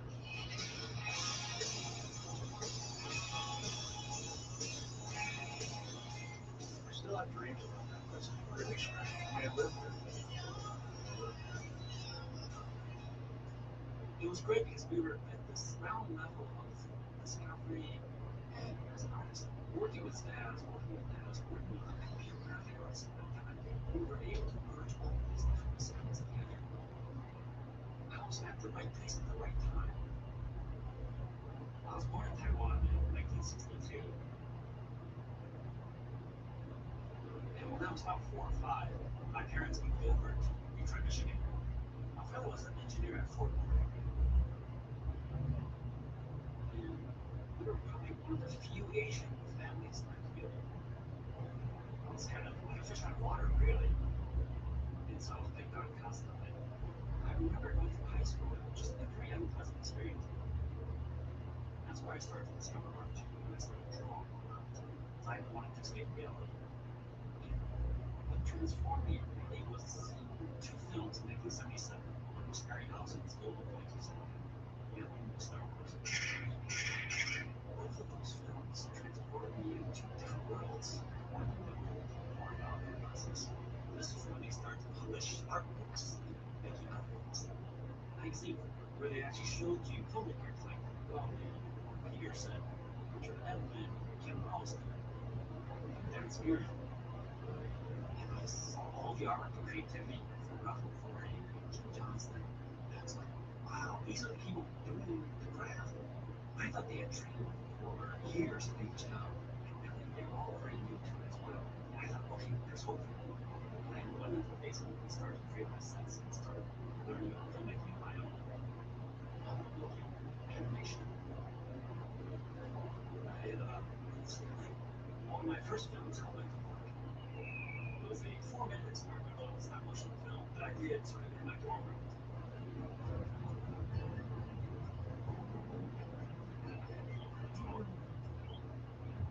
And I won first place in the first sequence. The first prize was a car. I was like, okay, fantastic. I got a car in college. Maybe filmmaking could be a career. In the mid-1980s, I started working for a company called Show Productions. They were doing movie titles, flag logos, company show IDs. I learned how to design graphics. Lasted a good several years. And then I actually got an invitation to interview for the Island Market. I moved out of my apartment, packed everything up, and drove north because I thought this was my foot in the door. I was going to put it all in. These key people were there at that time. People that I had seen when I was 15 years old in these documentaries. I was like, what are they wearing in person? I remember the first thing walking through the hallway and I just saw this figure. I knew it was not somewhere because he's so iconic and I've seen some pictures of him. And me being the new kid, and I laughed. I was just like, wow, okay, you do live up to your statue. Bringing all the projects, all the creatives to be amazing, all together.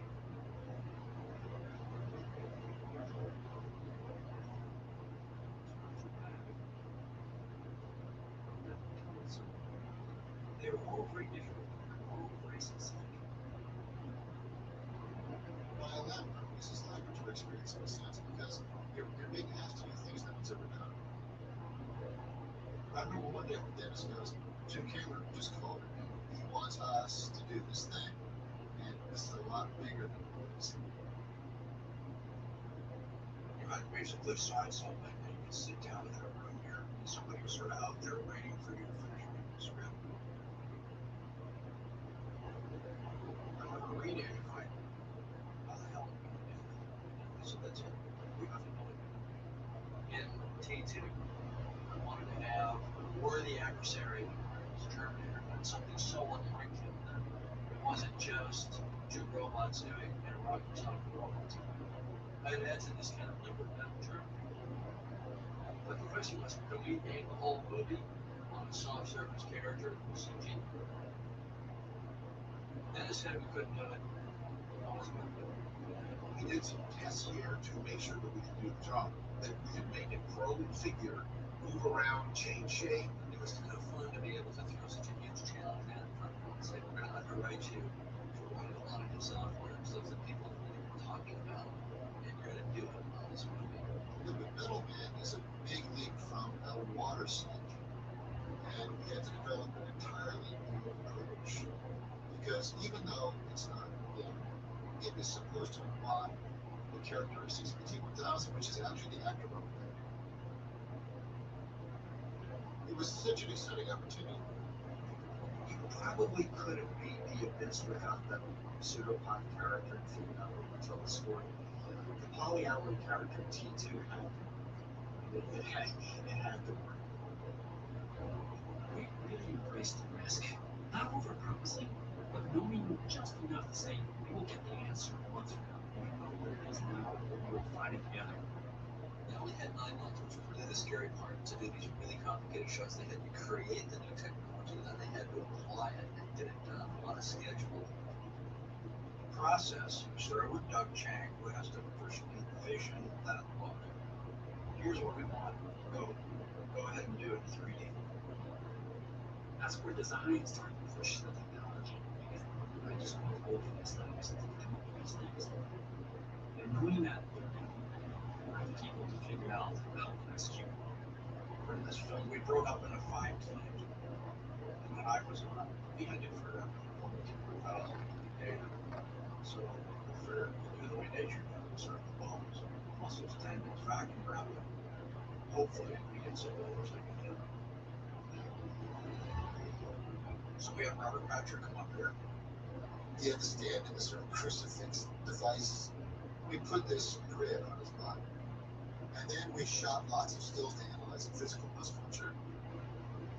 I wanted to try and mimic his walk, but this is pre-motion capture. So we shot with 2 Visual Vision cameras in sync. Both from the front and from the side. Art started being more assistant visual effects. He was on set. We decided to concentrate on the Robert Patrick form because we're with the T-1000. We're going to study his body, we're going to watch his movements, we're going to watch the way he moves the names. We're going to capture all this stuff to build a database of his movements. He had a little tiny bit of a weird gait. He had a little bit of a limp that Steve caught. And we kind of replicated it and put it into the animation of the character moves and full polyalloy.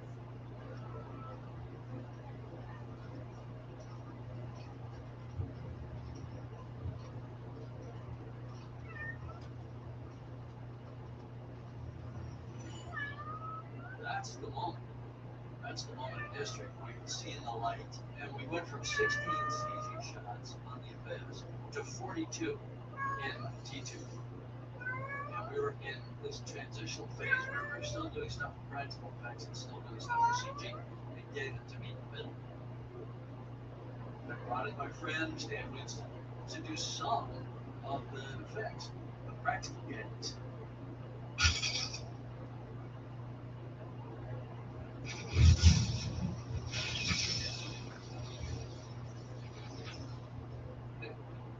So that was our team. It was a lot of back and forth.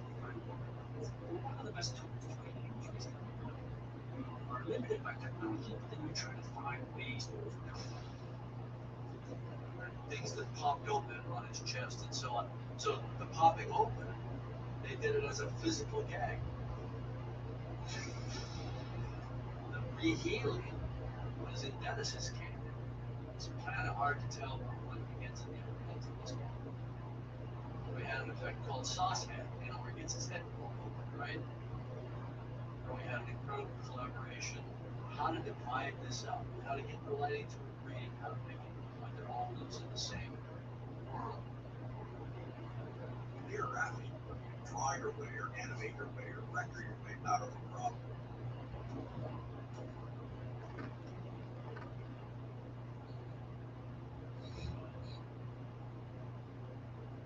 Like in the case of the bars, you have this great scene where the T-1000 is watch for a set of static bars. We have the actual data of the phase. Data is stupid. If I have 2 objects and I smash them together, they go right through. It doesn't go. So you have to write a program that understands how to make one object collide with the other object and see what the nature of it. So when his face walks through, the program says, okay, when you see face A run into bars B, make sure to deform and listen to the contour of the bar is. So it emulates the liquid going through the marble.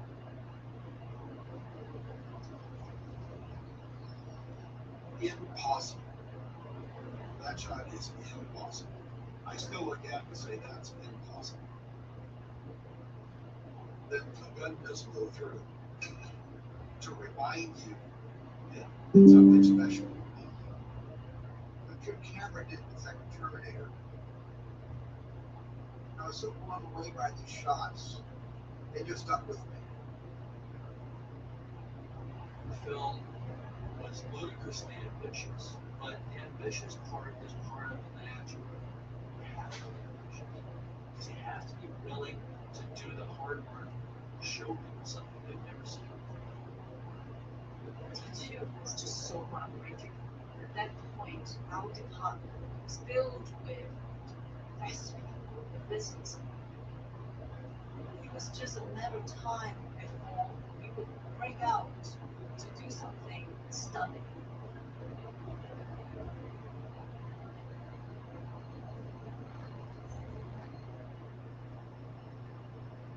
After Terminator is finished, next year I saw at lunch that he said Spielberg's his film is going to be the dinosaurs that take apart. Bill Tippett's going to do all the dinosaurs.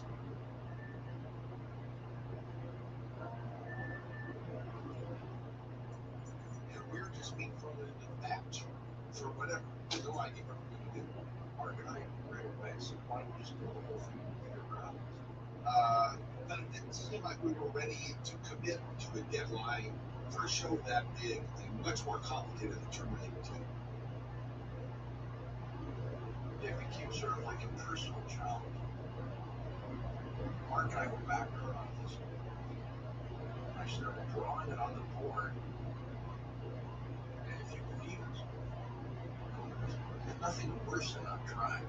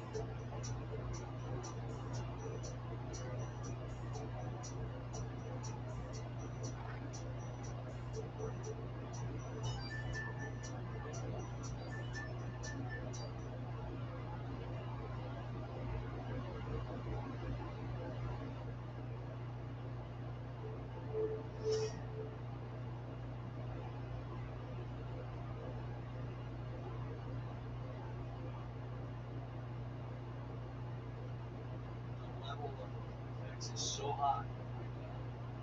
The only limitation is basically money and imagination. It's almost like we've come full circle. We now have to be telling a damn good story with good characters. And the effects are more of a given. You can no longer earn somebody's sense of satisfaction just because you dazzle the visual. I really believe that effects need to service the story.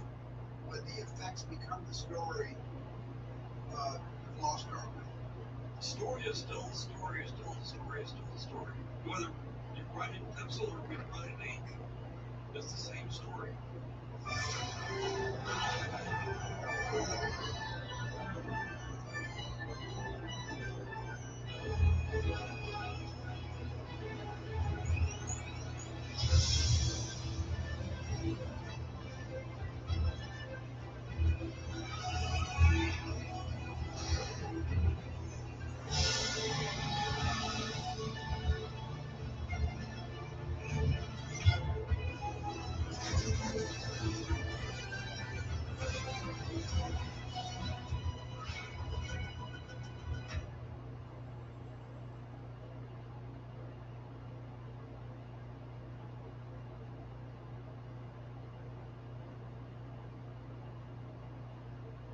can never pinpoint how or why things happen, and there's always a collision of circumstances, a little bit of luck.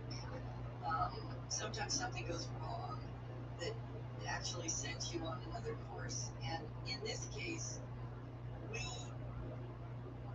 we had started talking about doing Jurassic Park. We convinced Stan Winston and Dennis Muren and Ireland to work together. Steven Spielberg always has the A-team. He had the four best in their elements, the four horsemen there. He got Stan Winston. He's creature, creator, builder, artist, some of the best. You got Phil Tippett. He's Mr. Creature, animator, puppeteer, stop motion. He's the guy. You got McLean Thierry, he's the practical effects guy. And you got Dennis Muren, he's the visual effects wizard that can take all the stuff that people do and make it over to a graphic screen. I've heard anecdotally, that Steven was looking for someone that could help with the dinosaurs. And George said, Phil's your guy. I was completely ready to go down the Phil Tippett route to be able to create these animals with all the wide shots that Stan Winston wasn't creating in his monster shop. at that point in time, with that technology, we were going to use the stop motion puppet and high-speed animations. Just going to go stop motion. We can go in and help some of the animation as a post-production to help smooth it out and make it better. Dennis goes, okay, got to figure out what to do. So this doesn't look like stop motion pictures before every year has. And so you guys can add the blur. Sure, we can add the blur. But my belief was, hey, we've already done stuff that's so far advanced from that. Why are we saying this is what we can do? CG dinosaurs.